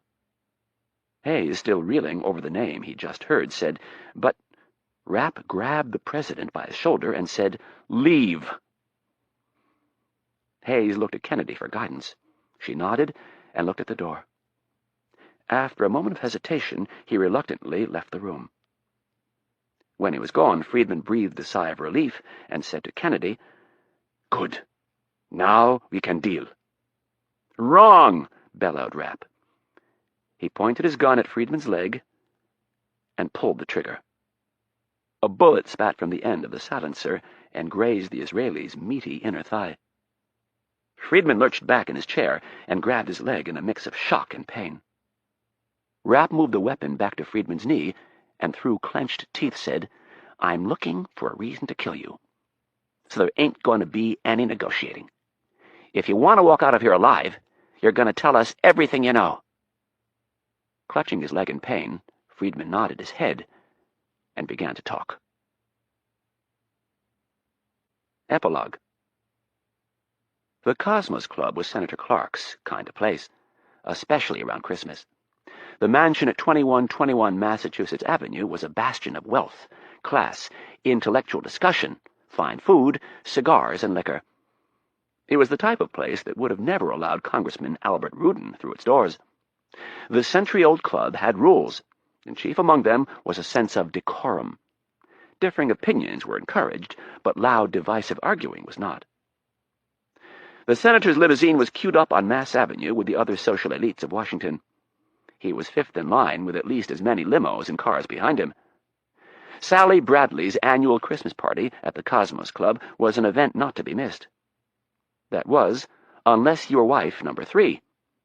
She'd gone home to Phoenix. Washington's cold, gray December skies depressed her too much. Clark was more than a little surprised at the lack of remorse and guilt he felt over killing Rudin. He found it very satisfying that he was the only person who knew the truth. Just 3 weeks after the death, the case was ruled a suicide and closed. The police had been very easy to handle. Clark laid it all out for the detectives. Rudin had been depressed for some time, especially since a meeting he'd had with his party's leadership and the president several weeks earlier. They threatened to strip him of his chairmanship and do everything in their power to make sure he didn't get reelected. Rudin had been devastated. Blinded by his convictions, he tried to find a way to torpedo Kennedy's nomination. Clark warned him against it, but Rudin said he discovered something that would ruin Kennedy. That was when he went on Meet the Press with his accusations. The next night, his world fell apart around him when the president gave his speech to the nation. Clark told how a panicked Rudin came to him and begged him to talk to the president. He'd pleaded with Clark to intercede and get the president to call off the FBI's investigation. Solemnly, Clark told the investigators that he'd refused Rudin's plea. How he told Rudin that he had nobody to blame but himself for the mess he was in. "I didn't think he'd jump. The thought never occurred to me. Now I realize I failed him in his hour of need." Clark seemed genuinely remorseful, and the police believed him. Much of his story was backed up by the president himself, and even Rudin's wife had said he'd been in a dark funk for several weeks. Clark was never once treated as a suspect, and after a short investigation it was ruled that Rudin had committed suicide. The feeling of having avoided near disaster was intoxicating. Knowing that he had fooled them all gave him a sense of omnipotence.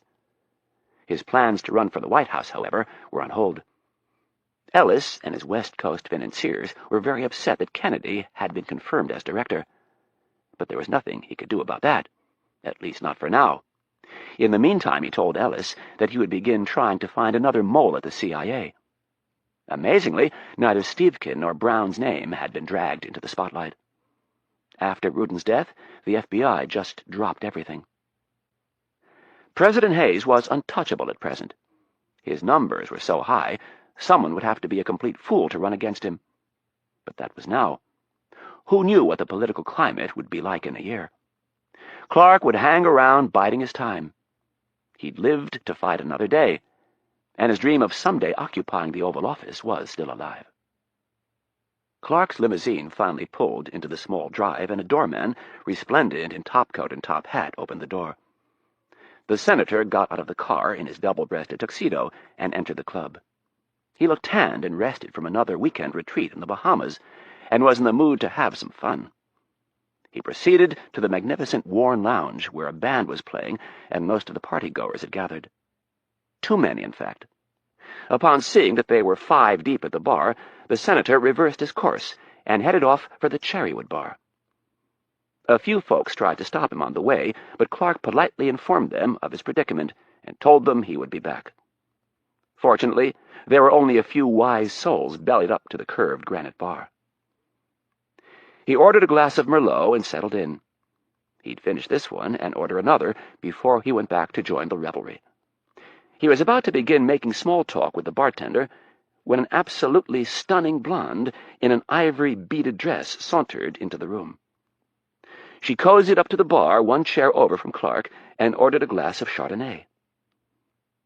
When she looked in his direction, Clark said, "How are you doing this evening?" "Just fine, thank you." She turned her attention back to the bartender. The woman had just a touch of an accent, but Clark couldn't place it. She was absolutely gorgeous. High cheekbones, full lips, and a curvaceous figure with a tiny waist. Clark was already wondering what she looked like with her clothes off when he asked, "Are you enjoying the party?" "Yes." She studied Clark for a second and said, "You look familiar. Have we met before?" He smiled and took a big sip of wine. "Most certainly not. I'd remember that." Standing, he extended his hand. "I'm Senator Hank Clark." "Oh, that's right." She took his hand. "I've seen you on TV." With a flirtatious smile, she added, "You're much better looking in person." "Why, thank you, and so are you." The woman laughed and patted Clark's hand. "And what is your name?" "I'm Mary Johnson." "You must not live in Washington, Mary, or I'm sure we would have crossed paths." "You are correct, Senator. I'm from Richmond." "So how'd you get mixed up with this crowd?" The glass of Chardonnay arrived. "I was a sorority sister of Sally's daughter in college." "Oh, great. Here, take a seat." Clark offered the stool next to him. "Thank you." She sat and crossed her legs, the long slit in her dress revealing a healthy portion of her toned thigh. Clark noticed the exposed flesh immediately and reached for his wine. He took a large gulp and smiled. "I love your dress. It's beautiful." He looked at the wedding ring on her finger and then back down at her leg. "So, where's your husband?" She hesitated for a second and then replied, "He's down in Richmond. He doesn't like coming to these things. In fact, all he pretty much likes to do is work." Clark moved a little closer and in a quieter voice said, "If I was married to you, I'd only have one thing on my mind." "And what's that, Senator?" "You." Clark polished off his glass of wine and ordered another. The woman blushed at the compliment and reached into her handbag to retrieve a compact. She opened it and checked her makeup, applying some more powder to her nose. "So tell me, Senator, where is Mrs. Clark tonight?" "She is, fortunately, back in Arizona for the evening." The second glass of Merlot appeared, and the bartender scurried off to help another customer. The woman pulled some lipstick out of her handbag and asked Clark, "Is that you in that photo over there?" She pointed over Clark's shoulder at a collection of black and white photographs on the wall of the bar. When Clark turned to look, she casually moved her lipstick over the senator's glass of wine and pressed a small button on the side. Several drops of a clear, odorless liquid fell into the glass. The woman placed the lipstick back in her handbag and took a sip of her own wine. When Clark turned back around, he said, "Yes, I think that is me and some of my colleagues from the Hill." He lifted his glass of wine and took a sip. The woman nodded and then stuck her hand out. "Well, Senator Clark, I feel like dancing. What do you say?" "I'd love to." Clark took another sip and stood. He offered his hand to the woman and decided tonight was going to be a good night indeed. As he stared down at her full breasts peeking over the top of her tight dress, he once again tried to imagine what Mary Johnson would look like naked.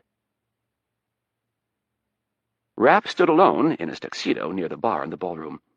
His black hair had been dyed mostly gray, and he sported a salt-and-pepper goatee. He adjusted the horn-rimmed glasses he was wearing and looked out over the crowd in search of Donatella. He'd sent her to follow Clark and was waiting for her to return. For the most part, Rapp had kept Kennedy out of the loop over the last 3 weeks. She knew what he was up to, but didn't want any details. The president, he assumed, had conveniently decided not to get involved. Friedman had given them a good start on what Clark had been up to. For his help, Kennedy and the president would stay silent about what the head of Mossad had done. Friedman's money, though, would stay out of his reach for a while longer. Kennedy wanted it for leverage on some other things. With Friedman's information, they began looking into Clark's life. Rapp had done most of the surveillance and digging with the help of Donatella and a few other well-trusted specialists. He'd been inside all 3 of Clark's homes and examined his financial and medical records in detail. He'd also taken the opportunity to insert certain things here and there to help explain the senator's upcoming death. Just killing Clark wasn't going to work. It would have been easy, but doing it so closely on the heels of Rudin's apparent suicide would have raised too many questions. This was why Rapp had picked tonight. The more witnesses, the better.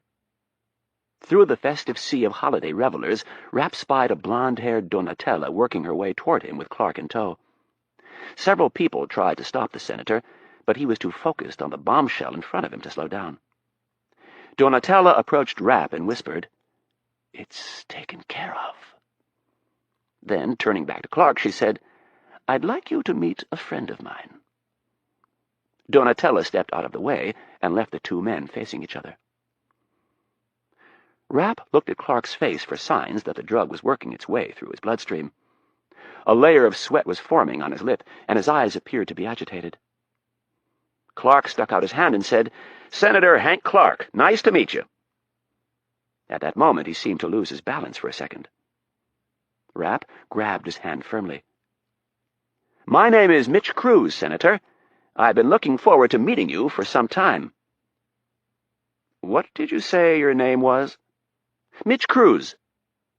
Over the loud music of the band, Clark said, "I've heard that name somewhere before." Rapp shrugged. "Tell me, Senator, did Congressman Rudin jump, or was he pushed out your window?" Rapp was still holding onto Clark's hand and wasn't about to let go. Clark tried to pull away, but Rapp was too strong. "I don't find your attempt at humor very entertaining." "There's nothing humorous about it, Senator. I think you killed him." Clark tried to pull away again and swayed a bit. "I have no idea what you're talking about." Rapp noticed a heaviness in the senator's speech. "Senator, you don't look so good." Still holding Clark's hand, Rapp stepped to the side, revealing an armchair he'd been saving. "Here, sit." Rapp guided him into the chair and took his glass of wine. He handed it to Donatella, who wiped it with a napkin and set it on the bar. Clark clawed at his bow tie. "Something isn't right. I'm having a hard time breathing." The words barely made it out. "You're having a heart attack, Senator. Just try and stay calm. It'll all be over in a minute." There was horror on Clark's face. He tried to speak, but nothing came out.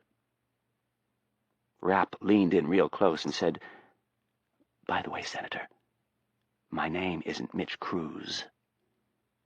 It's Mitch Rapp." There was a flutter of recognition in Clark's eyes, but he was too far gone to react.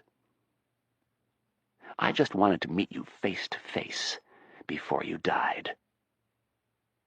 Rapp stepped away so he could see the look of absolute horror on Clark's face fade to a death stare. With Clark sitting wide-eyed, Rapp turned and extended his arm for Donatella. She grabbed it, and they walked across the dance floor to the sounds of music, conversation, and laughter. That was Separation of Power by Vince Flynn, read by Ken Kleban.